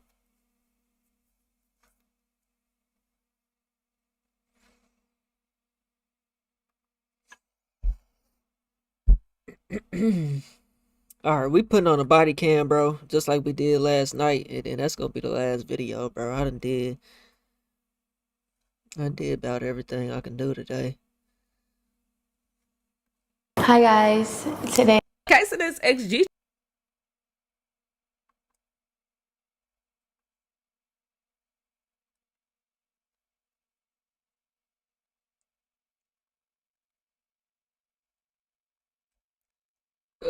What's that nigga name? Dr. Insanity. I fucks with them videos. Dr. Insanity do it the best, probably.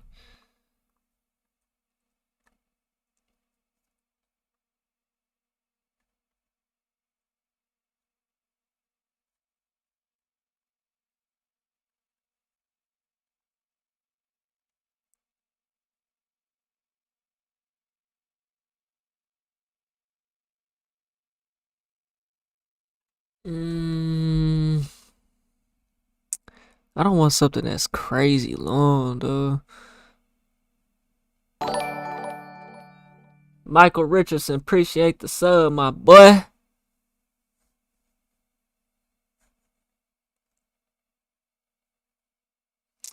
Oh, I think this was something that I was gonna watch. I hope this ain't like quick to the catch though. To finding out where it is. That didn't. That stinks like a dead. Okay, so they ain't actually searching until 20 minutes in. We gonna watch this one. I had seen this a while ago. It was actually gonna try to react to it, but I never did get to it because it's 47 minutes long. So I guess we're gonna do it now. You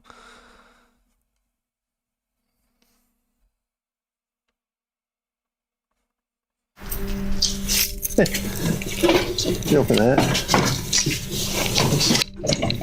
She fit in here. I mean, she's in there. Oh, she's in there.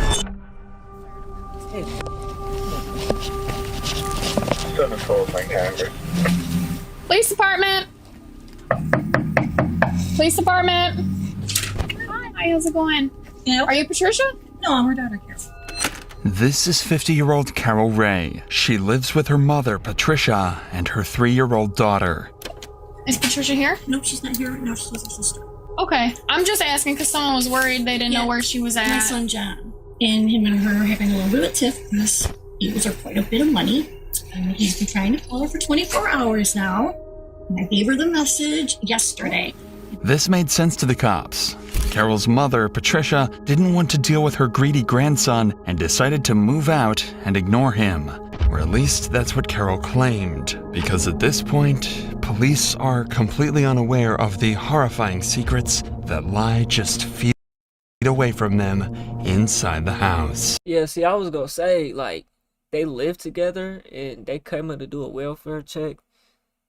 And you live like she was living with her daughter and they came to do a welfare check at the house that they live in, but they just said she moved out, so I was about to be like, that's crazy. And over the wouldn't that suspect her instantly? course of the next few days, this simple missing persons report would turn into hands down the most gruesome and disturbing case that they had ever worked on. And then I get a text message from Carol's mom, but it doesn't read like Carol's mom. My grandma just texted me again. Okay. Sent doing cops to my house again. My grandma's not at the house. It's clear that you're not telling us the truth. Where is she at, Carol?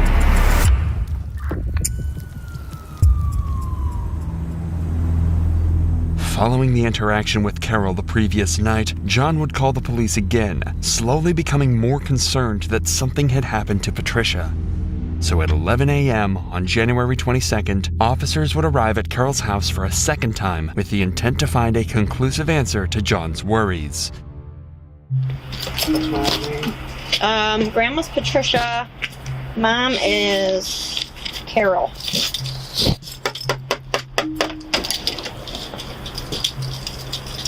Hi. Are you Carol? Yes. Is Patricia here? No, she's not. She's getting her B12 shot or something like that with Dr. Positive. Is that right? Written down anywhere in here? Maybe on, no, she wrote down on with Dr. T on the, And they live together. They were. This little girl. This is my daughter, Allison, her granddaughter. Hi. Oh, okay. Does she live here with you? Yeah, we live together. Your grandma? Yeah. Or your My mom? mother. Sorry. Yeah, she's Okay. been staying over at her sister's house for a couple of days because we just got diagnosed with pneumonia and got home from the Is that hospital. right? I had diverticulitis that ruptured. Okay. So She's back here though, staying here primarily now? close. I mean, all of her clothes and everything are here. She came by yesterday, and she was here not last night, but night before last, and she was here yesterday until about 5 p.m. and picked up her medications and a fresh change of clothes and stuff like that. Okay. Well, the reason we're here is because your children are concerned about your grandma. My son John, yeah, he sent you guys over last night, which I contacted my mother about, and she had a fit, and I was going to go down to the Roseville Police Department today about it. Well, there's a little bit of a... You can't be doing all that lying, because you ever talking about you contacted your mama, but your phone logs don't show that. financial money issue between my mother and my older son John. Okay. And he borrows a lot of money from her and doesn't repay it.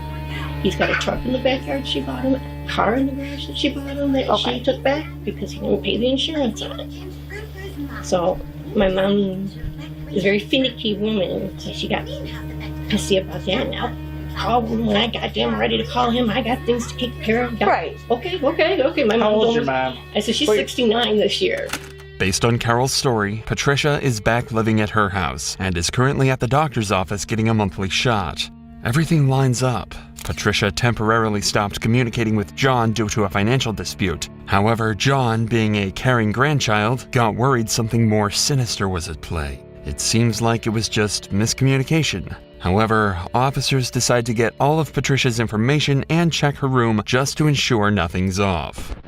All right. Where's her room here? And it's right back here. Can we just look at it? Yeah, if you want to see where her clothes are and everything. You want to show them where Grandma B's? Oh, I'm sorry, baby. You want to show them where Grandma B's room is? Her room is the last one on the right. Allison's is the first one on the left here. Yep, we would let Natalie sleep in this bedroom since Grandma B spent the night right with you so that she can have her stuff on. All my mom's stuff. And all her clothes are in there?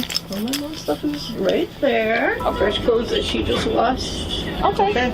All right, we're good. We get the call, you know, and then there's one side of the story and then there's the other. So if he's got everyone worked out, like he said, he might call, someone else might call, and you don't want us showing up here a million times. So we want to just see her in person. Hey, you're fine. That's all we need to do. Okay? Alrighty. Thank you. You're welcome. Have a good day. The officers have one simple task to wrap this case up. Simply confirm Patricia is okay with their own eyes. To do this, Officer Pelt decides to call the doctor's office where Patricia is apparently being treated. However, the call doesn't go as planned. Hi, this is Casey from Woods Cardiology. How can I help you? Hi, this is Officer Pelt with the Roseville Police Department. I'm just calling because I believe you have a patient in your office by the name of Patricia Bennett.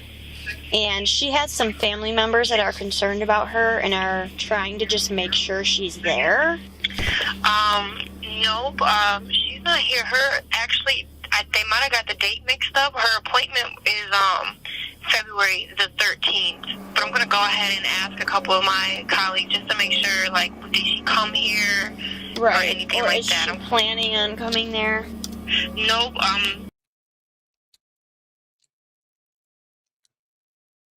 Bro, how did Shorty find my Instagram, dog? Bruh. Bro. And when?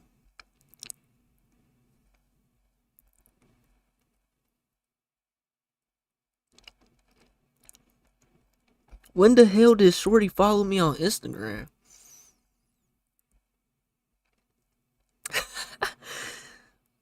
I didn't know she knew about me like that, man. What the fuck? I thought this shit was on the low.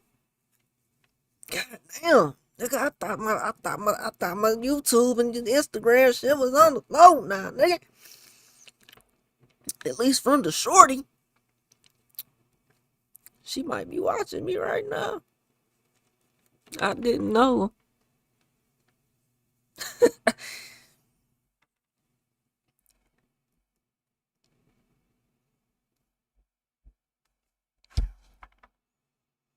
I'm a referee, like Soluminati said. She's not supposed to be in today. Nobody's seen, like, she hasn't come in yet or anything like that, but we can watch out and contact you. Suddenly, things are starting to misalign. John insists that he thinks Patricia is missing, and now the only person living with her is lying about her current location. Something is definitely not adding up, so officers decide to speak to John again to further investigate the strange situation. I just don't get why my grandma would make a Facebook post saying she's at home. You guys show up and she's not there. And that was literally 2 minutes ago. As soon as you pulled away, she texted my dad that. There may be other circumstances that we're not aware of, or the family's not aware of. I'm hoping I just have a pissed off. So what your expectation is that this woman here who's your mother, is hiding your grandmother from you? Yeah. For what reason? For months. She's trying to take the money from her that you think is entitled to you? No. Okay, I don't know. No. Your grandmother, what? Our grandma raised us. Raised you, okay. Okay. So, generally, yes, I'm really concerned. Our mom's been in and out of our where life. she's at. Right, okay. You know, our mom was never in our life. And I just don't want my grandma to be passed away and she's collecting, or hopefully she's just hiding her because she's sick. And my grandma always wants to know. I'd rather have a pissed off grandma than a missing one. Or dead. Well, if she's dead, then, I mean, if she's got a body hiding somewhere or has done away with her, I mean, and then trying to collect Social Security or whatever she receives, I mean, that takes some effort. My grandma has fraudulent police reports on her. Yeah, police reports on her. When was it done? A couple years ago. Yeah, A couple years ago? back. Okay. And what happened to those charges? I think my grandma decided to not pursue them. Okay. Fully. To have, like, to lock her up because that's her daughter, but... I'm not trying to get her in trouble, but why would you keep lying? But so that's why I'm thinking that nothing's adding up. My grandma just texted me again. Okay. And doing cops to my house again. My grandma's not at the house. John's claims are frankly terrifying. Not only does he suspect his mother of stealing from Patricia and using her money, but he thinks she may have even murdered her. Accusing your own mother of committing such a terrible act is something officers need to take seriously. However, there's no evidence to suggest that Carol had even harmed Patricia, let alone killed her, so these claims feel drastic, unfounded, and premature. Officer Jerebick seems to have felt these claims were over the top as well, so he would lead John to the station to file a missing persons report. Additionally, he wants to learn about John's history with Carol, and why he thinks she may have killed Patricia. Alongside John would be Carol's ex-husband TJ, who claimed to have important information that could help solve the case. We're just gonna record you and I. All right. So when did you physically last see your grandmother eye to eye? probably after Halloween, beginning of November, before I went to North Carolina. I came back from North Carolina Thanksgiving, so didn't see her. Went there on Christmas, didn't see her. I've been calling her and asking her to call me. I need to hear your voice, or have my mom have you call me. I need to hear your voice, or I'm going to do a welfare check. I threatened that a couple weeks ago. All right. Yesterday I just cracked and finally called it in. And now you haven't had any voice contact with her since Thanksgiving? Somebody's been texting me off her phone or off her Facebook. I know it's not her just because the words they use. It's not how my grandma talks. When was the last time you saw Carol?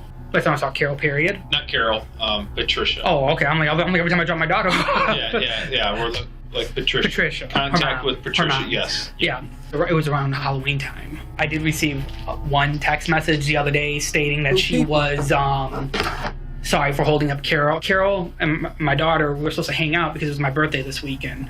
Came around 6 o'clock, I started texting her. I'm like, what the fuck's going on? It's my birthday. We were supposed to be celebrating it and blah, blah, blah. Carol and Allison are supposed to be celebrating on Sunday, your birthday. Right, and then I get a text message from Carol's mom, but it doesn't read like Carol's mom, but it says, sorry, I'm holding her up, signing over the cars and giving her title to house and insurance stuff so she can get that stuff fined Monday.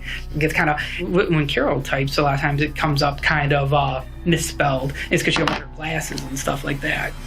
The only contact that you've had with her was from a random message, and she said that she was with my aunt. So I did some research. I went there today and spoke with my aunt. She hasn't spoken with my grandma since 2015. Remember how Carol said that Patricia moved over to live at her sister's house? Is Patricia here? No, she's not here right now. She's with her sister.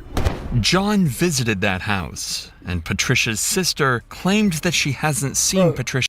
Bro, people are just not good at lying and shit, bro. In over 5 years. And she was messaging me today while we were there with the cops, saying that she was home, and messaging my dad that she was home when we know she wasn't there because the cops were there. My dad screenshotted them all and sent me those messages. Okay, can you email those to me?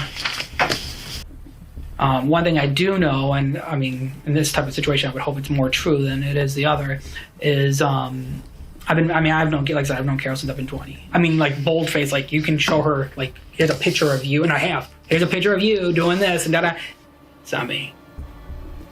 I mean, so she's always been a chronic liar, especially when she's off her meds. Because she does take lots of medicine, longer than I think even we were together. I mean, I'm sure you can get her list of medicines that she was taking, but I guess she lost her therapist, so she has not had medicine for the last couple months. And when that happens, things get kind of wonky with her. Many other conversations? I've been calling the house phone, social media, off of Messenger, calling her that way, texting her, nothing. And then on 12th of January, my mom texted me off her phone saying, Grandma B is sleeping, getting over pneumonia here. I was like, have her call me. I need to hear her voice. She never does this. She always calls me. And there was no response. These interviews help clarify why John would go as far as saying Carol had killed Patricia. She's been lying to them for months, nobody's been able to see or speak to Patricia, and she happens to have a decent surplus of cash that the family has been pulling from. And remember, on top of all of that, Carol lied to police about Patricia's whereabouts at the doctor's office. The evidence makes it abundantly clear that Carol's not telling the truth and trying to hide something, and it's likely something horrifying. So police try and visit her house a third and final time, but this time, they aren't leaving without answers. Hello. Hi again. Hi. Is she here now? No, she's up at the Liver Cancer Institute getting her B12 shot. I'm sorry. This bitch, man, you are going to jail for life. Stupid hoe. I don't mean to be gripey with you, but Where is she at? We're just getting conflicting information, that's why. The doctor's office that you told us she went to, she's not there. with cardiovascular is where she goes. Dr. Tapazzo is who treats her leukocytic white blood cell cancer. Not the white blood cell cancer. Okay, because you said she was at Woods Cardiovascular. Because she has a lot of doctors. What's your daughter's name? It's Addison. Addison. Allison. Allison. It's just getting conflicting information from. It's a nice balloon. Well, it's because Can I see it? Oh, thank you. I can't keep all of Hey, it. Allison. Woods Cardiovascular is where she's been treated. Yeah? So I guess, is where she's been treated for a long time with Dr. and how did she get there? And how did she get there? Her sister drives her, or I drive her. You didn't drive her today, so today. And sometimes her neighbor across the street. How did she get there today, though? I believe her sister.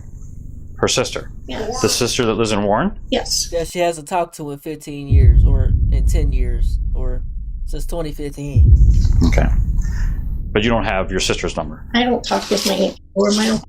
Well, last night Okay. She stayed over there. when the officer came here, she did not speak directly to her. No, she spoke to me. Okay. Because she was at my aunt's. She was here right before last. Is that your phone? She was here. Yes, that's the one I just gave you. Listen, we just want to know where this lady is. I understand, but you guys are upsetting my daughter and you're upsetting me. She doesn't look upset. That's Okay? fine. Because you don't hear what she says when she leaves. I just went through a really bad domestic violence divorce situation and CPS up my butt for the past 2 We're terms not this here, year. but that's not what we're here for. We're here to find out if your mom's okay. We got a bunch of people who are concerned about her, and no one seems to know where she my is. son's father, my son, and his brother, which he's got his brother on high alert now, which his brother's wife was just here yesterday morning while my mom was laying on the couch to pick up $200 to do her tabs for the car, for my son's car. Lying ass bitch. Is you over here, bro? Your lies are so bad. You're saying other people while your mom was laying on the couch. Like, come on. All they have to do was easily go and confirm that. Like, that's not a hard thing to confirm. Oh, did you come here yesterday? And if you came, did you see her on the couch? Did she tell you she was on the couch? Or, bro, this bitch is finna get cooked. Well, maybe not.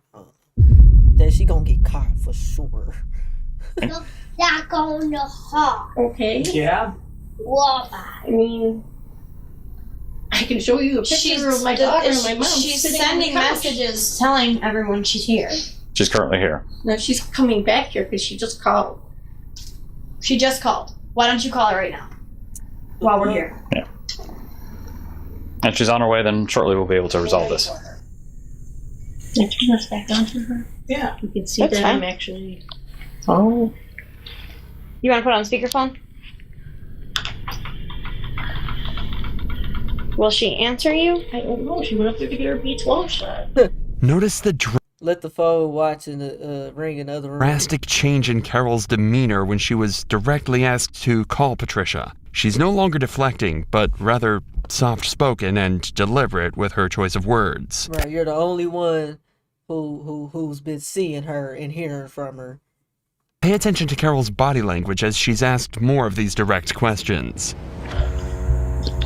I know she's supposed to be calling John because John's the one that started this like 3-4 nights ago, threatening to call if she didn't talk to him. Yeah, if she didn't talk to him by noon the next day. I had her call before she went to Sam's Club. It was like it possible then that 11:45, 11:50. Is it possible then that she could just speak to John directly? Yeah. Well, then why hasn't she? Like face to face, so that they're at ease. She's not answering. We're sending messages to Do each you want other. to call her again? People are just concerned. I'm sorry. Yeah. She was I better talking. We listen were to her talking. phone. Phone was ringing. What did you say? Why can't your mother directly speak to John? Not through a message, not through text. She can. FaceTime. I don't have nothing to do with her and John, though. Well, that's why we're here. I'm getting stuck in the middle of it. Yes, and so are we. So are we, and we have to figure. We have trying to to get see her. You want to just try to call her again? What's the doctor's office she's at? Which cardio? No, the Weber Cancer Center is behind Holcomb Hospital. Coincidentally, Officer Peltz would call this doctor's office, and yet again, Patricia was nowhere to be found. Officer Pelt knew something was off and decided to call in Detective Jarabeks to question Carol officially and confront her about her growing list of lies. Grandson doesn't live here. Okay. It's this. And whole time she had plenty of time to get the body out of the house. People are fucking retarded. So if this does go downhill and she starts making any admissions, let's stop, get her to the station. We'll do a search warrant, whatever we have to do for the house. But if she starts, Do you want to do a consent to search first, so we can gather anything from the house first? Does she have consent? yeah, let's start out with that. She's Yeah. already let me go through the house. Did you go through the garage? I have not been through the Cars? garage to check the cars. No, I just went through the house. This kid goes south quickly, so she's at her drinking. Okay. This is Detective Gerowitz. Excuse me. That's Hi. So we're gonna, I mean, if you don't mind, we'll get consent from you to search the house to see if there's anything that would lead us to think of who she may have went with to help you out and figure out where she went. Mm-hmm. She didn't tell you otherwise, right? You're under the impression she was supposed to be with her sister. Yes. That's what she told you. Yeah. Who lives in the house? I do. My mom and this little girl for her over. Has she done this in the past? My mom doesn't tell anybody what she does. And your son seemed pretty concerned that she was in here. Where she lives. What's on John? She live with Yeah. you. But she tells you that she's with her sister. That's got me. That's concerning, correct? That's got me worried. I'm not worried, but aggravated. She's not answering her phone calls. The people that she says she's with, she's not. Mm-hmm. That's got me concerning. aggravated. Because I won't feel right if I leave this house without looking for anything that can point us in the right direction. Mhm. I want to do my job properly and make sure that, and I guarantee when she walks back in this door and she finds out that I searched for her stuff to help try to find her, she's probably going to be okay with it because that's what most people will be okay with, correct? I'll open up her bedroom door so you can see her stuff or whatever. I'll unlock the car for you so you can look at it and whatever, or whatever you want to do. I don't want to sign anything and get in trouble. Okay. There's all of her And get in clothes. trouble, huh? Okay. When your mom left, did she take like a toothbrush, a bag of clothes? Like she was spending the night anywhere? Well, she's a person. And her coat and boots. Yeah, does she normally sleep over people's house without, Well, she does. She did this time. And she has in the past. Those are puzzles, so right? she does have, She's doing. obviously, medical issues. Oh yeah, she's had medical issues for a while. She takes What I'm saying is that's all. This bitch has so many excuses, bro. So when we're looking That are at not somebody valid. being missing, it's concerning because anything can happen. Where she's had COPD, she's had a stroke already. You understand? She's out there. You don't seem very concerned. I'm more concerned for your mom than you are. Like, I am concerned. I've talked to her and seen her in the past 24, 48 hours. No, you said you were aggravated. And but now I'm frazzled because she's lied to me about talking to my, and I don't know why she would do that. So I mean, we're concerned because your mom left, but she didn't even pack a bag to go. You know. For an overnight, she normally won't. Even when she came out to my trailer that I was remodeling up on Hall Road. So for like an overnight, you don't pack like just a toothbrush, a change of clothes, underwear? Have any teeth? Obviously, something's going on here. We're fairly certain something's going on. We need to start fresh, and we need to tell you. We need you to tell us exactly what happened. your story's not adding up. Your story doesn't Okay, add run up. us through it very quickly. You're extremely nervous. Well, yeah, I had the police here last night and today. Yeah. Carol, obviously, something probably happened to your mother, right? You know something that you're not telling us. That's apparent to us. We're trained investigators. We know when something's not right and something isn't right. You have many people outside of you that are concerned about your mother's whereabouts. Where is she at, Carol?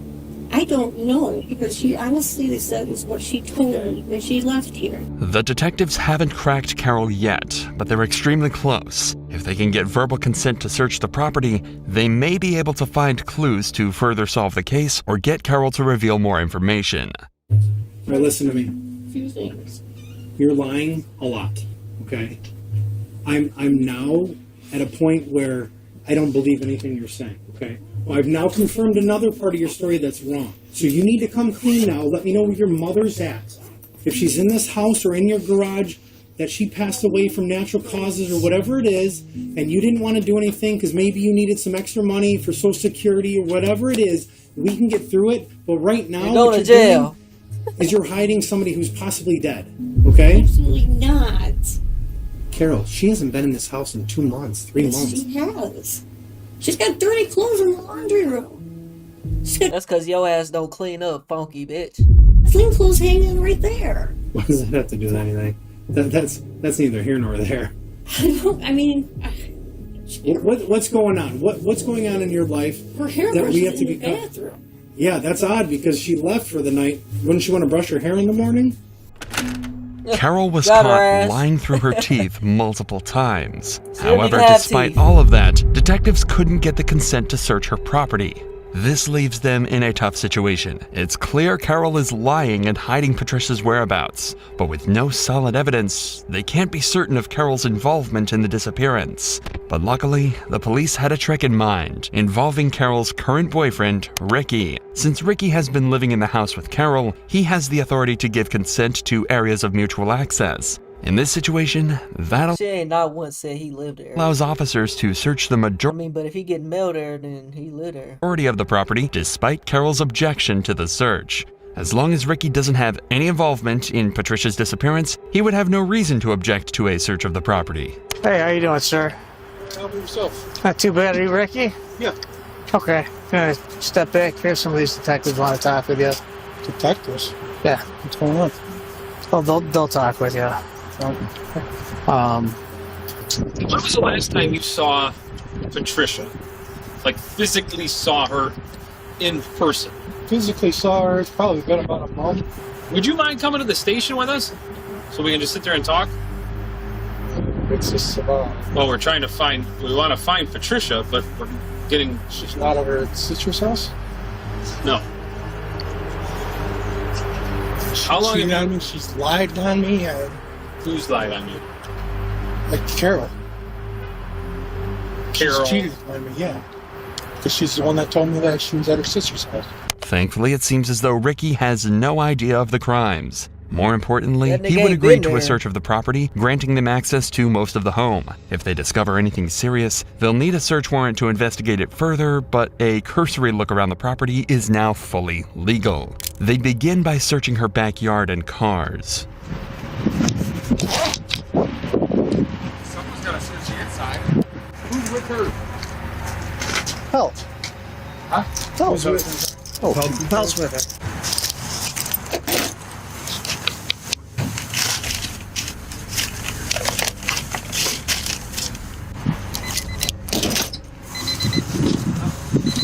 Huh? Supposed to be my...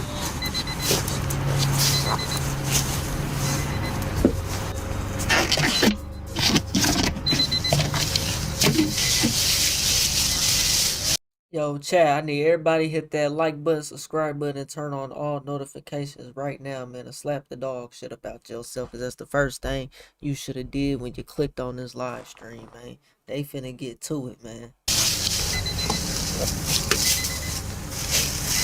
After coming up empty in the backyard, they check the last remaining spot, Carol's garage.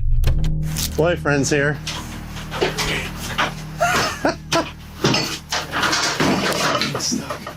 Just want to look up here real quick.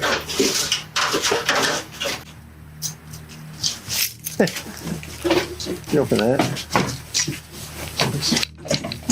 Should fit in here. I mean... Ooh, bloody. Oh. Alright. What'd you say? Bloody towels. There's shit in here. It's all...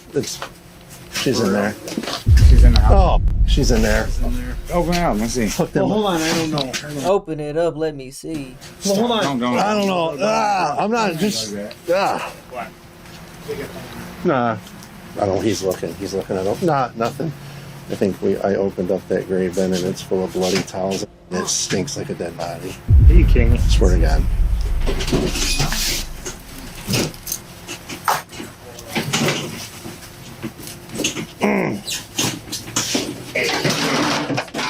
You gotta get the search warrant. Huh? For what? If it's in there, Bodecker wants us. For what? If We're there's searching for the There's a body. bloody Yes, pillow. if There's a one bloody in there. pillow in here. Ready? Yeah, there's a body in Yep. Where? You see the legs from the far corner. Okay. Goes back. Uh, Sure. I'll go get the thing up there. Somebody said he was back here, so he needs to. Everybody needs. That's a boyfriend. He just showed up. We've been looking for him. Oh, okay. Hi, Lieutenant. I just opened up a big plastic storage bin and smelled really bad. It was full of blood and towels, and you can see a body in there. So it's kind of where we're at. All right. We hook her, bring her in. What about Everybody was saying, the brothers, we need to find out what they were telling officers, because they were saying he was like in the back there yesterday. Is that He was right? coming and going. Somebody might have seen. There is Yeah. still moisture on the top of that. I open it and there's still moisture on the top, so that's not been in there long. And they were somebody we got to talk to over there. They said, yeah, you know, the door was open yesterday and he was coming and going, and then all of a sudden his car was gone. This dude? Whose boyfriend is it? This is the girl in Carol's. The daughter. I say we bring him in and we Yeah, talk man.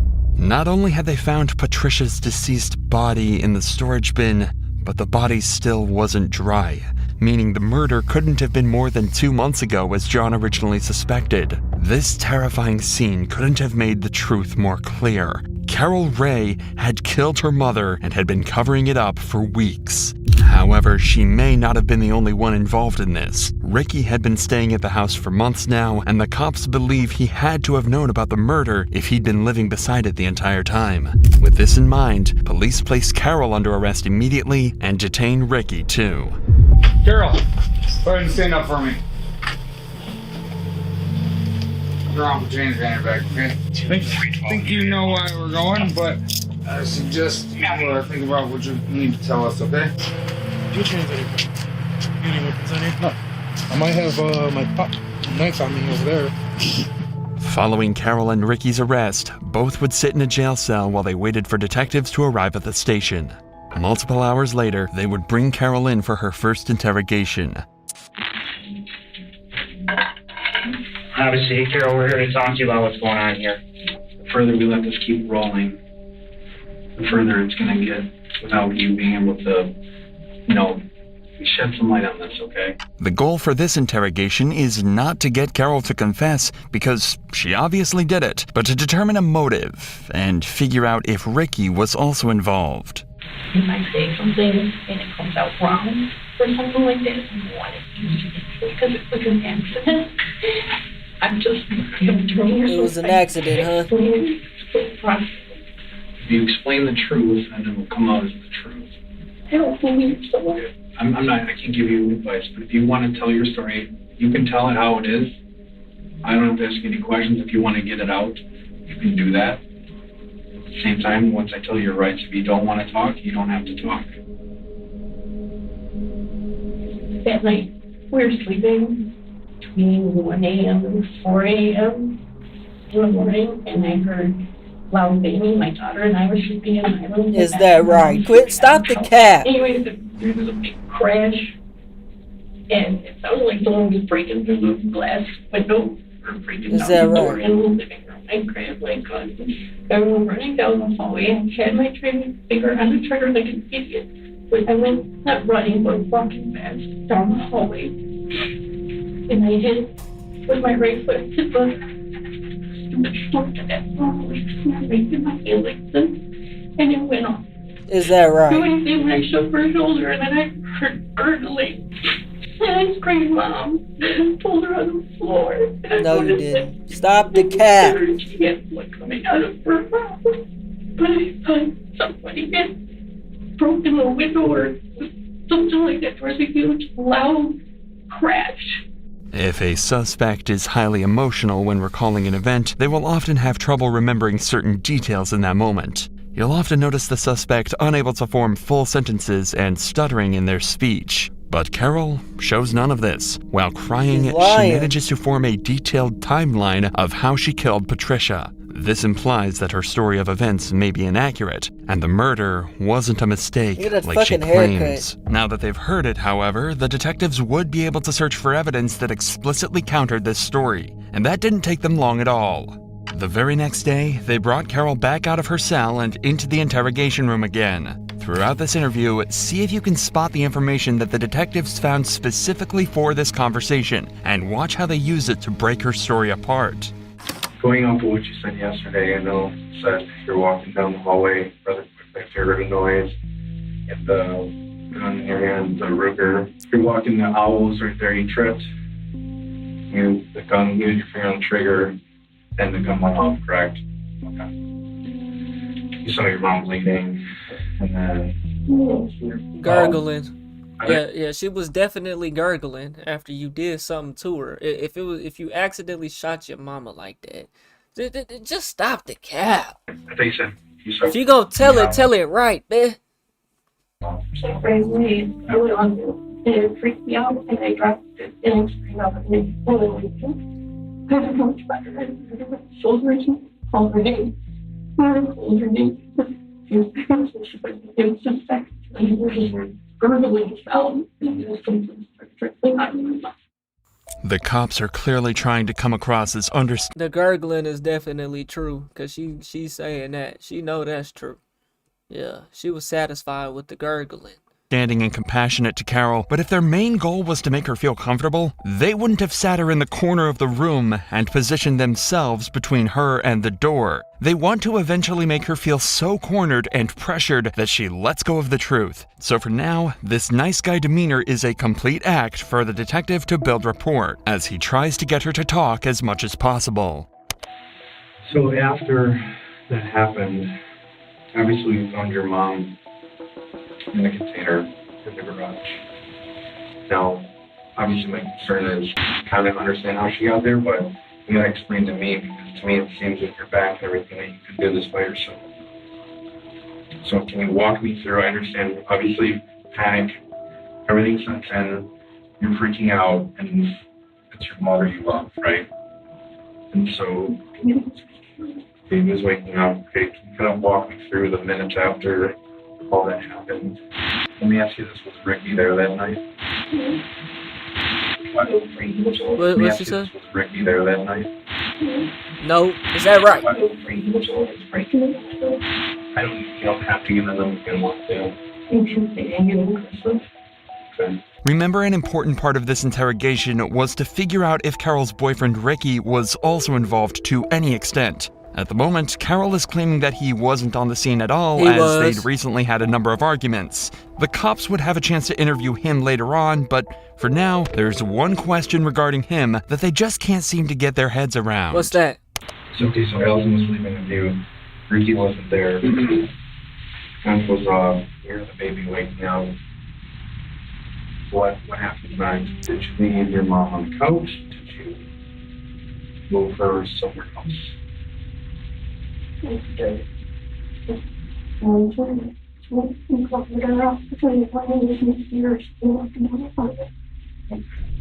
Is that right? I understand that. Very hard to notice. But it's no blood in the house, though. We're operating under panic, right? I mean, I can picture myself in the situation. Panic. You got your daughter there. Where did you move? Where did you move her from the house to where first? We found her in the garage. Was she moved anywhere before the garage?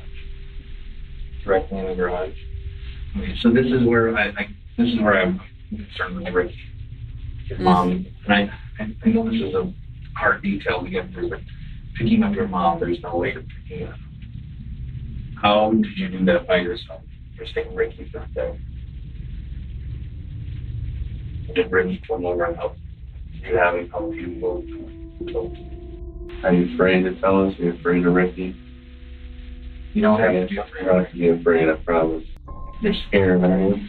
Carol remained completely silent for almost 30 seconds after she was asked this question. The cops are right to assume that she's scared, but it might not be for the reasons they think. She could be scared of Ricky and the consequences of implicating him in the crime, but she could also be terrified of the situation she's in. She's going to jail for a very long time. There's no escaping that anymore, and that's a scary reality for her. Whatever the reason is, though, the cops are still doing their best to give her a moral excuse or justification for what she did, so she'll talk a little more. She panicked, and anyone would have done the same. The best thing she can do to make things right is to tell them exactly what happened. I mean, people panic and people make mistakes. Yeah, I mean, you know what happens most often. That don't mean you hide it. You know, when you flee from an accident, it happens all the time when people panic, right? Let's say someone gets in a car accident and they smash into a car and they take off, and that person ends up dying. They hear them on the news, and then the lies keep going, and they're like, shit, I should have stayed, but I didn't, right? That's the mistake that you made. I should have stayed, but I didn't. I don't want to keep revisiting, but I have to.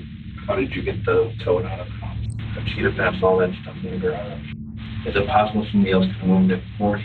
The cops are really focusing on Carol's inability to physically Most move Patricia definitely. to the garage, as to them, it was a clear sign that somebody else had to be involved. But at this point, they're not getting anywhere. Unfortunately, this isn't conclusive enough evidence to implicate anyone else, and it's not getting Carol to talk, but that's okay, because the detectives have one piece of evidence that they've been saving for this very moment, that could prove without a doubt that everything Carol said so far has been a total lie. The other thing I wanted to bring up is they obviously did an autopsy on your mom.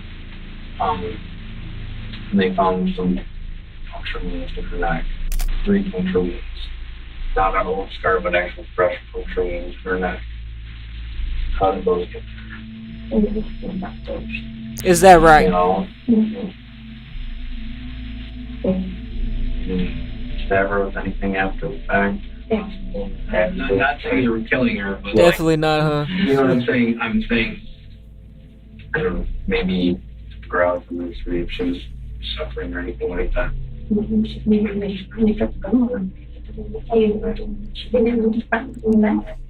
Because here's what I don't want to get caught up. Is that once they tell us exactly how deep they were, if it was a cause of death or contributed cause of death, it can be really bad. So we have to get everything out here now to try to do something with those wounds that don't cause those wounds or anything like that. So I want you to think right now, what could have possibly Yo, Cheryl Whitfield, appreciate the sub. caused those puncture wounds in her? I don't know if she had testing or anything like that. I didn't hear anything. Preliminary, it looked like knife wounds. Kind of fresh, like fresh, but like the puncture at the end of the knife there or something. A gun accidentally going off and killing someone. Unlikely, but believable. But 2 fresh, that deep knife that nigga had that knife in his pocket, dumbass. wounds that Carol hasn't mentioned a single time? It's going to be extremely hard to explain this one away. Not only does this imply the murder was completely intentional, but the fact that Carol hasn't mentioned it means that she knew that was the case and wanted to try to cover that part up. And again, I don't want to put words in your mouth, don't want you to implicate anybody that's not implicated. Yeah, that's why that gurgling, that's why she was gurgling, man. Oh, no, I told y'all niggas what it was, bruh. I told y'all niggas, man. She said that gurgling 2 times, bruh. She was gurgling because you... That'll get you in more trouble. That'll get you in more trouble. But as we sit and investigate and continue to investigate in the days and weeks, months to come, more things are going to come out. I'm pretty certain of it. Did Rick know eventually what happened? Not to my knowledge. Did Rick know your mom was in that? Not to your knowledge, huh? That I know I didn't tell him. Say anything to you that leads you to believe that he knew? Did you actually not have a mistake? Did you actually mean to kill your mom? Oh, I did not mean to kill my mother. Well, I'm not saying that. That's what I'm saying. I'm saying, do you understand where, when these things can't be answered, that's kind of odd. I don't know how that happened. Can I ask you this? What's going on? Now you don't know what happened, huh? Did you freak out after you shot her and she was still breathing and you wanted to make sure that at this point, no good for her to be like this? Absolutely not. I wouldn't know. Absolutely not. Did you, then maybe you kind of hope her to see, like, it sounds terrible, but like, is she alive? Is she out? I know. Okay. At this point, the interrogation has been going on for over an hour, and Carol clearly doesn't intend to deviate from her story despite all the new evidence. The detectives are still no closer to obtaining a confession or any information about Ricky from her, so they figure they've got no choice but to speak to the man himself. So later that day, they bring Ricky in for an interview of his own and attempt to get the truth out. This dumbass nigga pulled up to the house while the police was there. It was meant to be. R.I.P. to that grandmama, cause she didn't raise them kids. She didn't raise her kids. Of him, whatever it may be. Do you have any idea what's going on? No, I don't. Is that right? Somebody at the house said something about Patty is not at her sister's house where Carol was telling me that she was at. When was the last time you physically seen Patty? You guys call her Patricia? Yeah, Patty, Patricia. I don't call her Patty. I physically seen her about, I think it was like a month and a half ago. It was before Thanksgiving. How often do you stay at the house during time this? Every day. I've been there except for, if it was like the 8th and 9th, I went home to my mom's house. So you've been staying there every day? Yeah. But you haven't Already, seen her. Ricky is being much more open and giving much better answers to all of the detective's questions. This nigga's retarded, man. He said he last seen her Thanksgiving, but he's been staying there every day. He also seems exceedingly calm and as though he's just trying to help the officers out. Right now, he definitely isn't coming across as a murder accomplice or blackmailer, but there's still plenty of time for the cops to catch him out. What about Carol? Does she work? Does she have a job? Does she go anywhere? What does she do with most of her days? Most of her days, keeping Allison busy, cleaning the house, doing what she can. But she needs some major surgeries. Any financial issues with you or Carol or Patty or anything? Mm-hmm. Nothing? Carol took care of the bills. Do you know where she had the money to if she's not working? She said she had a joint bank account with her mom. Carol been acting strange or suspicious to you or different? He said some She's shit there. bipolar, so yes. I always said that she was the world's greatest actress because I can't tell when she's being sincere or not. That's in the condition of bipolar. They're compulsive liars. And I've been caught in a lot of her webs before. I've been telling her she's been feeling more distant. Ricky, I mean, I don't really necessarily know you, obviously, but you seem pretty nervous to me. What's going on? Is there something you're nervous about? I'm not nervous about anything. Where did you sleep in the house? Mostly in the bedroom with Carol. Carol's bedroom? Where did, Sometimes on the couch. Where did Allison sleep? Mostly in her bedroom. Let me ask you about the garage. You ever go in the garage? Yeah. Never? Hardly ever. When's the last time you think you were in the garage or on the Crunchers? I think we went to go look for a screwdriver. Jeez, I don't even know. I think it was early December. It's been a couple of weeks. Did she have you go and look for it, or did you go? No, she's been with me. Compared to Carol's interrogation, this one seems extremely laid back and relaxed. It feels as though there's a big chance Ricky genuinely just doesn't know what's going on. However, the cops do pick up on the fact that he's a little nervous. He's finding it hard to look the detectives in the eyes, and he seems a little soft-spoken. So, to clear things up fully, they decide to put the pressure on big time to see if he breaks. Ricky, we got a problem. We got a real big problem. I think you know what it is. And I think you need to be honest and upfront with us. So we're going to give you the opportunity now. Tell us what really happened. That's what happened. What happened? That nigga's fucking up, man. I'm not talking about the little details we've been asking. I'm talking about... Another thing is, he said that Carol's daughter, Allison, mainly sleeps in her own room. Is that right? About with Patty. Patty, I don't know. She's been at her sister's house as far as I know. We know Patty's deceased. And Patty's got a gunshot wound to her. And she was found in a tote in that garage. So she does actually have a gunshot wound. Tell us everything you know so you don't implicate yourself anymore than Because here's the thing, Ricky. There's investigative tools we have. We're going to find out exactly when she died, where you were when she died, which I'm betting you were in that house, and you know exactly what happened. No, I don't. I never had a problem with Patty. I'm not saying you had a problem with her. I'm not saying that at all. I'm saying you know something. I don't know anything. I swear. You don't know this woman. This woman, Carol. She has fucked with my head. She has cheated on me behind my back without me knowing about it. Well, that's what cheating is. About it was tripping over stuff, finding it on accident.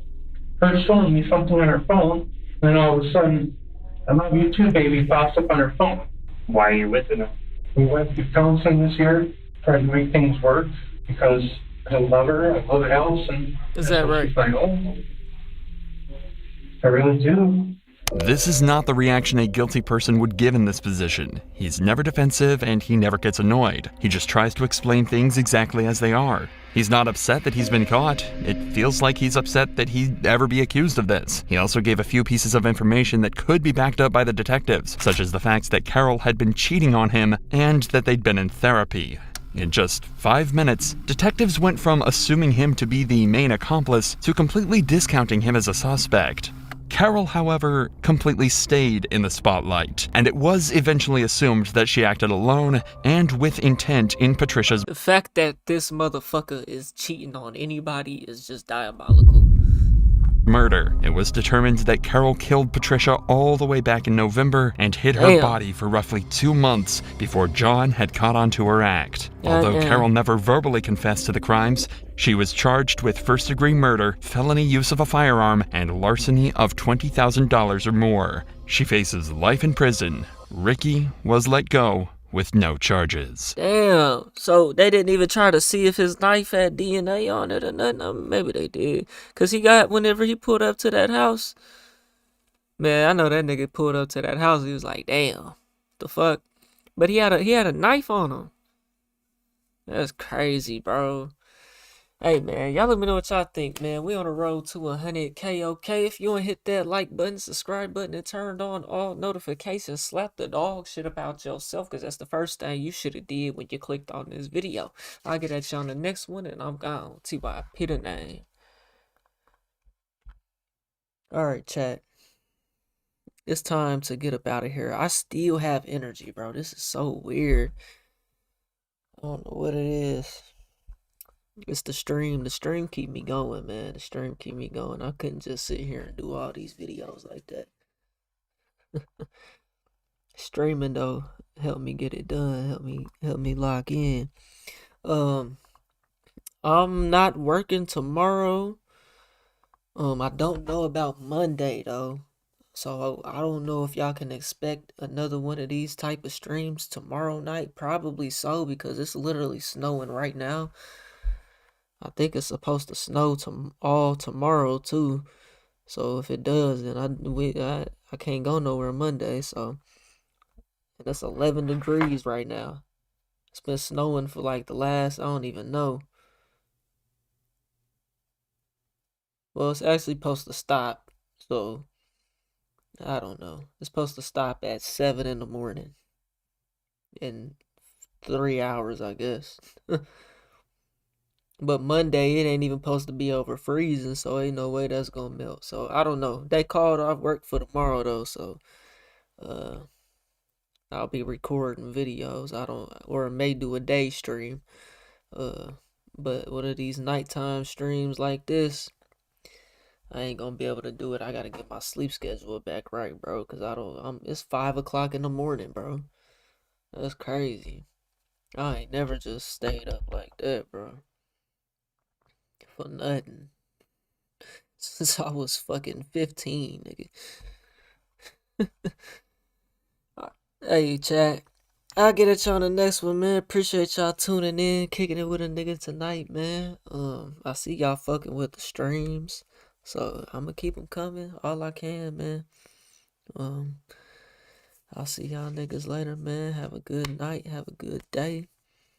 If you're new to the stream, man, make sure you hit that like button, subscribe button, turn on all notifications, because that's the first thing you should have did when you clicked on this video, man. I'll get at you on the next one, and I'm gone. See you by Peter Night.